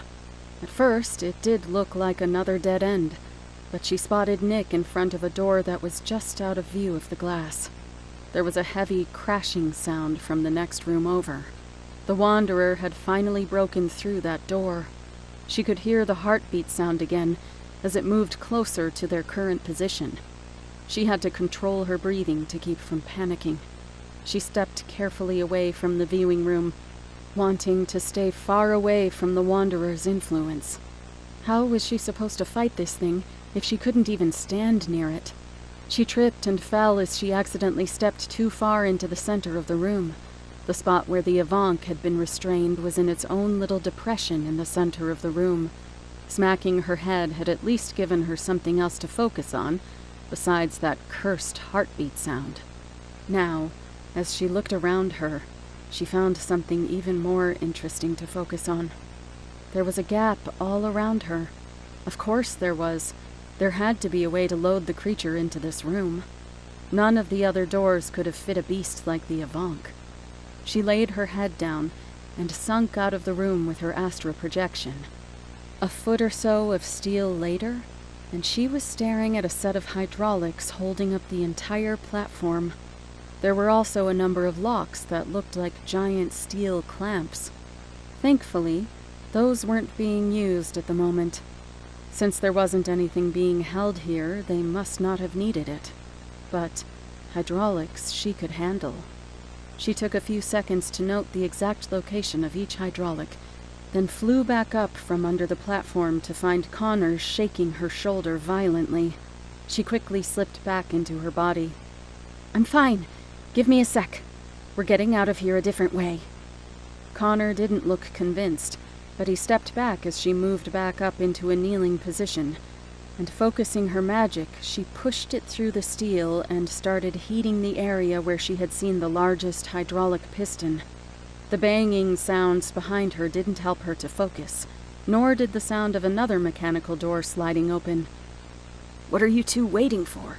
It's open. Let's go." "She says she has another way out." She did, and it was better. Unfortunately, she couldn't focus, and she had no idea if it was working because her view was cut off by a giant slab, and nobody was shutting up. She grimaced, cutting off her heat and taking the brooch off her shirt. She placed it under her hand and dipped back into astral projection. She sank down and looked again, comparing the position of the piston to the point of light given off by her brooch. She'd only been off by a little. She quickly slipped back into her body again and started heating, this time in the right spot. Seconds passed by, agonizingly slow, until there was a loud hissing noise, and the platform below them began to tilt downward. Amber rolled for a few feet before managing to stand herself up and run down the incline and out into a loading zone surrounded by trees. Connor followed soon after, then Nick. "Well, it's better than running around in that maze of a building. Can you close it?" "No, I had to break the hydraulics." The sound of impacts against metal grew louder and faster yet again. He must be close to breaking through. That other door must not be as strong as the first one. At this rate, it would break through it and would just catch up to them in the woods. Maybe it would be better to run up into that room, close the door, and hope that the Wanderer passed them by. Nick slumped his backpack off his shoulder and started digging through it. Connor, on the other hand, was looking at a control panel, trying to find some way to make it work. Well, if neither of them were going to retreat, she'd just have to make her stand here, from the low ground. That wasn't as much of a disadvantage with flame magic. Heat rose after all. She took a deep breath, aiming her hand up the ramp and towards the viewing room. The moment that the Wanderer stepped into view, she'd shut him down with as much magic as she could, all of it compressed into a high-pressure explosion. Nick finally stood up, then ducked behind the ramp, moving so that he was completely hidden behind it. Was he running away? She shook her head and kept her arm aimed upward. If she had to do this by herself, she would. This time, she could hear the creaking of metal. The glass of the waiting room didn't dampen the sound very well. She could almost feel the strain of the metal as it worked to higher and higher pitches. More stress, being deformed further and further until it barely resembled a door. The ramp shot up as a tree sprang to life underneath it. Branches crawled out over the sides of the thing, growing into place.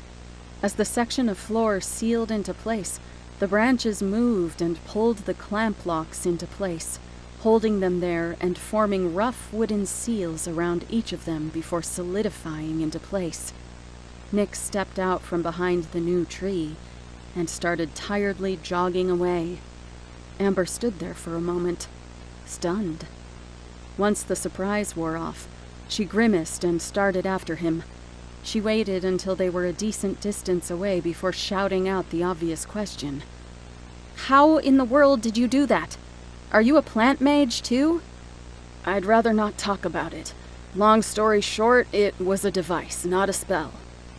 A device that could let you grow and control plants? She'd never heard of something that could give a person mastery in an entire class of magic. It sounded like something on the level of the rings. She couldn't press him at the moment, though. She was out of breath. Connor was close behind them. Actually, he caught up so quickly that it was almost embarrassing. He still kept near her so as not to leave her behind. Nick didn't seem to be doing the same. Nick just didn't run as fast as Connor could. They rounded the second corner of the building, the ground changing to asphalt as they entered the parking lot. Before Amber could take in the scene before them, a ball of flames shot out towards Nick. His paper formed a shield in an instant, but was shredded as the aftermath of flames washed over him. There was a sharp yell as Connor ran ahead, tackling the emerging form of her father. Amber rushed over to Nick, using her magic to snuff out the flames that were starting on his jacket. She knelt down, looking over him. His face was burned, but not terribly. That shield must have taken the brunt of the flames. He looked up at her, still disoriented as she pulled him to his feet, helping him across the parking lot to the car. Nick seemed to be back in control of himself now, and opened the driver door. Amber turned back to Connor, finding a scene she hadn't expected to see. Her father was punching uselessly at Connor, while his veins turned an unnatural black color, as if he was being infected, his eyes running red with blood as every attack bounced harmlessly off of Connor's face. Connor looked demented, and when had he gotten so strong? There was a harsh scream from inside the facility. "Connor, we need to go!" She would have opened the door to the car, but there was a crashing sound from inside the building. Connor was getting up, but there was no way he'd outrun the beast heading towards them. Amber took a deep breath. It was time anyway. She leveled her hand at the doorway and started pulling out magic, gathering it in front of her until she could barely contain it all. She was already struggling to concentrate to contain it all. She hadn't had enough time to recover. A gray blur came shooting around the corner. She condensed that magic into a tight sphere, reinforcing the side facing her and preparing to let it burst forward. The Wanderer grinned momentarily, then charged her. She ignited the sphere, letting the combustion begin, then let the rest of her magic flow into the flames. The flames went off like a gunshot, and as much as she would have loved to revel in that accomplishment, it was hard to feel satisfaction as the force of her own blast knocked her onto her back. Still, she wasn't nearly as devastated as the building. The night was filled with the sounds of bricks falling and clattering against each other, as the effects of overexerting her magic overtook her, causing sharp pains in her head and draining the strength from every inch of her body. She went about the house as usual, but, as might be expected, fled in extreme terror at my approach. No, it wasn't even phased. The gray monstrosity stood up tall, its skin glowing a dull cherry red from the heat. The beginnings of a laugh started within the monster's throat as it stepped forward, pushing aside rubble and stepping through what remained of the dust and smoke. Amber reached up to hopefully use some of her magic on the beast, but a sharp pain stabbed into her head, ruining her concentration. Connor ran to her, placing himself between her and the dredge. The Wanderer frowned, giving a passing glance to Amber's father, still writhing on the ground, recovering slowly. No pestilence had ever been so fatal or so hideous. The heartbeat returned in force, and Connor fell to his knees, clutching his chest. It affected Amber too, though not as much as it seemed to affect Connor. She was still reeling from her headache, and the heartbeat only exaggerated the weakening of her body. After a few seconds, she didn't even have the strength to keep her head up. She barely felt her head hit against the pavement. The pain in her head slowly dulled as a fuzzy, warm feeling began to invade. A soft light enveloped her vision, and then the screeching of tires. A rush of wind passed by her, and a crash of steel sounded in front of her. She sat up to see the tires of a large silver pickup still squealing against the asphalt as the Wanderer pushed against the car, struggling to unpin itself from the truck that had apparently decided to drive itself into him.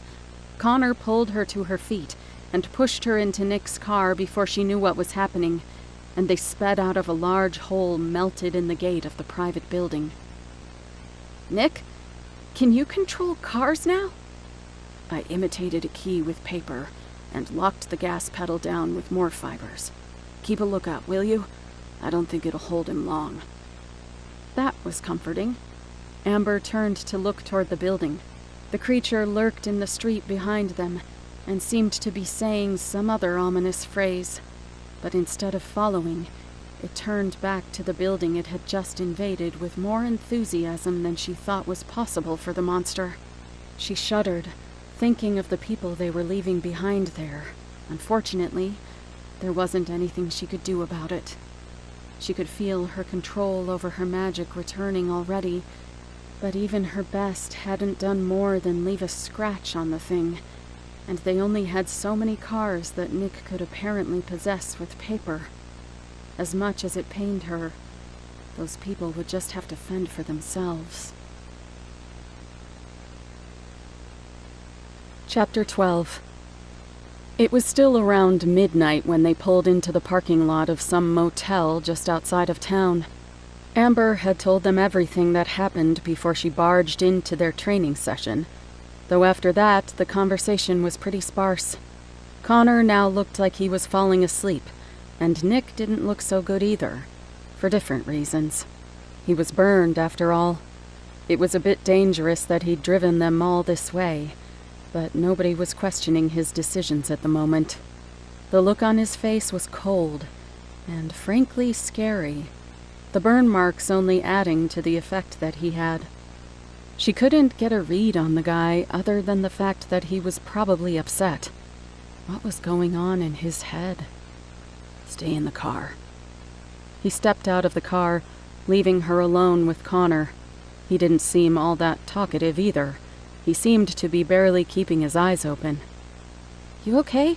That heartbeat didn't do anything to you, did it? Wait, you heard that too? I thought it was just my nerves. Amber couldn't help but crack a smile. He'd seriously mistaken a magical heart-stopping effect for nerves? No, that definitely wasn't just you. It's a mental pressure power the Wanderer has. He laughed weakly. That makes me feel a little better about falling in front of you then. Seriously though, are you okay? You look out of it. Should we go to a hospital? He waved a dismissive hand and lazily shook his head. His eyes were practically closed already. No, I'm just crashing from all the adrenaline. Just let me get to a bed and pass out. Just then, Nick walked out of the front of the motel, waving keycards in the air and motioning for them to get moving. Looks like you'll be getting that chance pretty soon here. She had managed to bring her father's book with her, and Connor had brought along his case of monster flesh. She wasn't sure how long he needed to keep eating that stuff to make his powers permanent, but he'd already put them to good use earlier. Nick had, of course, brought along an entire backpack. How had he been prepared for that? Beyond that, how had he managed to book a night at a motel?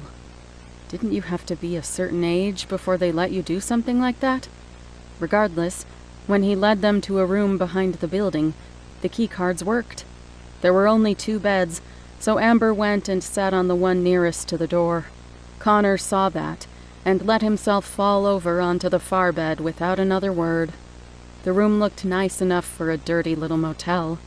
Well, okay, it didn't look dirty so much as old, but she did doubt the cleanliness standards of a place like this. Then again, she wasn't going to be getting anything better, and it was a lot better than the sterile, white environment of the agency. She would have laid down, though she wasn't the least bit tired. Her heart was still pumping a bit too fast, and she'd slept almost immediately before this. Nick seemed to be in about the same situation. He had already moved one of the provided chairs to face the door, and was sitting back in it, keeping guard. You're not actually going to sleep like that, are you?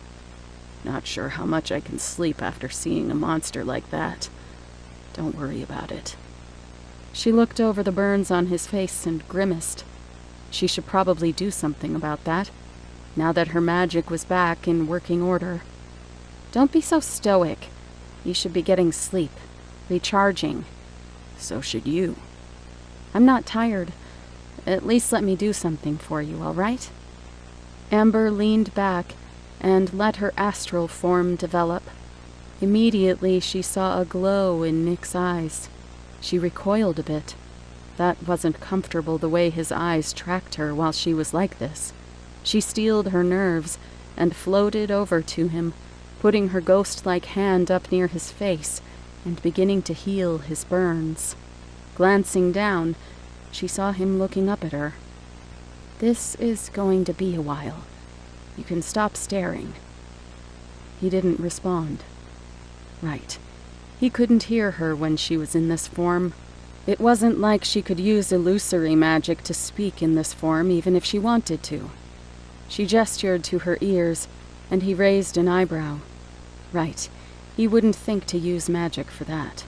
There was practically no point in hearing magical things unless you wanted to talk to a person astral projecting. She didn't need anything to hear him, though. In order to avoid his gaze, she floated behind him, keeping her hand in the general area so her magic could go to work. He seemed to get the idea from that, and for the most part kept his eyes forward, only occasionally looking up at her. Healing was a weird part of astral powers, but, as with most astral powers, it didn't take all that much skill to achieve. Sure, there were higher levels of it, but most of that just consisted of concentrating the power you were using on a specific place, or for a specific purpose. Amber could focus it relatively easily by just directing the magic through her hands and placing them where they were supposed to go. It would still end up leaking into other areas to heal as well, so it wasn't perfect, but it still helped. After about 15 minutes, the former blistered areas had reduced to something more akin to a sunburn. Another 15, and he seemed to be more or less fully healed. She quickly woke herself up, opening her eyes to see that Nick had fallen asleep. How had he done that sitting up like that? It wasn't like he was in some kind of chair he could curl up in. He was entirely straight-backed, still facing the door. "Well, I did say you should sleep, but I didn't expect you to go unconscious while I was healing you." His eyes didn't even flutter. He was completely out. She might as well stay up to keep watch. Then again, she would need sleep eventually. It wouldn't do if the team striker was asleep during a fight. There was something she could try. Dad said her mom was able to get her night's sleep while astral projecting. Not that she wanted to make this ability any more of her specialty than it already was, but she couldn't dismiss the lookout capabilities of something like that. She could be on guard for all of them while still getting her rest. Maybe she'd make Nick and Connor practice it too. Timidly, she let her body fade into unconsciousness while her conscious mind took on her astral form. She could see the magic around her again, the magic that came from Connor and Nick's breath, the even fainter life forces of animals roaming in the woods outside. She had to focus to see those, but more prominent was the light coming from the runes in Nick's notebook. She could also see the outline of the box he'd been working on. She had a pretty good idea of what was in there. Clearly, it was one of her father's rings. Any one of them would become an invaluable asset, but she was hoping for the red ring. A bolster to her flame abilities would be more than welcome. It would be a solid step towards overcoming the Wanderer's resistances. She couldn't even imagine the number of biological enhancements it would take to become that resilient against heat. But with those runes in the way, she couldn't see what was inside. Clearly, whatever it was magical. She hadn't been able to see inside of the box that held her brooch either. Those runes apparently had some sort of concealing ability besides their apparent defensive capabilities.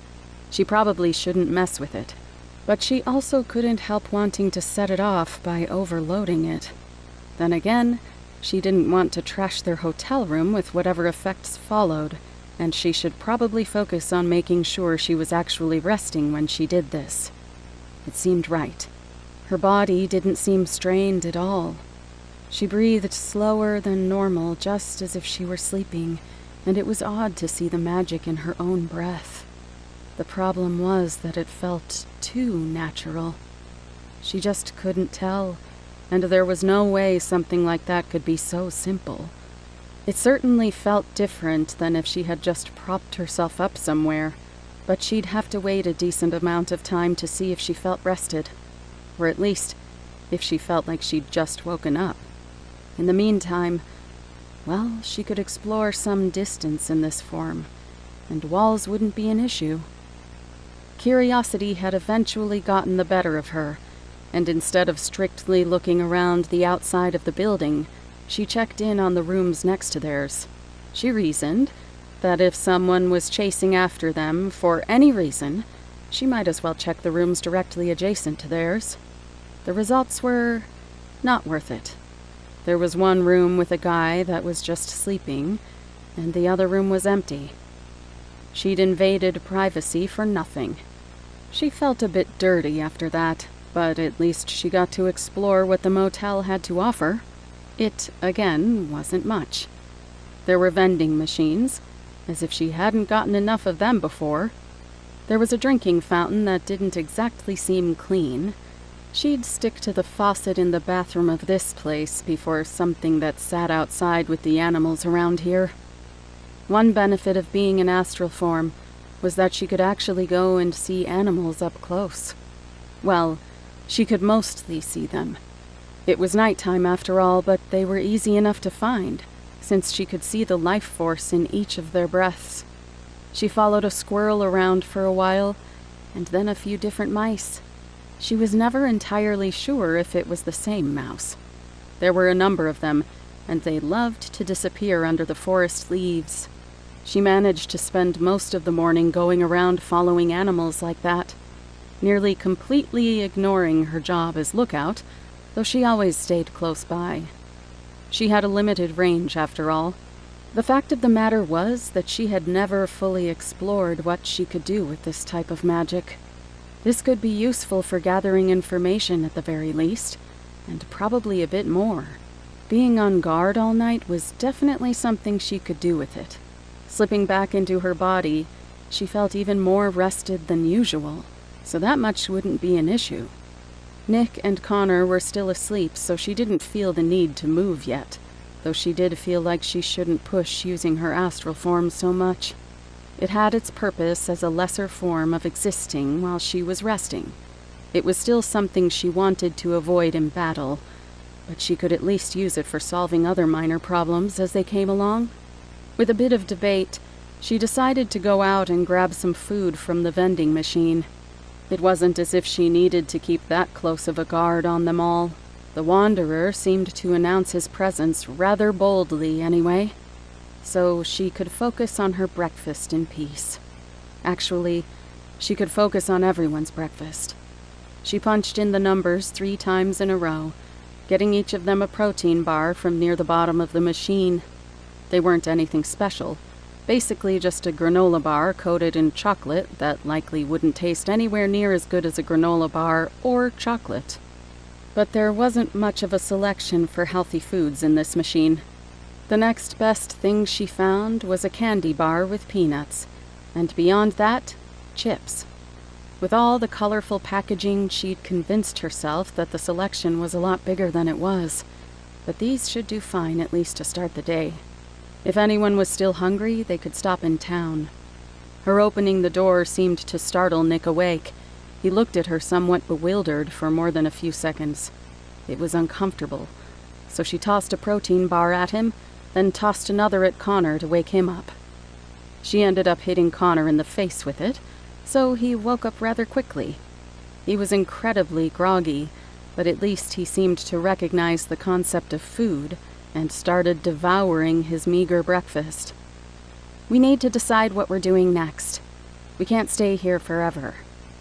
Nick stood up and stretched out his back, walking towards the bathroom and grabbing one of the complimentary plastic cups to fill with water. "True. And with the agency around us gone, we've got a bit of a dilemma on our hands.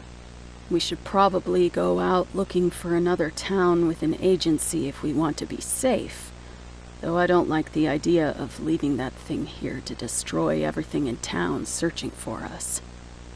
Connor propped himself up against the headboard of the bed, swallowing a bite of his protein bar like some kind of ravenous animal. "It kind of is our job to take care of that, isn't it? Gotta ask, though, how do you expect us to take it down? It can get past my defenses with its heartbeat thing, and my misfortune works best if I can touch the creature I'm attacking." They were both making some sense now. She fully agreed that they couldn't leave the city to be rampaged by this thing, though her powers hadn't done the best job of damaging the creature in the last fight. "Well, Amber seems to be out of the striker position, too. Her flames didn't seem to hurt that thing at all." "Flames can still work. I just need to work on my explosive power, maybe put something solid behind it, make it work like a bullet. My dad talked about a similar thing, and it's worked on the Wanderer before." Nick raised an eyebrow at her. He looked surprised at her reaction. Well, even if that would be effective, it's something you haven't practiced. You'd be more useful with your astral abilities. If there's some way you could shield against the Wanderer's powers, or enhance Connor's misfortune ability so it can be used at a distance, I think we'd have a better chance at defeating it. He was really going back to that? And after she'd taken the time to heal him? If you're just trying to shove me into a support role, then we can go our separate ways. Just give me my inheritance, and I'll leave. That seemed to shut him up, though Connor was a different story. In fact, he was a lot more lively and awake all of a sudden. Amber, you can't leave the team. The agency here is gone. You're not going out on your own. She can keep using flames, right, Nick? Nick was silent for a moment. Amber still couldn't decide what he was thinking, or why he seemed so set on this astral thing. But she wasn't going to give ground either. She was going to carry on her father's legacy, and this paperboy wasn't going to stand in the way. Paperboy. How had she not thought of that before? Sure.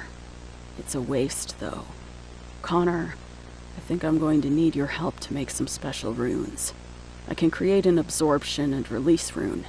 It'll take a lot of energy for not as much kick, but it'd be nice to have that weapon available. Connor stuttered a bit, looking back and forth between Amber and Nick. Dude, that was a little harsh, don't you think? Amber held up her hand to forestall anything that Nick or Connor might say. I don't need you to fight my battles for me, Connor. Help him with the runes. In the meantime, I'm going to open that box my dad left me, so hand it over, Nick. Nick crossed his arms and sat back down in his chair. And how exactly do you expect to defuse a rune that complex? What's the hurry to get yourself killed like that? I'm going to set it off from a distance. Better than waiting around for you to figure it out. It's obviously one of my dad's rings, aka one of the most powerful magical artifacts ever created. If I'm going to kill the Wanderer, I'll need it. That finally got Nick to shut up. He was still mad at her, like he had any right to be, but at least he was easy to read now. He stared at his backpack for a long time before reaching in and pulling out the small wooden box. He held it in front of his face, probably enhancing his eyes with magic to inspect the runes. You should have mentioned that idea earlier. You might have been able to stop that thing back at the facility. Amber felt her resolve shatter. Nick was still being a jerk, but there was an undeniable truth to that statement. She suddenly remembered the numerous soldiers she'd seen killed in front of her, and Onyx. Depending on which ring was in that box, there was a chance that Onyx could have avoided being crippled, probably killed. She might have even been able to defeat the Wanderer with that kind of power. Amber had to sit back down on her bed. It was a bit much to take in, and she suddenly wished she only had to deal with the Wanderer's heartbeat instead of this crushing guilt. I'm sorry. That wasn't fair. There's no guarantee it would have helped. Besides, this thing has a trigger specifically for overcharging. Trying to open it that way might have just gotten you killed without accomplishing anything. Right. Her dad would have prepared for a trick like that. He'd have prepared for every trick. Still, there was probably someone at the agency who could have helped to get past the rune. They could have called in an actual expert. But it was a bit less certain. Maybe the most effective thing they could have done was throw the box at the Wanderer and hope whatever effect there was killed him. Unfortunately, that was pretty unlikely to work either, and there was no telling what the Wanderer could do with a ring, especially considering that he'd taken over her father's body. There was a good chance he could use it. Nick stood up and grabbed his backpack. Well, it's a long shot, but I think we need to go to the Rune Breaker. This doesn't exactly follow his rules, but from what I do know, there's a small chance. Runebreaker? I've never even heard of that. You shouldn't lie just to make Amber feel better, you know. An agency kid like you definitely wouldn't know about this. Consider him a member of the magician black market. Anyway, let's go. I only paid for 1 day and I don't want them coming here to extort us for more. Didn't you need to make some runes with me? I think we should rest here while we can. It's not like we're in a rush to go get ourselves killed. Let's recharge a bit and come up with a plan that doesn't just rely on a magic superweapon. Nick seemed to relax a lot from that statement, but he didn't sit back down, still making his way past Amber and towards the door. That's a good point. We'll discuss it over breakfast. Not that I don't appreciate the food that you got us, Amber, but I was hoping for something more substantial after using so much magic yesterday. Amber couldn't argue with that line of thinking. As melancholy as she felt right now, she'd been hungry before the Wanderer showed up, and snacks from the vending machine weren't going to cut it. She would need a lot more food, and hopefully of higher quality to properly recover. Connor didn't seem to have any quarrel with it either, hurriedly finishing off the last bite of his protein bar before adding his opinion to the conversation. Where are we going to eat, though? Maybe that should be up for discussion, too. They ended up settling on a small Chinese restaurant. Fast food would have been convenient, but after staying at the facility, each of them had had enough of burgers and cheap food. Admittedly, fried rice and egg rolls weren't all that much better in terms of quality, but it still was at least one step up. None of them knew how long they'd be out on their own like this, and they didn't feel like using up the last of their cash on the 1 or 2 places that had quality food in this area. They were all super high-end places. All 3 of them agreed to take a booth near the back, and Amber sank into the comfort of the faux leather cushions. It reminded her of her chair, the same texture and plushness, even if it wasn't nearly as nice. The whole restaurant was warm, and she just couldn't help but close her eyes and pretend she was back at home near the fire. She'd gotten takeout more than a few times with her dad, so it was easy enough to imagine that she was napping in her chair after an easy dinner. Her dad sitting up to read some book or to make tea. Maybe he would be working on some random little device like he was on those nights. If he got into a project, that's usually when he wouldn't bother to make a homemade meal. She was pulled immediately out of the illusion as she started to curl up in her seat and her knees hit the underside of the table. She blushed and sat up straight immediately, but Nick and Connor were too busy checking the menu to notice her. She looked at hers, but there wasn't much to look around for. She knew what she'd get. Sweet and sour chicken, like always. And of course, fried rice and egg rolls for the table. She'd been to enough restaurants like these to know exactly what she wanted. She just hoped the one here was of similar quality to the one that she usually went to. She had passed by this area a few times before. They weren't exactly outside of town, just at the edge of it, though she couldn't say that she had seen the motel they were staying at.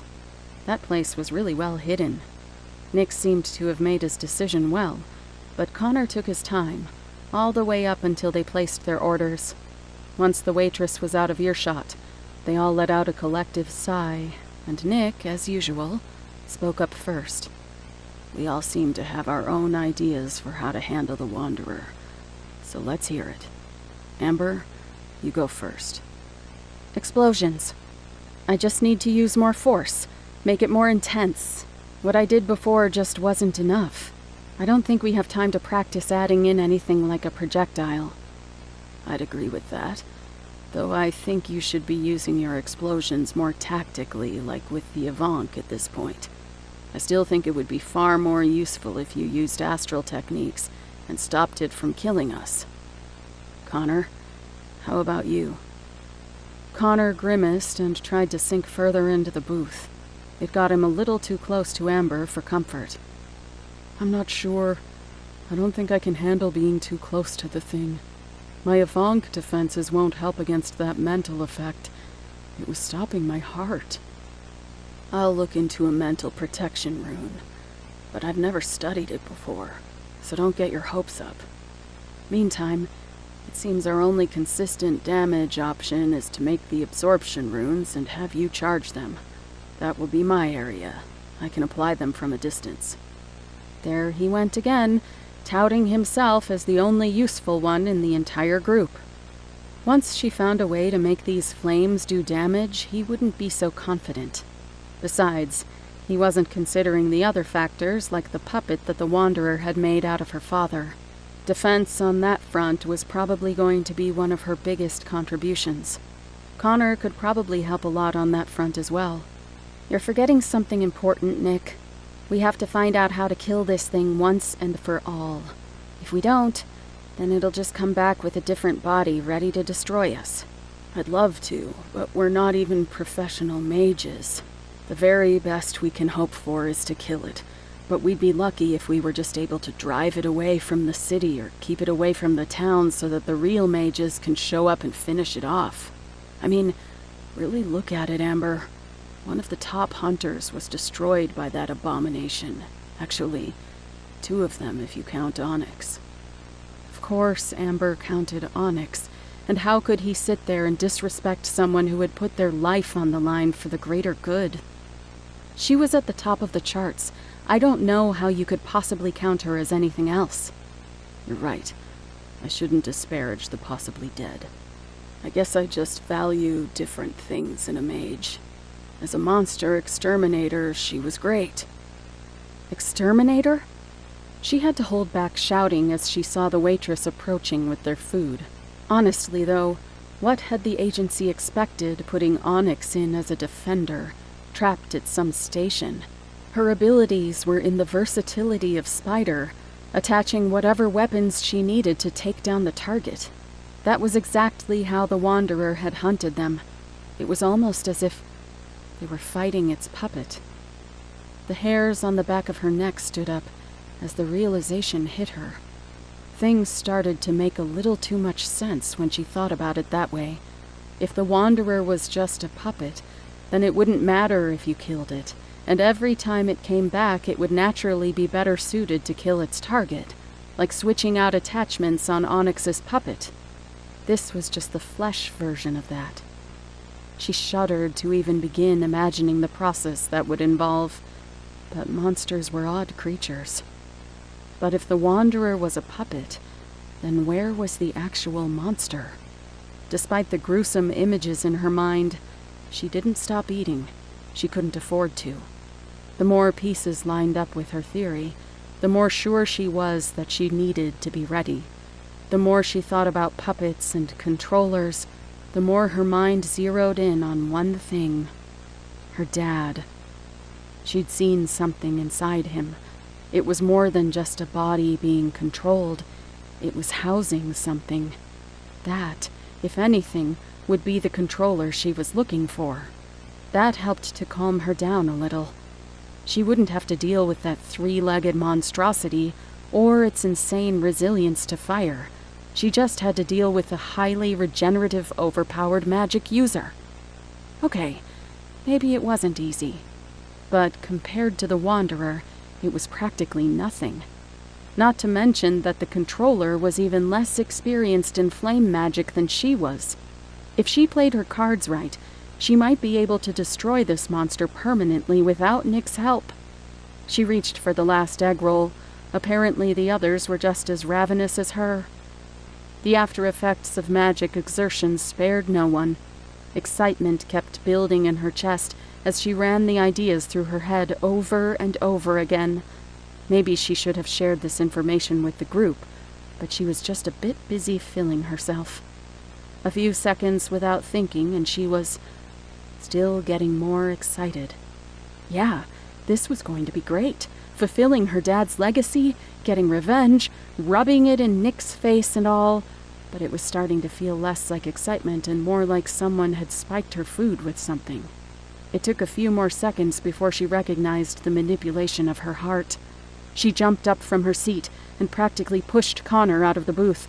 "It's here. Get to the car now." A voice boomed throughout the building, seeming to come from every pore of every wall, deep with a high-pitched grating sound that made everyone in the room's back tense up. I went so far as to regret the loss of the animal, and to look about me, among the vile haunts which I now frequented, for another pet of the same species, and of somewhat similar appearance, with which to supply its place."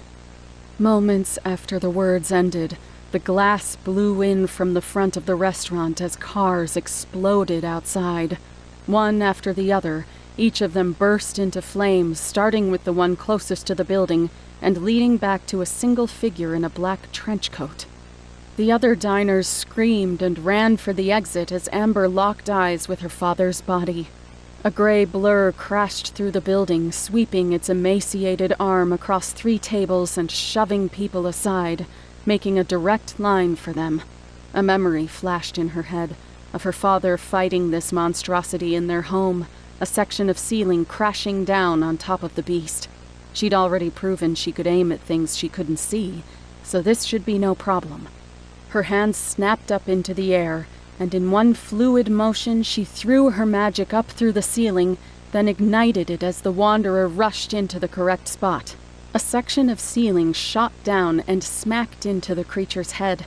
It was admittedly not nearly as impressive as her father's display, but it managed to make the Wanderer stop in its track long enough for Nick and Connor to start running out the side door. As soon as it opened, alarms went off inside the building. Amber followed close behind them, shoving past the closing door in time to see Nick suddenly turn and fling a piece of paper into the air. It turned and shot towards the Wanderer, only to be engulfed in flames. An unearthly shriek sounded from the area as it went off, sending chills down Amber's spine. Where had he gotten a rune like that? And what exactly did it do up close? The puppet, the controller in her dad's body, was eyeing them from further down the parking lot. Connor turned on his heel and rushed back the other way. She turned in time to see him tackle the Wanderer. Immediately he seemed to be in pain, but regardless of that, black veins started popping up all over the Wanderer's body. Amber raised her hands, ready to attack the creature's head with an explosion, but had to duck and deflect a car-sized fireball from hitting her and Nick at the same time. The flames barely missed them, but still managed to ignite most of the cars around them, setting off a few explosions and destroying more than a few windows. There went the escape route, and one of Nick's weapons. He hurriedly flipped through his notebook while Amber deflected another fireball around them both. Her father, the controller, was walking towards them now, and Connor was still in a slow death battle with the Wanderer. The gray giant was bashing him around, but it didn't make a difference. The only thing hurting Connor was the heartbeat effect, which was almost non-existent for Amber. The Wanderer must have been focusing the effect on Connor.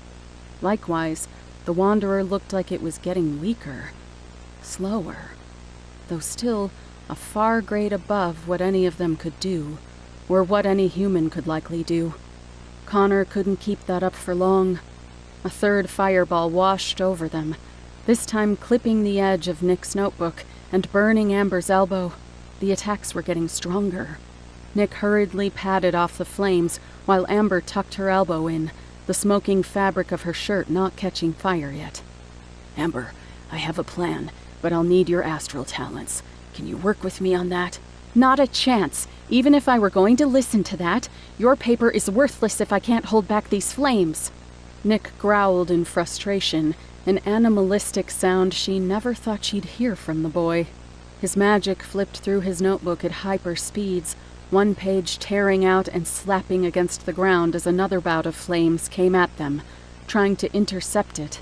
Amber stopped it, and as she did, chunks of asphalt flew up out of the ground and rocketed towards her father. It tore angry red chunks out of him, a barrage of rocks still popping up and shooting towards him like gunfire. Nick didn't wait, digging around in a small bag and pulling out what looked like a seed. He crumpled a piece of paper around it and threw it over towards her father. It shot straight down and into him.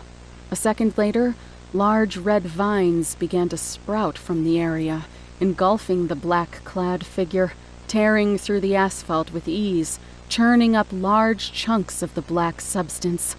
Flames shot out of the vine prison, but the plant didn't give an inch.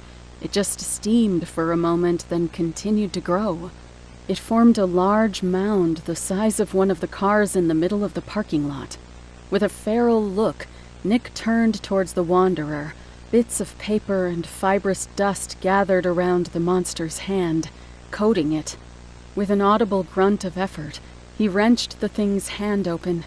Its head jerked up to look at the new offending mage, but paper suddenly gathered around its neck in a giant ring.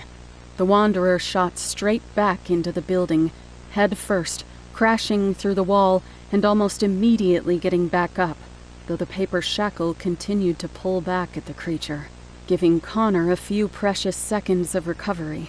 The relief didn't last as the monster began to tear away at the material holding him back, jerking forward as he managed to rip away a large chunk, reducing its ability to hold him back.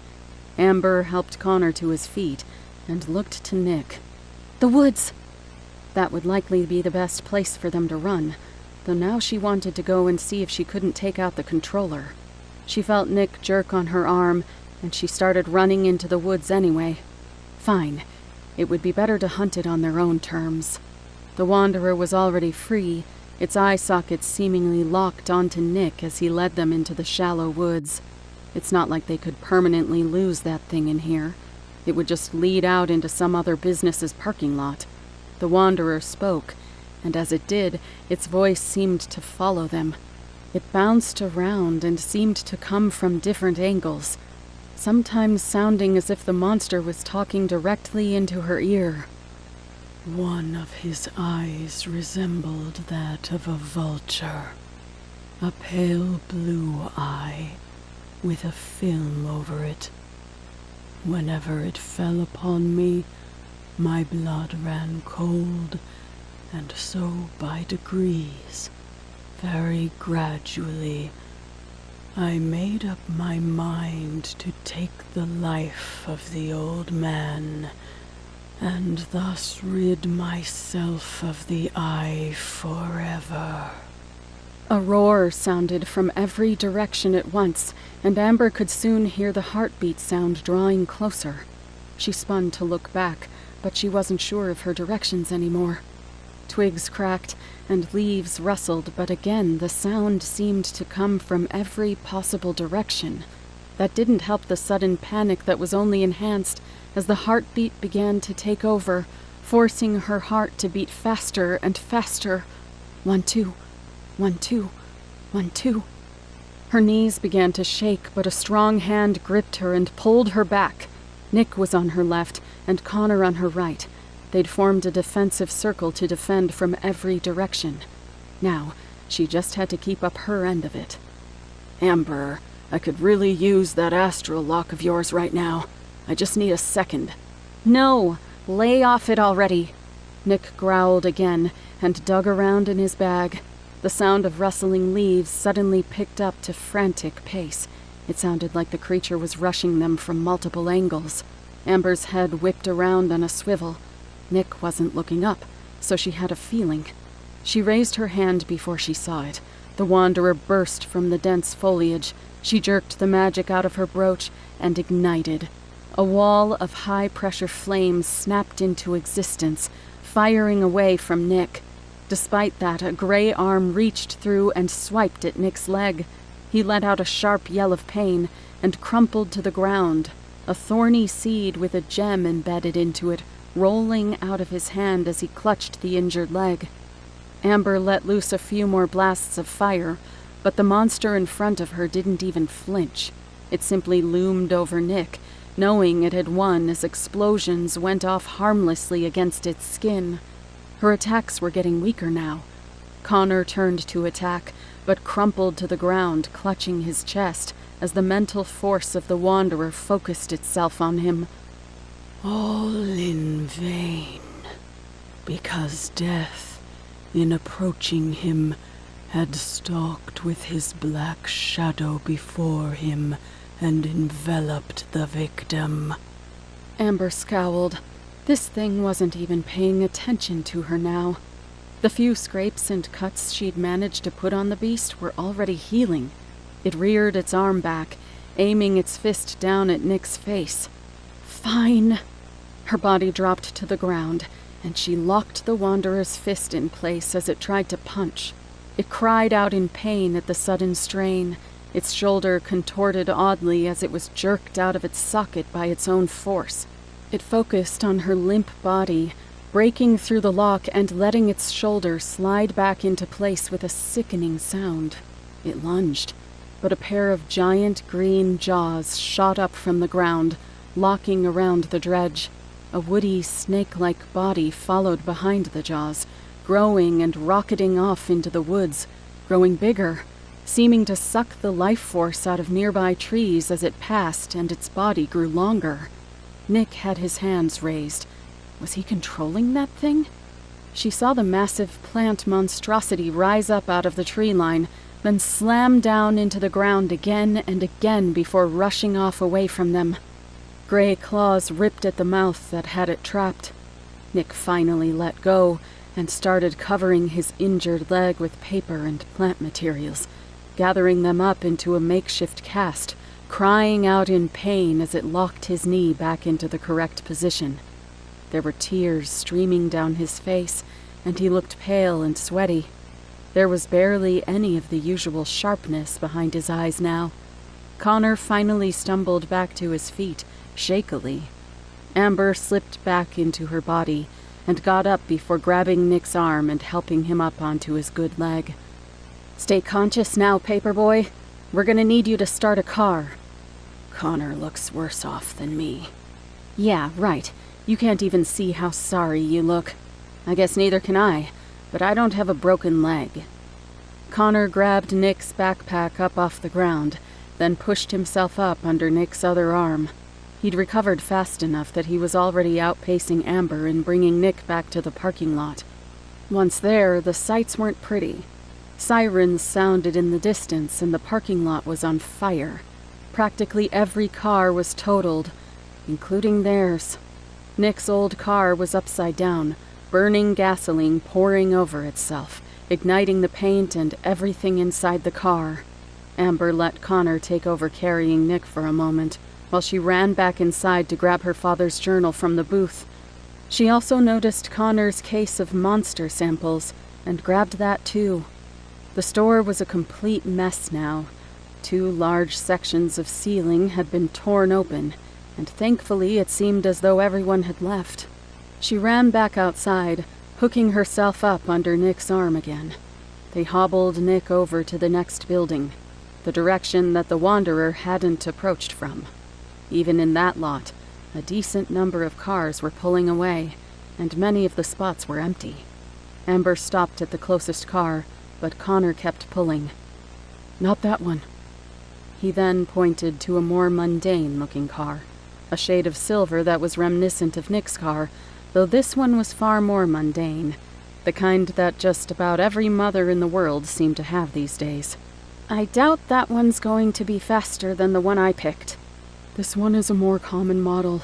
We won't be picked out of a crowd as easily. It'll be plenty fast." Nick didn't say anything, so Amber begrudgingly went over to the more common car and slapped her hand against the door, unlocking it with electricity. Nick seemed to be reserving his strength, but still managed to make his paper fibers form into the ignition of the car and pick the lock until it finally turned and the car roared to life. Connor jumped into the driver's seat immediately, while Amber helped Nick into the back, then ran around to the passenger side front seat. Nick had to keep his leg propped up, and looked more than a little uncomfortable as they pulled out of the parking lot and drove off who knows where. Chapter 13. Connor drove in a much bigger hurry than Nick had, taking turns sharper, accelerating as if they were still being chased. Only once they were miles away from the place did he slow down to a normal pace and blend in with what little traffic there was around them.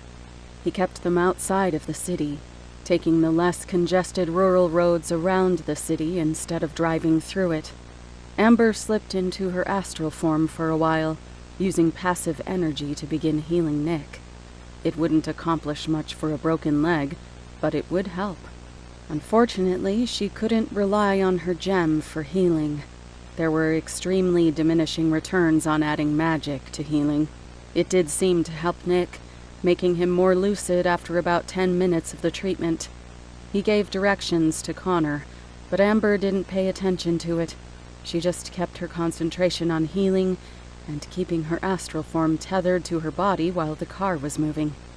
She managed to pick up that Nick was guiding them to the rune breaker's house, which was fine with Amber. The sooner they got that ring, the better chance they stood.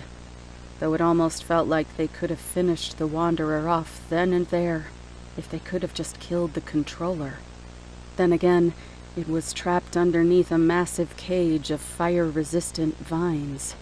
There was no way they were going to be able to get through that quickly, and who knew how long the Wanderer was going to be restrained by that plant monster.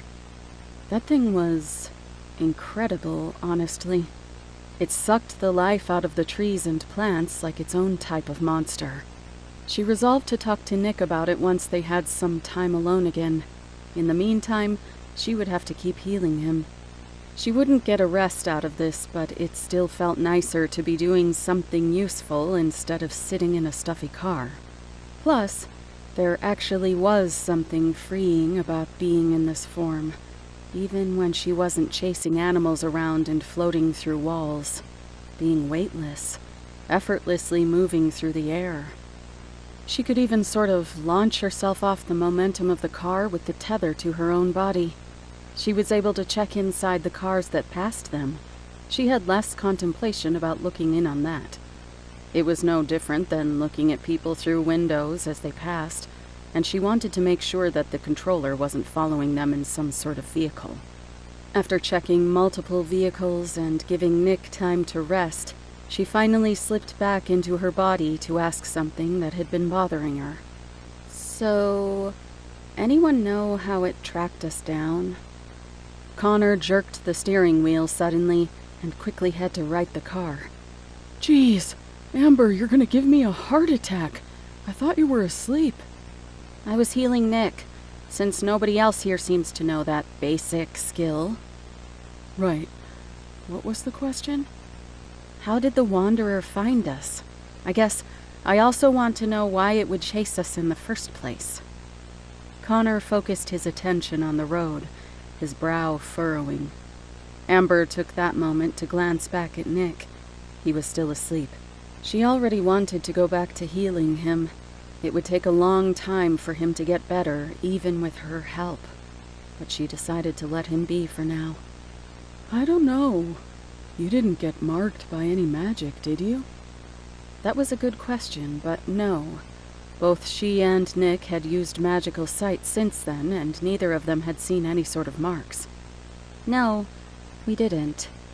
We would have seen something like that. Then maybe they have a way of hiding the magic from you. It doesn't seem like that far-fetched of an idea. That actually was a pretty far-fetched idea. Whatever someone used to cover magic would have to be magical itself. Even when it came to runes, there was supposed to be something about the magic circuitry that made it impossible to hide all of it. There was even supposed to be research into the idea of a special sequence of looping runes that could hide themselves, and something else. But Amber hadn't heard of any successes in that field. Then again, runes that hid things. They had one of those in their car right now. It was covering the ring. Was it possible that the Wanderer was able to track the ring itself?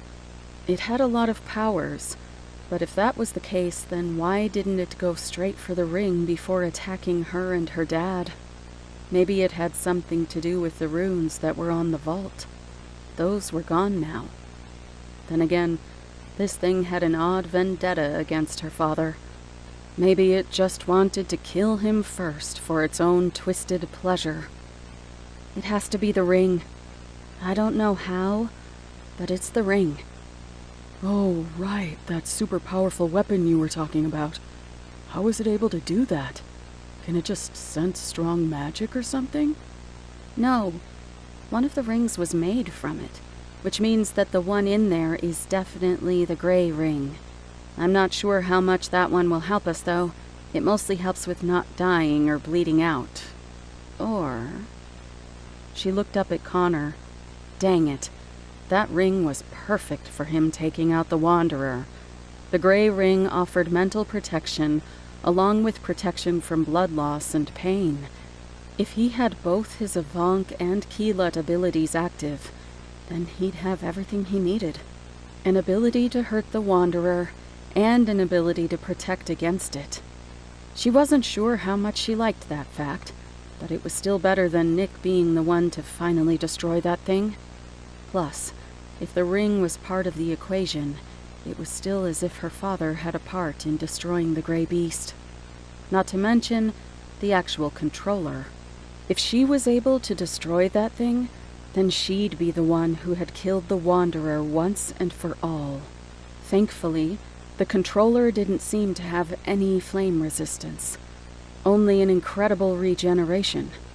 Plus now, it had the flame magic of her father, but it still lacked the ingenuity that had made her father the best mage in the world. Connor, the ring is going to have a defense against mental pressure. If you wear it, then we have a chance to defeat that monster. You want me to use it? Isn't that your dad's ring, though? You should have it. I'm not giving it to you. You're just borrowing it so that we can defeat this thing. How much magic do you still have stored up? Do you think you could kill it with what you have left? Maybe. I'm not sure. I have about half a month's worth of magic left, after it started throwing me around like a rag doll. Avank powers take a lot to keep going, and I haven't fully integrated them yet. I still have a lot of eating to do before they come efficient. That explained a bit. Even accounting for the more limited energy supply of a mage, it seemed like Connor was more bruised than he should be. Not to mention that 15 days' worth of energy hardly seemed to be necessary to counteract the damage the Wanderer was doing. He needed to practice, and he needed to recharge.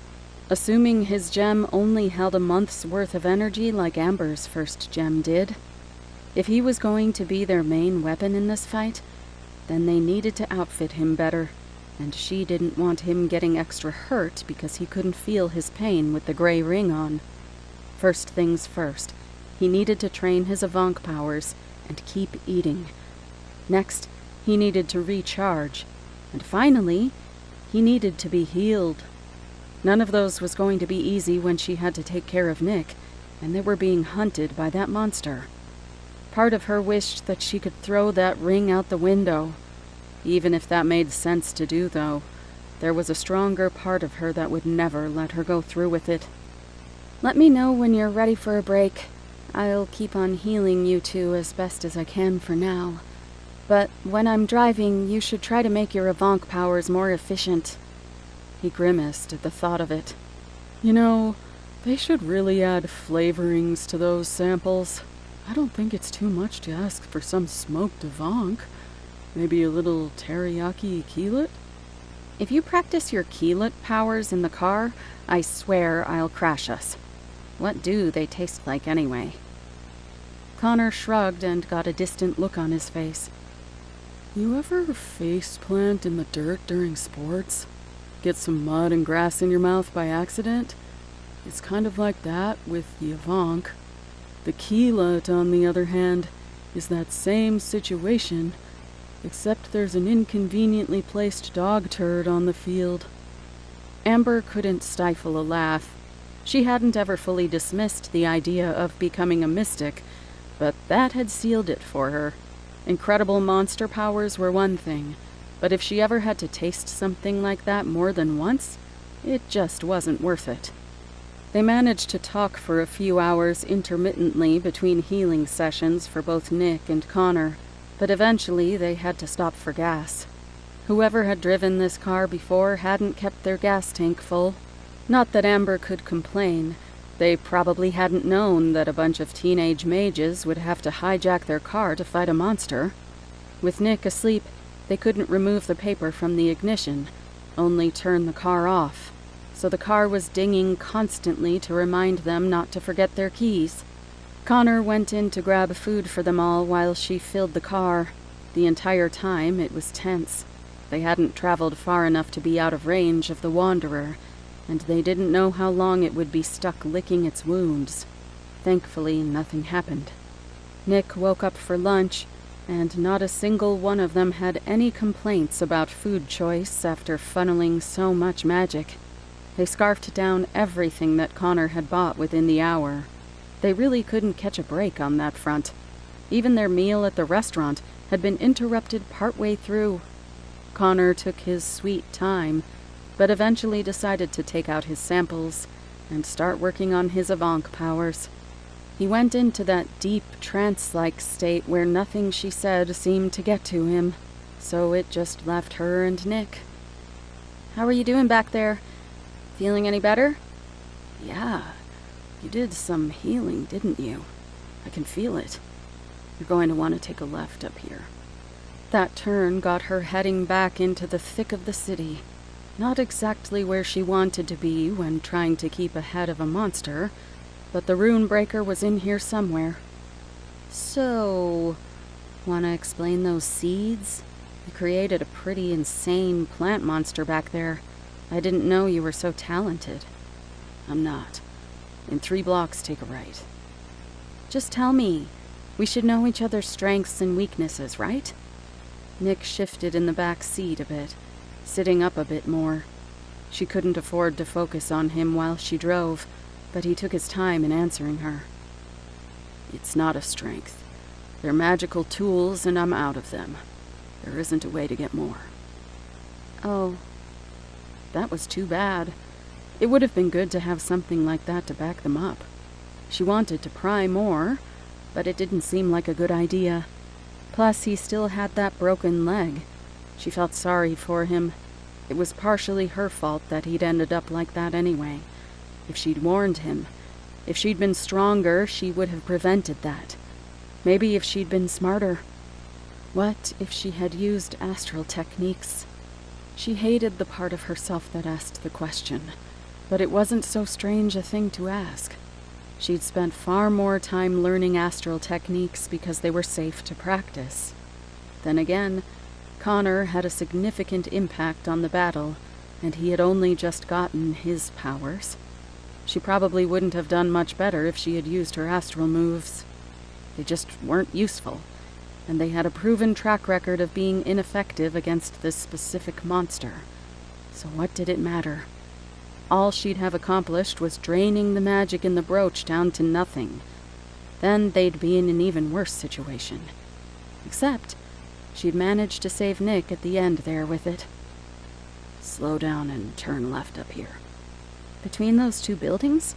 Can you even do that?" "Yes, just do it." He was getting bossier. She did as he asked and pulled in where he'd indicated. The alleyway was dingy and led into a poorly maintained parking lot. There were a ton of potholes and cracks, though a few were filled. She pulled through to that lot and managed to turn the car around for an easy escape. "Oh, we discussed this while you were asleep, but we're pretty sure that the Wanderer is following us through the ring in that box. It'll be a good weapon for Connor, but it also means that we have a magical tracking device on us." Nick nodded thoughtfully, his anger seeming to dissipate almost instantly at being given something to think about. "That explains why it was able to follow us to that restaurant. Why does it want some ring, though? If it's a powerful weapon, then maybe we should just destroy it instead of letting it fall into that thing's hands." Destroy it? She hadn't considered the possibility before, but hearing it out loud, she absolutely didn't want Nick holding her most precious family heirloom. Well, maybe not as precious as the journal, but she only had about 3 heirlooms left. Unfortunately, Nick had an annoyingly good point.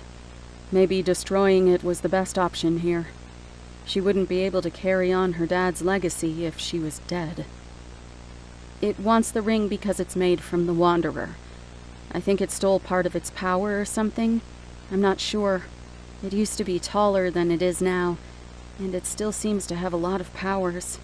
It was made with wizardry, and it was the Wanderer itself. All right, yeah, that's a different situation. I didn't know you could make a magical item from a still living monster. To be on the safe side, I say we don't destroy it. That could make all those powers return to the Wanderer. It's exactly what we want to avoid, right? Amber let out a silent sigh of relief. At least she didn't have to come up with that excuse. She never would have considered that angle, but it was a pretty good one. She had no idea how much merit there was in it, but then again she had never made any magical items like the rings before. Even if it was a slim possibility, the potential downside was terrifying to consider. Right. Wouldn't want a version of the Wanderer that was 2 stories tall. So, you think this guy we're meeting can actually get that thing out of there? You haven't looked at it yourself in a while. Do we really need him? I've been a bit busy staying alive, but yeah. If this guy can get it out, then it'll be well worth the trip. And it'll only take a minute to do. That being said, I need to go over some etiquette around this guy. Get Connor up. That was easier said than done. He was pretty resistant to distraction in this state, and on top of that he was practicing Avank powers. She wasn't sure she could even hit him hard enough to make him feel it, let alone get his attention. She tried shoving his shoulder. Nothing. How? You've fought an Avank before. This shouldn't be so difficult. Oh, right. She had done that. She created a small, candle-sized flame and floated it up against the bare skin of his arm. After a second or two, Connor's eyes shot open and he hurriedly patted the flame away. Amber! What is wrong with you? Oh, relax. I wasn't going to hurt you. I'd be the one who'd have to heal you anyway. Nick needs to tell us something important, apparently. Connor rubbed his arm and gave her an unappreciative look. Try something else next time. Nick snapped his fingers a few times to draw their attention back to him. Quit talking about it and listen. Since we know we're being followed, we need to hurry through this. I don't want to wait around for the Wanderer to catch up to us. Let me do the talking. Keep magic in your eyes and be respectful to the familiar. I want to be back on the road as soon as possible. A familiar? So the Runebreaker was a sorcerer? That class was so out of date and niche that it was mostly used by old men who needed help around the house. Was there some way that familiars could help in breaking runes? Nothing to say. Good. Keep it that way. Now, one of you help me out of the car. Amber rolled her eyes but went to help him get out of the car. She needed to grab his hands and help slide him forward until he was able to prop himself up on his leg that was forced straight. Once he was standing, he still needed help to not fall over. They should really get him crutches or something. Though with a bit of practice, he seemed to be able to stabilize himself, gripping the ground with the paper of his cast. She still stayed nearby just in case. He really shouldn't have been using magic anyway, but she wasn't going to say anything to stop him. He might get angry and hurt himself. She could heal a little overexertion. Nick led them across the parking lot and down another alley to a dingy, rusted door. He hesitated, taking a deep breath before punching the doorbell with one finger. Then he stared straight forward, intently, like he was trying to drill a hole through the door by looking at it. Now would be when you want to start looking at things magically. Amber rolled her eyes. She wasn't going to waste her magic like that just because Nick said to. Honestly, he was getting a little too full of himself. He wasn't in charge, and he shouldn't act like he was. This had always been a democracy, but he seemed to just decide what they were doing every time. Just by force of expectation, he'd managed to drag her along so far, but she had to stop going along with it so easily. She felt Nick's arm go rigidly stiff. When she turned to look at him, she found him pale and sweating, his jaw clenched so tight she swore she could hear his teeth grinding inside his mouth. He was still staring straight at the door. Fine. She'd look, but if it wasn't interesting, then she was just going to leave. She forced some magic into her eyes and glanced in the direction of the door. The spectral head of a cat-like creature was looking between the three of them, phasing through the door. It wasn't a house cat, that was for sure. A bobcat. It looked like the head of a bobcat, only there was something wrong about it.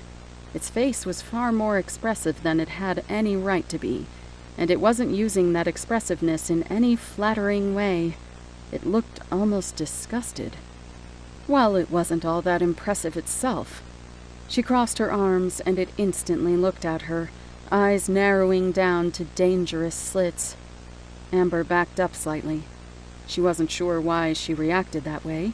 It wasn't even the biggest familiar she'd seen. Maybe it was just that face. She wasn't used to seeing things like that. It seemed to calm down from her reaction, so there was just a bit of benefit to it. Nick was glaring at her now, but said nothing. The message was clear. A good 30 seconds of uncomfortable silence later, the door opened. A man in a blue uniform of some sort answered the door. He looked sweaty, and his outfit was covered in dirt and grass stains. The buttons, likewise, were very simple, only decorated with what looked like different types of stone. "Oh, Nicholas. You never did have a thing for timing, did you? I just got back. You can wait inside while I unwind. Then we can discuss business." From this angle, she got a better look at the familiar. It was very different from what she'd expected. It still had the face of a bobcat, but it had feathers going up the sides of its front legs that seemed to extend out into faux wings. Its back legs, keeping with the bird theme, were actually talons, the more fluffy kind you'd see on some type of Arctic owl. She could already picture it pouncing from a tree with its hind legs held forward, attacking like some modern equivalent of a velociraptor. She shoved the thoughts from her mind.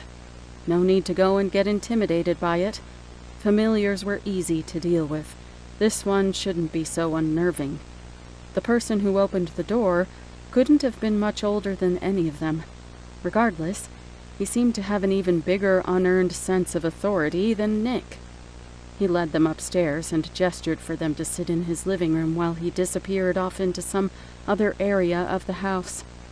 The familiar, thankfully, followed him into the next room. Amber was going to open her mouth, but Nick shushed her before she could get a word out.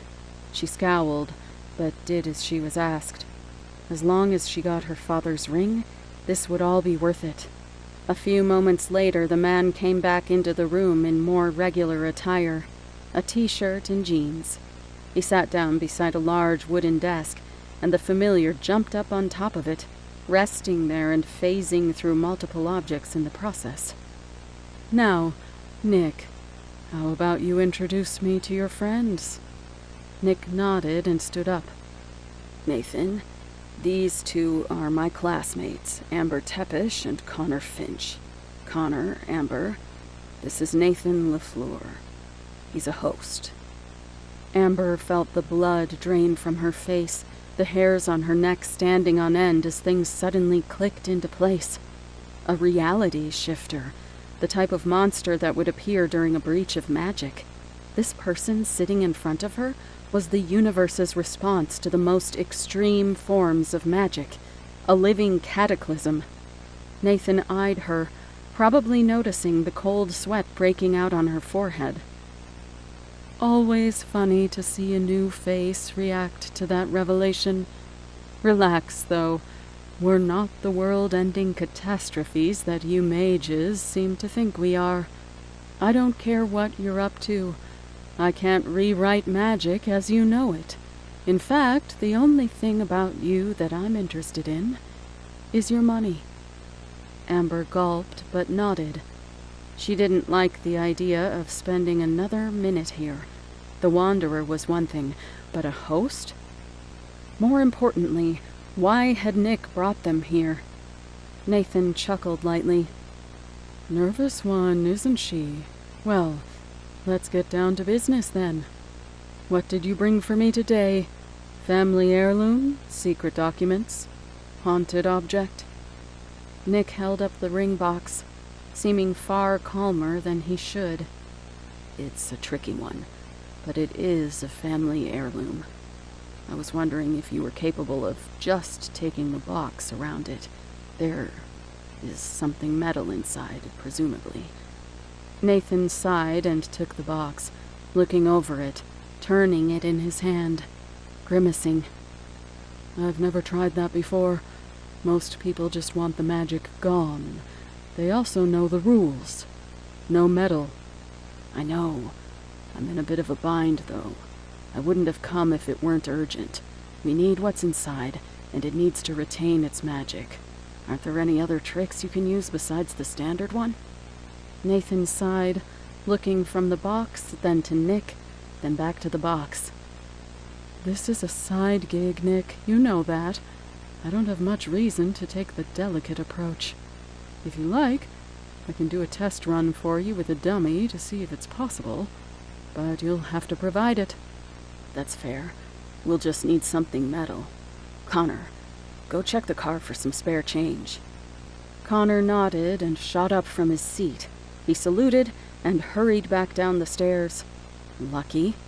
Now Amber was stuck here with the monster and his pet ghost. Nick began gathering paper particles from his clothing and cast to form a small box with a latch on the front. He really could show off sometimes. It wasn't like he needed to create something to hold it closed.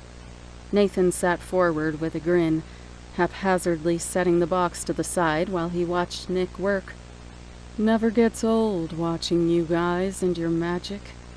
Nick let out a half-hearted laugh as he drew a rune onto the box. Then, thinking about it momentarily, he created a paper ring and placed it gently in the newly formed box and held it out to Nathan. On second thought, this should probably be easy enough to practice on, right? Or would it have to be metal? Nathan rubbed his chin for a moment, considering the idea, then handed it back. No, I can't think of a good reason why it would have to be metal. Go ahead and put some magic into that fake ring, too, just in case. I'm not sure at what point magic is wiped away. Nick nodded, retrieved the thick paper fiber ring, and drew a simple rune around the outside of it before offering it up to Nathan again.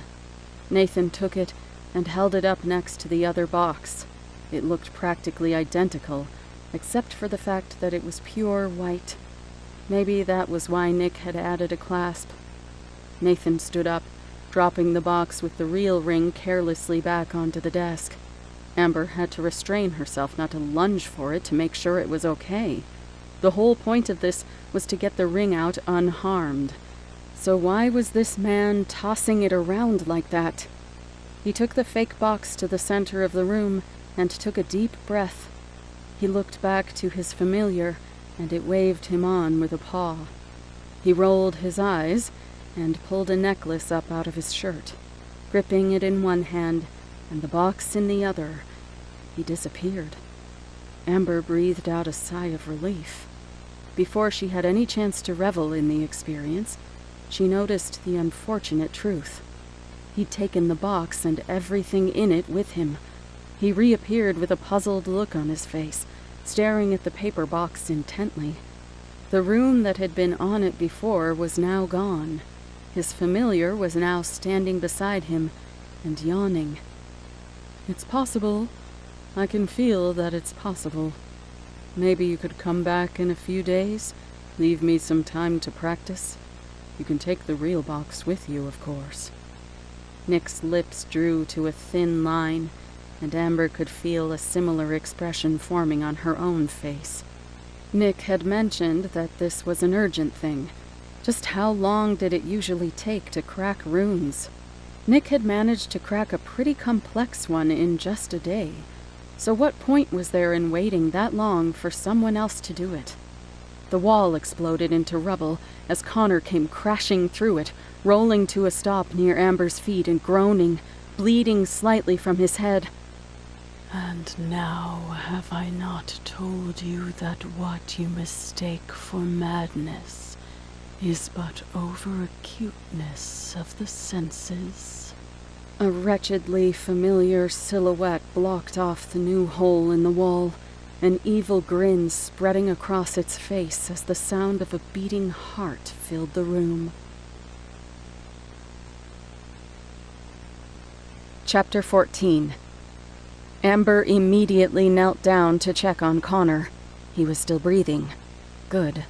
His power seemed to have mostly protected him from the impact, but it still left him vulnerable enough to get a scratch on his forehead. He was already starting to get up, though he looked dazed. Nick jumped in front of both of them, paper particles rising up into the air and forming thick sheets in front of him in an aggressive, misshapen shield. Amber stood up, only to be hit with a wave of harsh cold, an unnatural force sucking every ounce of heat from the room. "Stop!" Everything ceased. Nick's paper shield dropped to the ground. The Wanderer stopped crawling through the jagged hole in the wall, and the flames that Amber had been summoning to her hands dissipated into nothing, snuffed out. Even the Wanderer's heartbeat effect ceased completely. The only magic left in the room was the death-like cold, and the circle of frost slowly expanding from the now material familiar, which was baring its fang at the Wanderer. Nathan seemed to make the air itself quake and distort with the force of his voice. "Nick, how many times have I told you my policies on bringing problems my way? What happens when you run this way in your time of need, and I'm not around? I end up with dead mages and a destroyed living room. Not that I suppose you'll be paying for that. I have half a mind to make it so you never show up here again." Amber reached for her magic again instinctively, but it didn't come. In fact, she was just realizing now that she couldn't move. She could try, but some force kept even her fingers from being able to twitch. She was suddenly very uncomfortable in her own body, unable to control it. She felt confined, trapped, even though nothing was touching her. Nathan walked over to the desk, grabbing the box up off of it and dusting it off slightly. Then he turned to the Wanderer. "Run!" The gray monstrosity turned and jumped off the side of the building, crashing to the ground and dashing away without another word. Nathan sighed, and Amber was suddenly able to move again, her panic starting to die down. Nathan tossed the box in Nick's direction, letting him catch it as he disappeared into another room, coming back moments later with a large duffel bag. He went around the room gathering up different items, mostly small electronics, clocks, an iPod, and lights. "Nathan, I'm sorry." "Oh, save it. I only have so long until every non-magic person's perception of this gets distorted. By that time, I don't want to be here any longer. I'd probably end up on the run." Nick took control of his paper again and started gathering up multiple metal objects, stuffing them into Nathan's duffel bag. He nodded appreciatively. Something started to nag at Amber's brain. Before she had the sense to keep her mouth shut, she'd already spoken. "Why didn't you just kill it?" Nathan paused, then shoved the duffel bag into Nick's hands and turned to her. "Solve your problem for you? Yeah, that would be convenient, wouldn't it? Problem is, you have no idea how this works. Hosts aren't supposed to interact with the world of mages, outside those few times when you manage to pull one of us into your location by screwing something up so royally that you threaten universal law." "Not supposed to? Said who?" You seemed just fine telling the Wanderer to run away. Your powers still work. Said by something far more threatening than you. I've tried working to eradicate monsters before, and I was warned in no uncertain terms that it was not my position to interfere. Believe me, once you get a warning from that thing, you don't try to push your luck any further. It most certainly does have the ability to take my powers, and permanently, but lucky for me, it follows the rules. He turned and glared at Nick as he said the last part, then snatched his duffel bag away before heading past her and down the stairs to the door. The cat familiar, now back to being immaterial, stuck its tongue out at her before following after, passing through her legs in the process. Nick dropped the box in the middle of the room, then went over to the couch and let himself fall down into a sitting position, eyes blank. How did it catch up that fast? Connor was now up on his feet, shakily. He was going to need even more healing than she'd thought. He looked pale. All of that exposure to the Wanderer was probably doing a number on his heart. Amber wasn't sure how well she could heal that, but he was holding the area over his heart and quickly had to sit down next to Nick. Amber soon followed suit, though not for any particular reason other than the general hopelessness. Their battle plan was basically useless with Nick being disabled and being unable to get the ring for Connor. Nick's plan of making absorption runes would take too much time to make happen, especially in the state they were in. He must have realized that. They had no battle plans, they had no special weapon, and they were running low on magic. Even Amber only had about half of what she'd originally had in her brooch. She'd been using it more freely than she'd thought. Or maybe just more wastefully. Still, out of the three of them, she was the best off. She stood up. Okay, so let's get going. We don't know how long the Wanderer is going to be running. It might actually be on its way back. Amber, we don't have a weapon to use against him anymore. Connor's about to keel over, and anything I can do it'll recover from. I don't even have any more seeds to use. I can help Connor to recover. All we have to do is stay on the run. If we take turns driving, we can stay ahead of the Wanderer, right? Our best chance is to destroy the ring, but I'm not sure we can even do that without Nathan. Connor looked up, suddenly seeming a bit more hopeful. That's right. It would stop chasing us if we didn't have that anymore, right? Maybe we could pass it off to someone? Are you both crazy? You know the risks involved with either of those options. We aren't destroying it, and we aren't passing on the burden to someone else. Amber, I understand it's important to you, but there's no other choice. It's over. We're not even official mages, but we managed to hold on as long as we could. Isn't it our job to put our lives on the line? Besides, even if we manage to destroy the ring or get rid of it, do you think that that monster is going to leave us alone? It held a grudge against my dad for decades. I doubt it's going to ignore us now, no matter what we do. That made them quiet, but it did less than nothing to improve the mood. The hope that had been in Connor's eyes was gone now, and Nick looked even more apathetic. It was only the truth, though. Sure, they might be able to hide from the Wanderer if they got rid of the ring, but it didn't mean it wouldn't find a way to track them down, now even more powerful than before. If they could just have gotten that ring out, then they'd have a chance, but they didn't have any other methods of opening it safely. Why had her dad made this so difficult? She'd seen him wear it before around the house. It wasn't like he couldn't get into it himself. Why would he go through the trouble of making such a complex rune each time he put it back? Her eyes widened, and she walked to the center of the room and picked up the box. Put this down in the parking lot with your paper. He stared at it, then looked up at her, puzzled. She tried not to relish in that fact. Nick shrugged and did as she asked. covering the box with paper and using his magic to carry it out into the middle of the parking lot, where she could see it from the massive hole in the wall. Amber took a deep breath and sat against the desk. She slipped out into her astral form and flew towards the box. She still couldn't see inside it.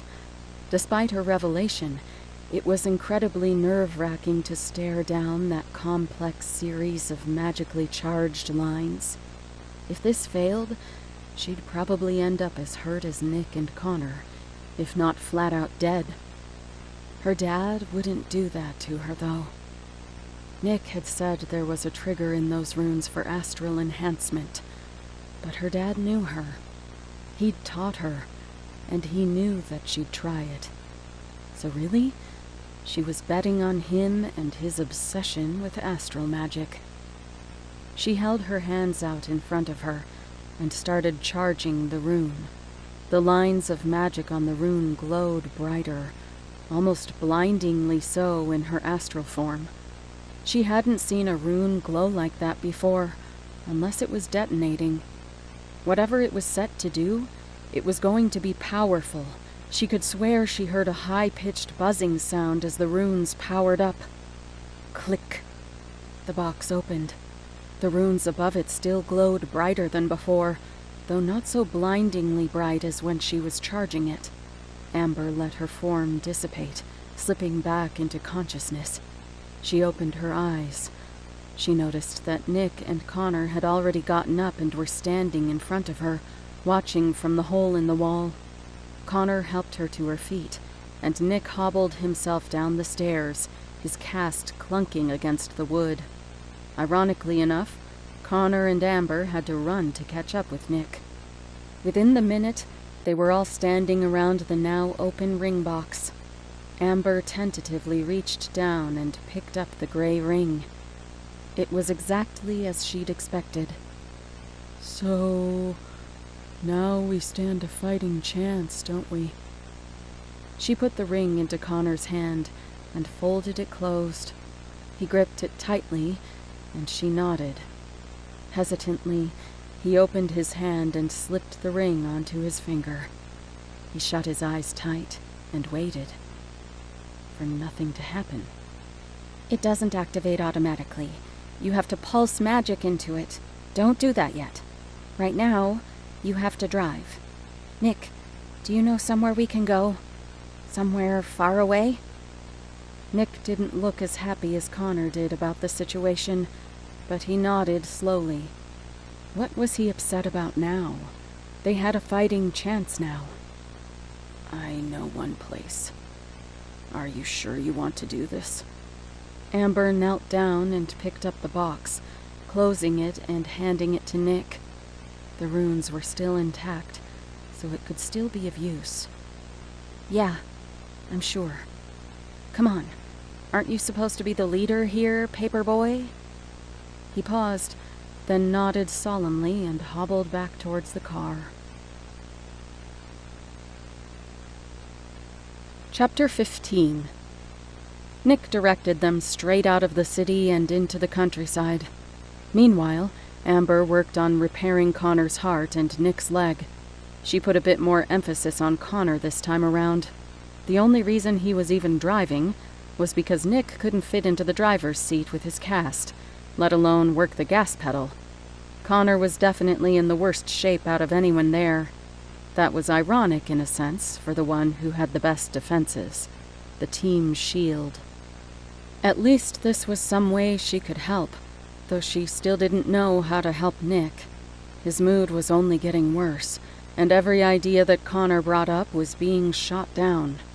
That being said, it wasn't as if Connor was proposing the best ideas.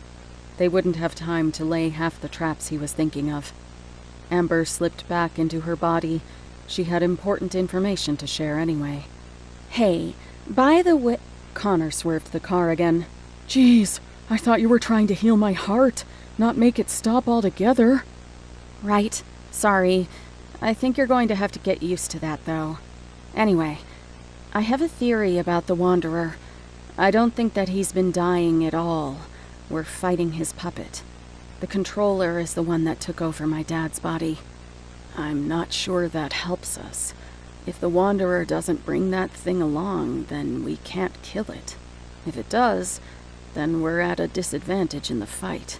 Both of them can fully regenerate, and I'm still pretty sure that Connor can't handle the Wanderer on his own. That's fine.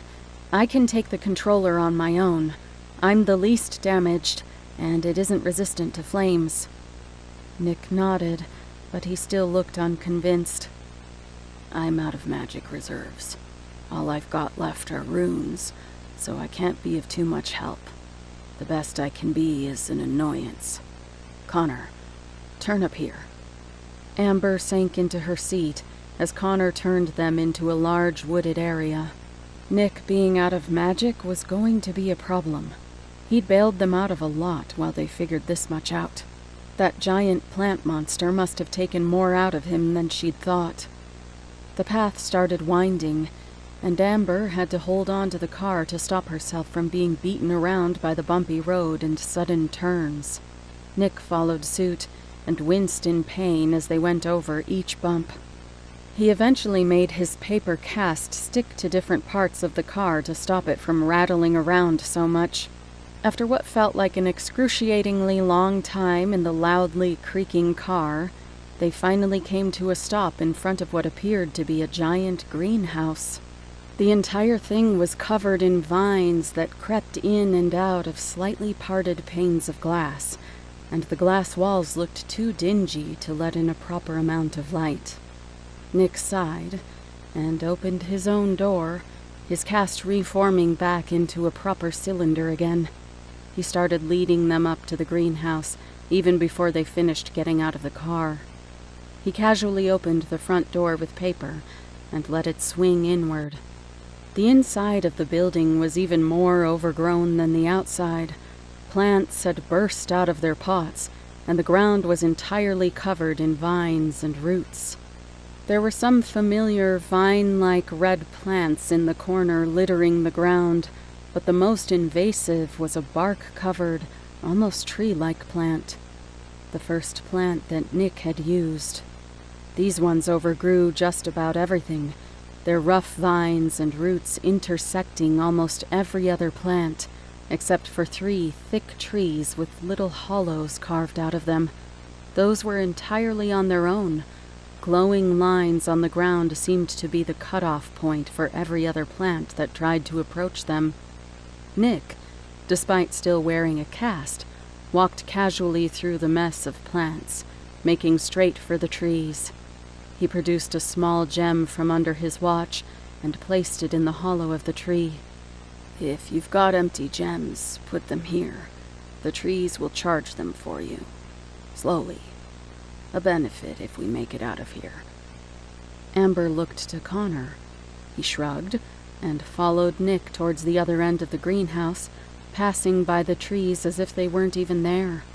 She tossed her bracelet into one of the other trees before following. It was entirely empty anyway. The greenhouse was attached to a more normal brick house with large wooden doors. Actually, house might not be the right term for it. Mansion was more appropriate, especially as Nick opened the doors to expose a highly ornate interior. The inside was a library filled with fancy furniture, and as they entered, they were on the 2nd floor of the circular building. They entered onto a narrow path, a giant ring that edged around the building, hovering above the circular floor below. Books lined the outer edge of the upper walkway, and a railing lined the inner edge. Looking over the railing, the lower floor was hardwood, the same as the upstairs, only dotted with intricate carpets and fine woodwork furniture. A large chandelier hung from the center of the room, catching light from the glass dome ceiling and making it shine throughout the building. Nick didn't leave them time to be amazed, already halfway around the circle and disappearing through a side door. What was his deal? So he ran out of crystal magic. So what? This building was the perfect setting for their battle. Connor, how about you set up in here? Figure out what you want to do. I'll go talk to Nick. Connor nodded, making a direct line toward a sword mounted on the wall. It was probably just decorative, though. She didn't bother to tell him. Connor would probably figure that out for himself. If not, he could still hit something with it. For now, she had to keep her focus on Nick. She walked quickly to the door he'd disappeared behind, swinging it open to reveal a small kitchen. Nick was busy digging through the cabinets and soon pulled out a large box of granola bars. He set the box down on a small circular table in the corner of the room where he'd already filled a glass of water. He sat down, leg out to the side, still fully straightened thanks to his cast, and finally looked up at her. He quickly went back to focusing on his food, his eyes downcast with a glint of hatred in his eyes, hidden behind the thin veil of non-care. Nick, look, if you don't like the plan, we can work on it together. Why are you so down? Things are finally looking up. Amber, think about it a little bit. Even if Connor's heart isn't going to give out, his magic is. If you want to fight the puppet, or the controller, or whatever you want to call it, that's probably the most even match here. But you're still going up against a fire mage with monster-level magic reservoirs and regeneration. Things are not looking up. Okay, he had a bit of a point there. But they had the ring now. A super powerful magical weapon. Didn't that count for anything? Besides, this was part of the job of being a mage. Mages go up against more powerful monsters all the time. How is this any different? Everything is different. We're the ones being hunted here. All of us are low on magic. I've got a broken leg, and in case you forgot, none of us are all full mages. But hey, at least you managed to get the thing it's tracking out of its box, even if it did take you using that class of magic you hate so much. Amber took a deep breath. He was obviously trying to get under her skin there. Besides, he'd ended up depressing her more than making her angry. Their situation was a bit more dire than she'd initially thought. That was exactly why she had to get him back on the same page as her. Still, she had no idea how to cheer him up, so the only thing she could do was keep him talking. Why do you care about my astral magic so much anyway? I understood why my dad wanted me to pursue it, but it just doesn't make any sense coming from you. He stayed silent. Damn it. Okay, maybe she was a little more mad than she cared to admit. Unfortunately, with everything he'd just pointed out, none of them could afford to be a mage down for this. Come on, it includes me. I think you could tell me that much, especially if you think we're going to die. I'd like to know. She leaned forward, trying to meet his eyes. She waited until he glanced up, then finally managed to lock eyes. He looked annoyed, and was still chewing on his makeshift dinner. Nick sighed, and finally swallowed. You think I dreamed of specializing in paper? I wanted to be a sorcerer. People laugh when they hear what I do. Paper magic was just something I did when I was bored in class. But you know what? I'm good at it. I had to have a harsh lesson to realize just how stupid it was to throw away my talents like that. And for what? I like paper magic. I love seeing the look on people's faces when I turn paper into armor and weapons. Amber, I don't know what you have against being an astral, but you're good at it. You should seriously consider what life would be like if you took pride in it. Now was Amber's turn to stop talking. That had been a compliment, hadn't it? She was actually starting to feel bad for wanting to punch him before. At least his appreciation of her astral skills was genuine. Wait, she was supposed to keep him talking. What was she supposed to say now? Thankfully, after a brief pause, Nick carried the conversation on his own this time. Maybe I shouldn't be so judgmental, though. I followed my dreams, and look where I got us. I took us out of a secured facility and brought us to a motel for safety. I ended up endangering an entire restaurant before finally going and pissing off one of the most dangerous beings known to the magical world. I thought I was more responsible now, but I'm not Miss Eve. I'm not Jonathan. I'm not even a full mage. I shouldn't have pretended to be one. Your plan is probably better off without me involved." He drank his entire glass of water and then stood up to deposit it in the sink. He started walking towards the door after that. "Nick, you're so much like my dad, it's infuriating." He paused, silent, with his hand still on the doorknob. "You and Dad, you think the same way. It's something I can't copy. I don't think the same way you do. My plans don't involve tripping a monster as it charges at you, or hijacking a car with magic and driving it through a building. You're everything I'm trying to be with fire magic. If you're not a real mage, then nobody is. I'm definitely not. So would you just come and help us with this? Because without you, we really are going to die." "Fine. We don't have much time, but I'll see what I can do. Can you melt a steel chain?" "I can try. Not sure how well I can do. What did you have in mind?" "The chandelier is under tension. If you can heat the chain, it should weaken enough to give and drop the whole thing. Aim for the Wanderer, naturally. Meantime, I'm going to need help moving some of these bookshelves." Nick stood up and moved briskly towards the door. He was back to being hard to read. At least he seemed to be considering the urgency of the situation. By the time she had followed him out of the door, he was already prying one of the bookcases away from the wall, turning it so that the back of the case was facing towards the railing.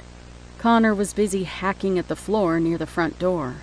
Was he turning this place into a pit trap? Not a bad move. She helped Nick to move the next bookcase. They made their way around the room, dotting the entire walkway railing with bookshelves. They hurried through the process, not leaving them perfectly aligned, but considering the time it had taken for the Wanderer to catch up to them last time, they had assumed they would be working on a shorter timeline. It left a good amount of time for them to move to the lower level. There, they began clearing objects away and barricading the doors. Nick sealed a number of them with paper fibers, attaching parts of the door to their frames. All of them were solid carved wood. Hopefully it would hold up long enough for them to at least figure out where the Wanderer was coming from. Or best of all, it might make him fall for Connor's trap. He'd ended up completely hacking away that section of floor, making it fall noisily to the ground below. The Wanderer wasn't likely to fall for a missing floor, so Nick covered the section with a thin layer of paper from the books. He made it look as close to real wood as possible, using dyed fibers to create wood patterns, though it still ended up looking off color compared to the rest of the walkway. So be it.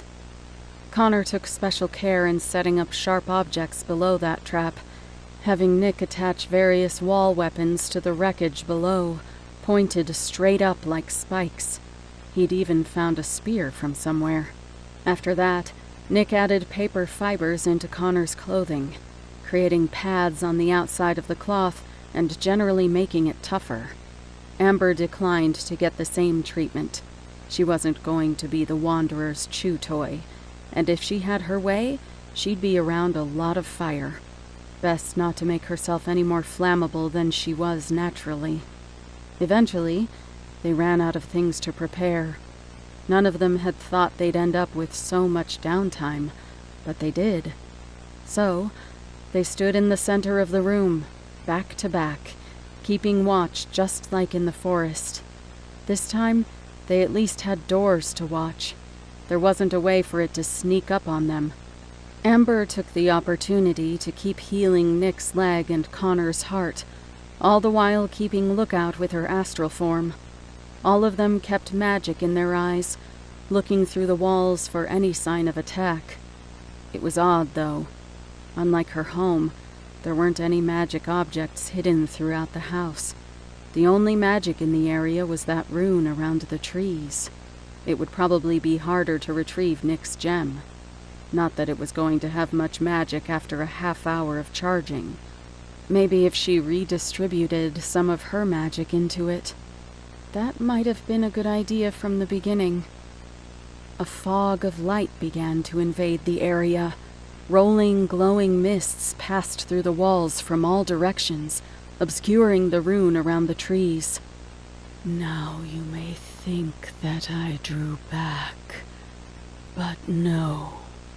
His room was as black as pitch with the thick darkness, and so I knew that he could not see the opening of the door, and I kept pushing it on, steadily.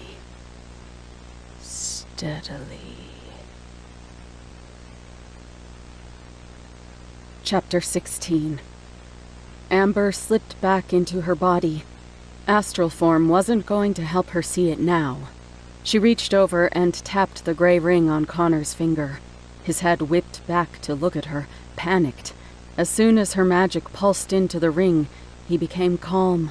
He stood as the heartbeat sound began in Amber's ears, the Wanderer's voice still seeming to come from every direction. Connor was still looking around, eyes peeled. So apparently this was illusory, not mental pressure. Doors rattled from every direction, or, well, they sounded like they did. None of them were actually moving. She put noise protection around her ears, dulling the sounds around her slightly. It didn't help much, especially as the sound of a heartbeat filled her head. A quick glance showed that Connor wasn't being affected. Nick, on the other hand, was hurriedly getting up onto his feet. That was difficult with the cast on his leg, but he seemed to pull himself up partially with magic. Amber followed after him, leaving Connor in the center of the room. That was essentially part of the plan as well. The Wanderer was going to go for him first. It knew where the ring was. There was no avoiding that now. Without knowing the direction that the Wanderer would come from, she turned her gaze to the entrance with the trap. According to Nick, there was another entrance to the building, but Nick was in charge of guarding it. Amber raised her hand, keeping it ready and aimed.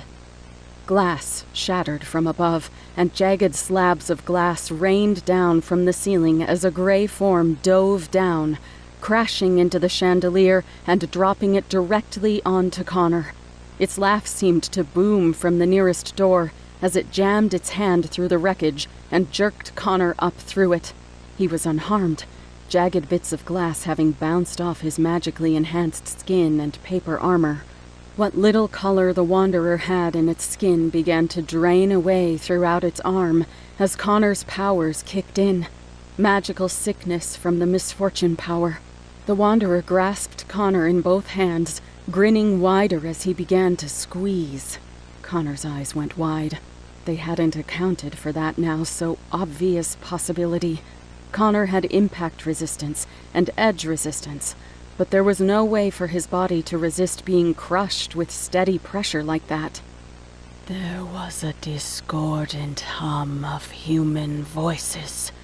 There was a loud blast as of many trumpets. There was a harsh grating as of 1,000 thunders.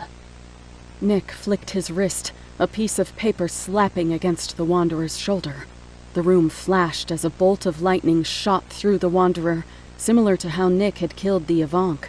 That moment was enough for Connor to pry himself out of the Wanderer's weakened grasp and start running for the edge of the room. Of course, the gray monstrosity didn't stop. It charged after him, grayness slowly returning to his weakened arms as he regenerated what damage was done to them. Nick tore out another page from his booklet of runes, and it shot from his hands toward the creature. It burst into flames only a few yards away from Amber, electricity crackling dangerously close to her as it released its energy into the air. Her eyes flicked back up to the entrance above, just as a fireball launched toward them, obscuring her view. She raised both hands, dissipating the flames into the air, breaking them up and revealing the dark looming figure of her father, standing in the doorway. Amber returned fire, but the monster dissipated it the same way she had only moments before. Connor stopped near the edge of the room, the Wanderer still charging after like a train. Nick grunted with effort as he pulled on the bookshelf near the railing above. The controller shot flames at it, while the Wanderer attempted to skid to a halt, but the flames couldn't burn through it all at once, and it crashed on top of the beast's head. Nick turned to look at her momentarily. "I'll keep the Wanderer off of him as long as I can. You go get the controller." Amber nodded and dashed up the staircase, looking back towards the mound of gray that was now partially crushed by the corner of the burning bookshelf. Bones cracked back into place as it shoved the weight off of itself, head raising and pointing directly at Connor. When she looked back again, Nick was sliding behind the stairs, out of sight of both the controller and the Wanderer. With his limited mobility, that was probably for the best. She still had to stop another fireball aimed at her as she crested the top of the stairs. It didn't entirely work, the railing catching fire as well as one of the bookcases where she'd taken too long to dissipate the flames. "Amber, you need to stop this," the monster spoke in her father's voice, flames shooting down the path towards her. Her hands shot up to protect her from the onslaught. She heard another bookcase toppling from the air, crashing to the floor below as she forced back the flames. The entire row of bookcases in front of her had now caught on fire, as well as a few spots on the floor. She ran forward, putting out flames as she went, but it was quickly draining her stamina to do so. Soon, a wave of heat washed over her as another roiling serpent flame shot down the narrow path towards her. She forced the flames to split around her, barely managing to keep it at bay, quickly draining the remaining energy in her brooch. Just as she felt she was going to be overwhelmed, a bookcase shifted in front of her path, blocking the flames from reaching her. She glanced down as the flames dissipated. How had Nick seen that? Where was he? She looked back and saw him poking his head up from the top of the stairs. Not the best hiding spot in the world, but it let him keep track of both her and Connor, so it was working. What wasn't working were these flames. They weren't letting up. The controller's magic seemed like a bottomless pit, and with each moment that passed, the flames ate away at the edges of the bookcase, slowly burning through it. She needed to get him out of that doorway. Looking back, she saw that the other bookcases, the ones that weren't on fire, were already starting to run low. Of the 20 on the other half of the building, there were only 7 left leaned against the railing. Pretty soon, they wouldn't have any ammunition left, and the Wanderer was getting hit by fewer and fewer of them, stopping short and moving over the wreckage that it left behind. Amber slumped with her back against the thinning bookcase. She hadn't spent this entire time without learning at least a few skills with her flames, and now wasn't the time to hold back. She slipped out of her body into astral form, pushing up past the onslaught of flames to locate the controller. The fog made it harder to see, but she could still see through it to physical objects, and that was all she needed right now. Unfortunately, she got a little more than she needed, seeing glimpses of the highly magical creature inside her father's body as the Wanderer moved around the room, creating gaps in its fog. It was standing just outside the door, flames narrowly avoiding the false paper floor. The creature's voice rose above the flames, carrying above their roar even to her astral ears. "Amber, you know that your flames don't stand a chance against mine. Stop playing around and help me get my ring back. We could go back home." The creature inside her father's body writhed, and Amber could feel her own soul's face twist in disgust. She noted the controller's position before slipping back into her body. That creature may have sounded exactly like her dad, but it acted nothing like him. It should have known that magic is inherently weak. What really mattered was how you use it.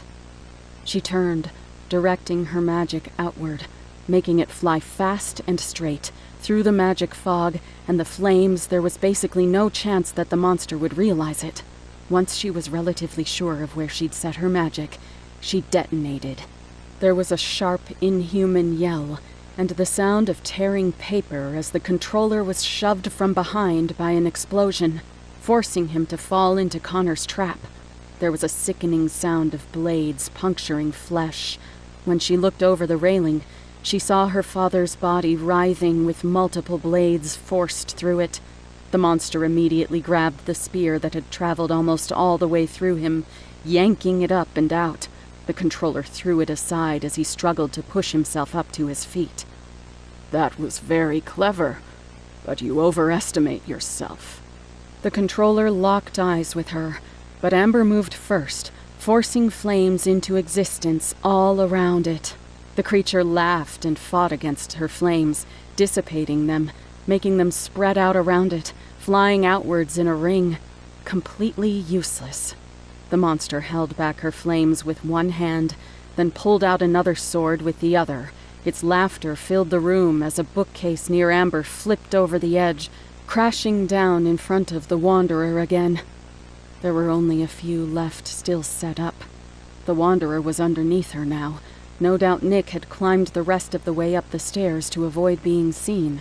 Connor was probably running out of breath now. There was no way to keep this up any longer. She took control of the flames burning throughout the building, turning them, forcing them to shoot at her father's body in a massive cloud of flames. The controller flicked its wrist and wicked her flames out of existence. It only stopped him momentarily from drawing a piece of wreckage from its body. That was it. She was out of moves. Something zipped through the air, past the smoke of her dissipated flames. A small brown box with a bit of paper on the front. It shot down and landed on the controller's chest. Both she and the monster paused to stare at it. Then, the ring box clicked open. Yellow spectral chains shot up from the ground, wrapping haphazardly around the controller's limbs and chest. It tried to spout flames, but its magic dissipated inches from its body.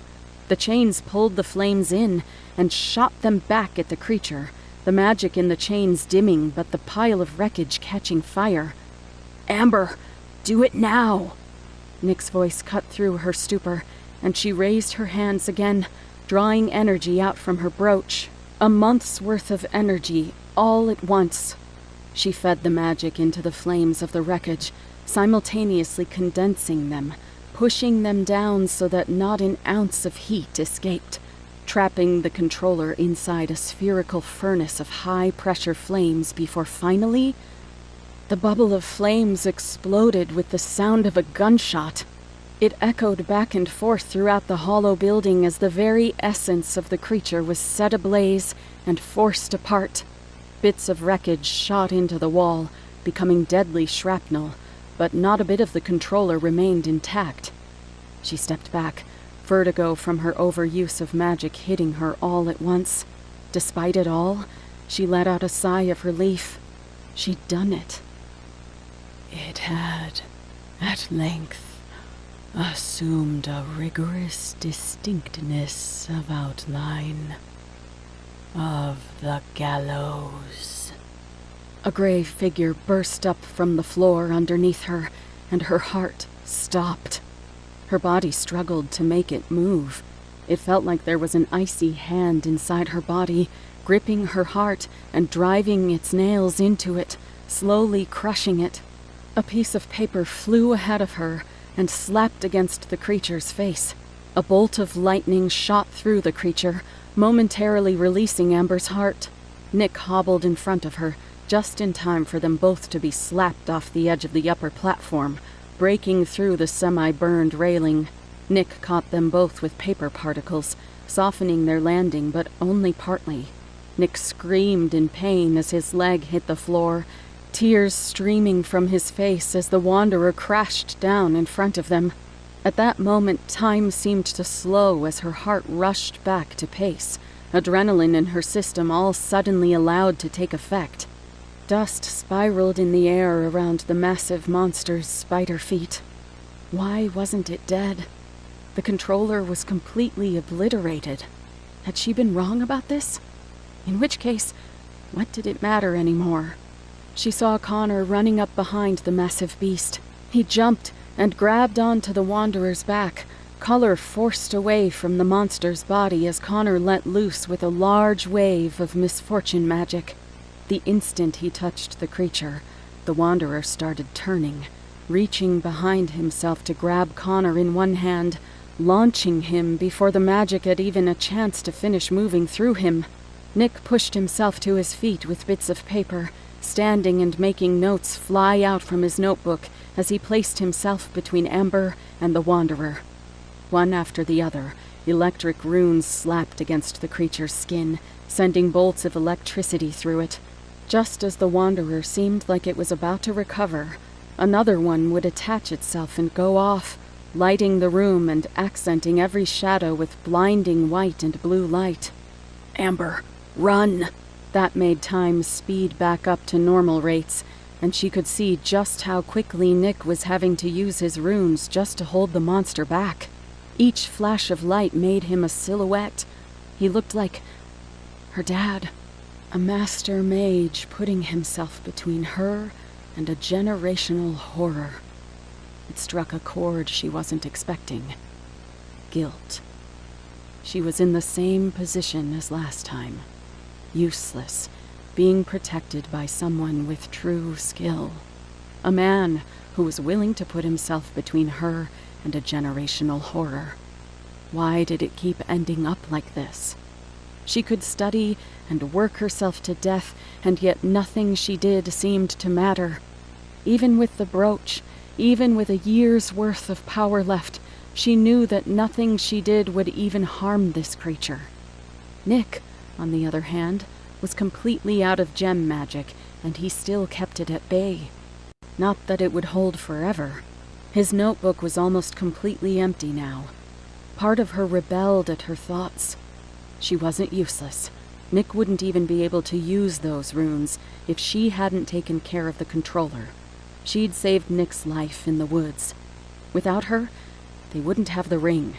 They wouldn't have had the motivation to even get where they were now. But none of that, not one piece of that could have happened without astral magic. So what?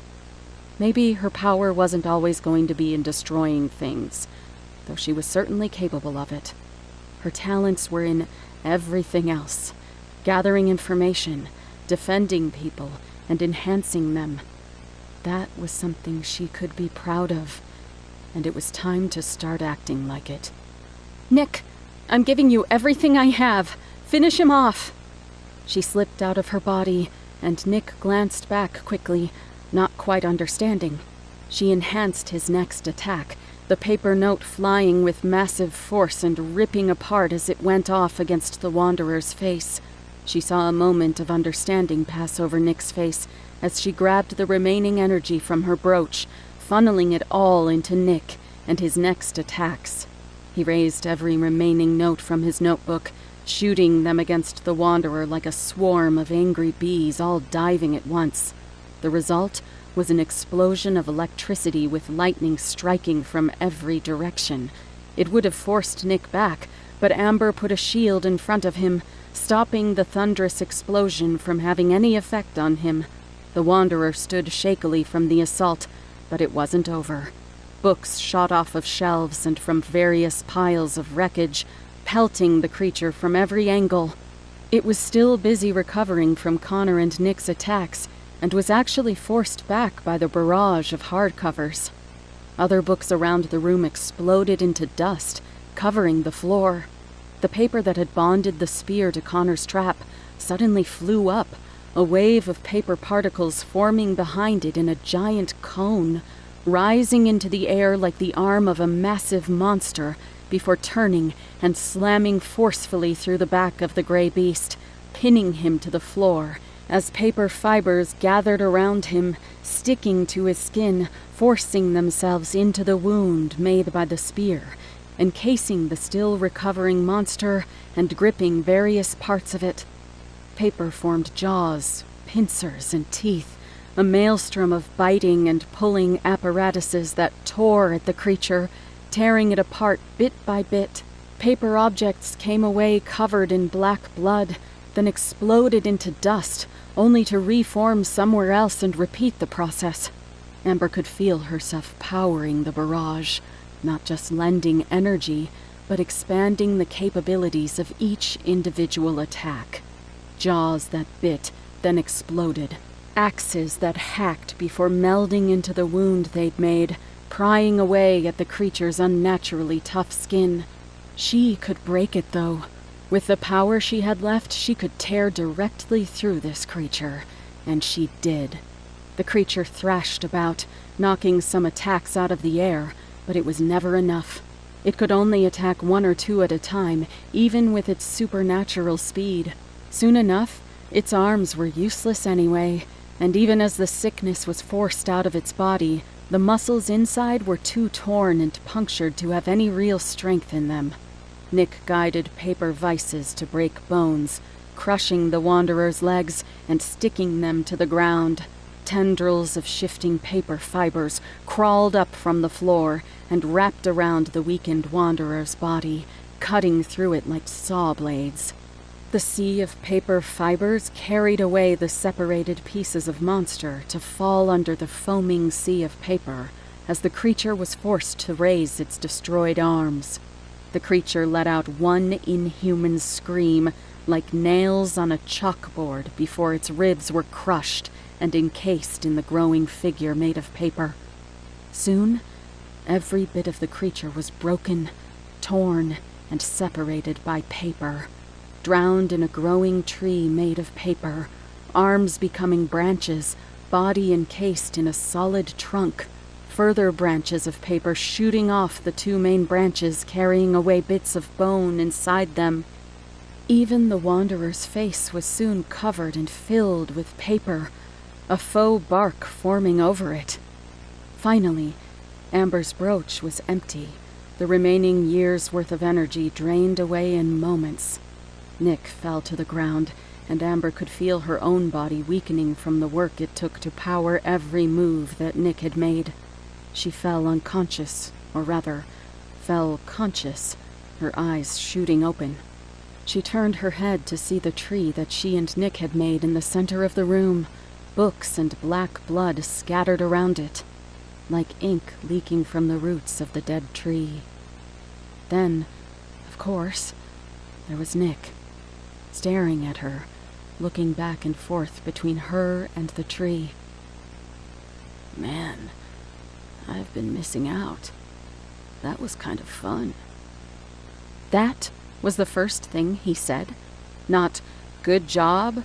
Not anything about how terrible the Wanderer was? How about a congratulations for helping to defeat the monster that had haunted her family and killed her dad?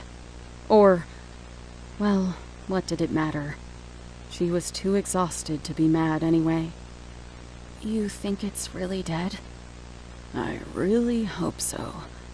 I don't want to hear Edgar Allan Poe again. Is that what he was quoting? Pretty sure. I'd check, but I think that book is part of the tree now. A voice shouted from across the room. Oh, please, keep talking about poetry. I'm totally fine over here. Not like I was thrown through a wall. Oh, good. Connor was okay. She heard him walking towards them and let her head lay back on the ground. Nick, on the other hand, was already sitting up. You know, Connor, if you're going to choose a Vonk powers, you're basically asking to get thrown around. Amber, I hate to ask for your help again, but there are still parts of the building that are on fire. Would you mind? Amber closed her eyes and sighed before pushing herself up. Apparently, she wasn't going to rest quite yet, but for the first time in days, she finally felt alive again. Chapter 17. Putting out fires was an easy enough task. There weren't many left, and Connor and Nick were able to help too. A few fire extinguishers were dotted around the mansion, and they did a far better job of putting out fires for good than her. Nick led them to another room, a smaller study with a couch and a house phone. Nick dialed the agency, but Amber had time to take a nap before agents finally flooded the building. There wasn't much for them to do, besides break apart the paper tree and haul it off through the doors. To their credit, they didn't leave a speck of blackened blood on the floor. They talked to Nick at length about discreetly fixing the place. Apparently, he'd inherited this place a little while back. Amber eventually got taken aside by an agent of her own. She provided her with a blanket and talked with her in another room. "So, inside that tree, I understand we'll find pieces of the Wanderer?" "Yes. I have it on good authority that the dredge had a mage puppet under its control as well. Where would that be?" Amber felt a wave of nausea hit her as the reality of what she'd had to do washed over her. It had been easy to shove aside in the heat of the moment or in the bouts of anger. She'd been stunned or in survival mode for days, but now it was harder to ignore things like having to destroy your father's undead body. "It's gone. I incinerated it." "So you were involved in this hunt?" "If you could call it a hunt. But yeah, I was involved." "Good. Good. That means you'll be entitled to a share of the bounty. It got quite high." That was something at least, but money didn't fix every problem. "So, I don't know how this is going along, but my house was destroyed, and so was the facility I was staying at. Where am I supposed to go?" "Oh, I was told you'd be staying here with your teammates for the time being. I don't have your house on record, but I'll make sure it gets there. Those files were probably being processed at the local facility." Here? She was supposed to stay here? Well, she supposed there would be enough rooms. Probably. She hadn't seen the whole place, but she was suddenly a lot happier that she had pushed herself to help stop the building from burning down. "Thank you. That's good to hear." The woman nodded and stood up. "Well, I think that's all I need from you for now. Your teammates filled in all the other details for us already, so I'll let you get settled. Thank you for your service here today. I'm sure it will go down in agency history. Monsters like this don't come along so often." Hopefully she was right. She still wasn't sure that she'd finished off the Wanderer for good. It didn't go down after the controller was destroyed. Then again, if it did come back, it would likely be years from now. She had time to grow before that happened. She couldn't help but think about Nick's comment to her before the fight had started. How different things would have been if she had practiced her astral skills all this time. She was clearly good at it, and it had felt kind of incredible to enhance someone else's magic to that extent. Not that she wanted to completely rely on someone else, but then again there was nothing wrong with it either. Fine. She'd practice it alongside her flames from now on. After all, without her, Nick couldn't have done that. Even with a fully charged crystal, he wouldn't have been capable of it. When Amber returned from her thoughts, the agent was gone. She stood up and walked to the door. The agents were all filing out the front door, leaving Nick and Connor alone in the main room. "So, I'm living with you now, huh?" Nick turned around and looked at her. He was surprised again. Apparently he got a lot more expressive when imminent death wasn't hanging over him. Go figure. "Right. I figured it was better than staying at a hotel. You can change that if you want to." She smiled. "No, I'd better stay here. Make sure you two don't die from internal bleeding. Did those guys even bring medical?" They had. She'd seen them, but they hadn't done much more than make sure that Connor and Nick weren't dying. She'd have to do some extended healing sessions with both of them soon. Her stomach rumbled, and it suddenly set in on her just how hungry she was, and she didn't look forward to a meal consisting of only granola bars. Nick very obviously noticed the sound. "How about some late-night grocery shopping? We don't have to return that car just yet." "Right. We stole a car." Crap. You're going to have to get a new one. Tomorrow. Come on. We have a lot to talk about now that we know we're going to live. Oh, that reminds me. Connor, I'm going to need my dad's ring back. I might want that later. Oh, sorry, right.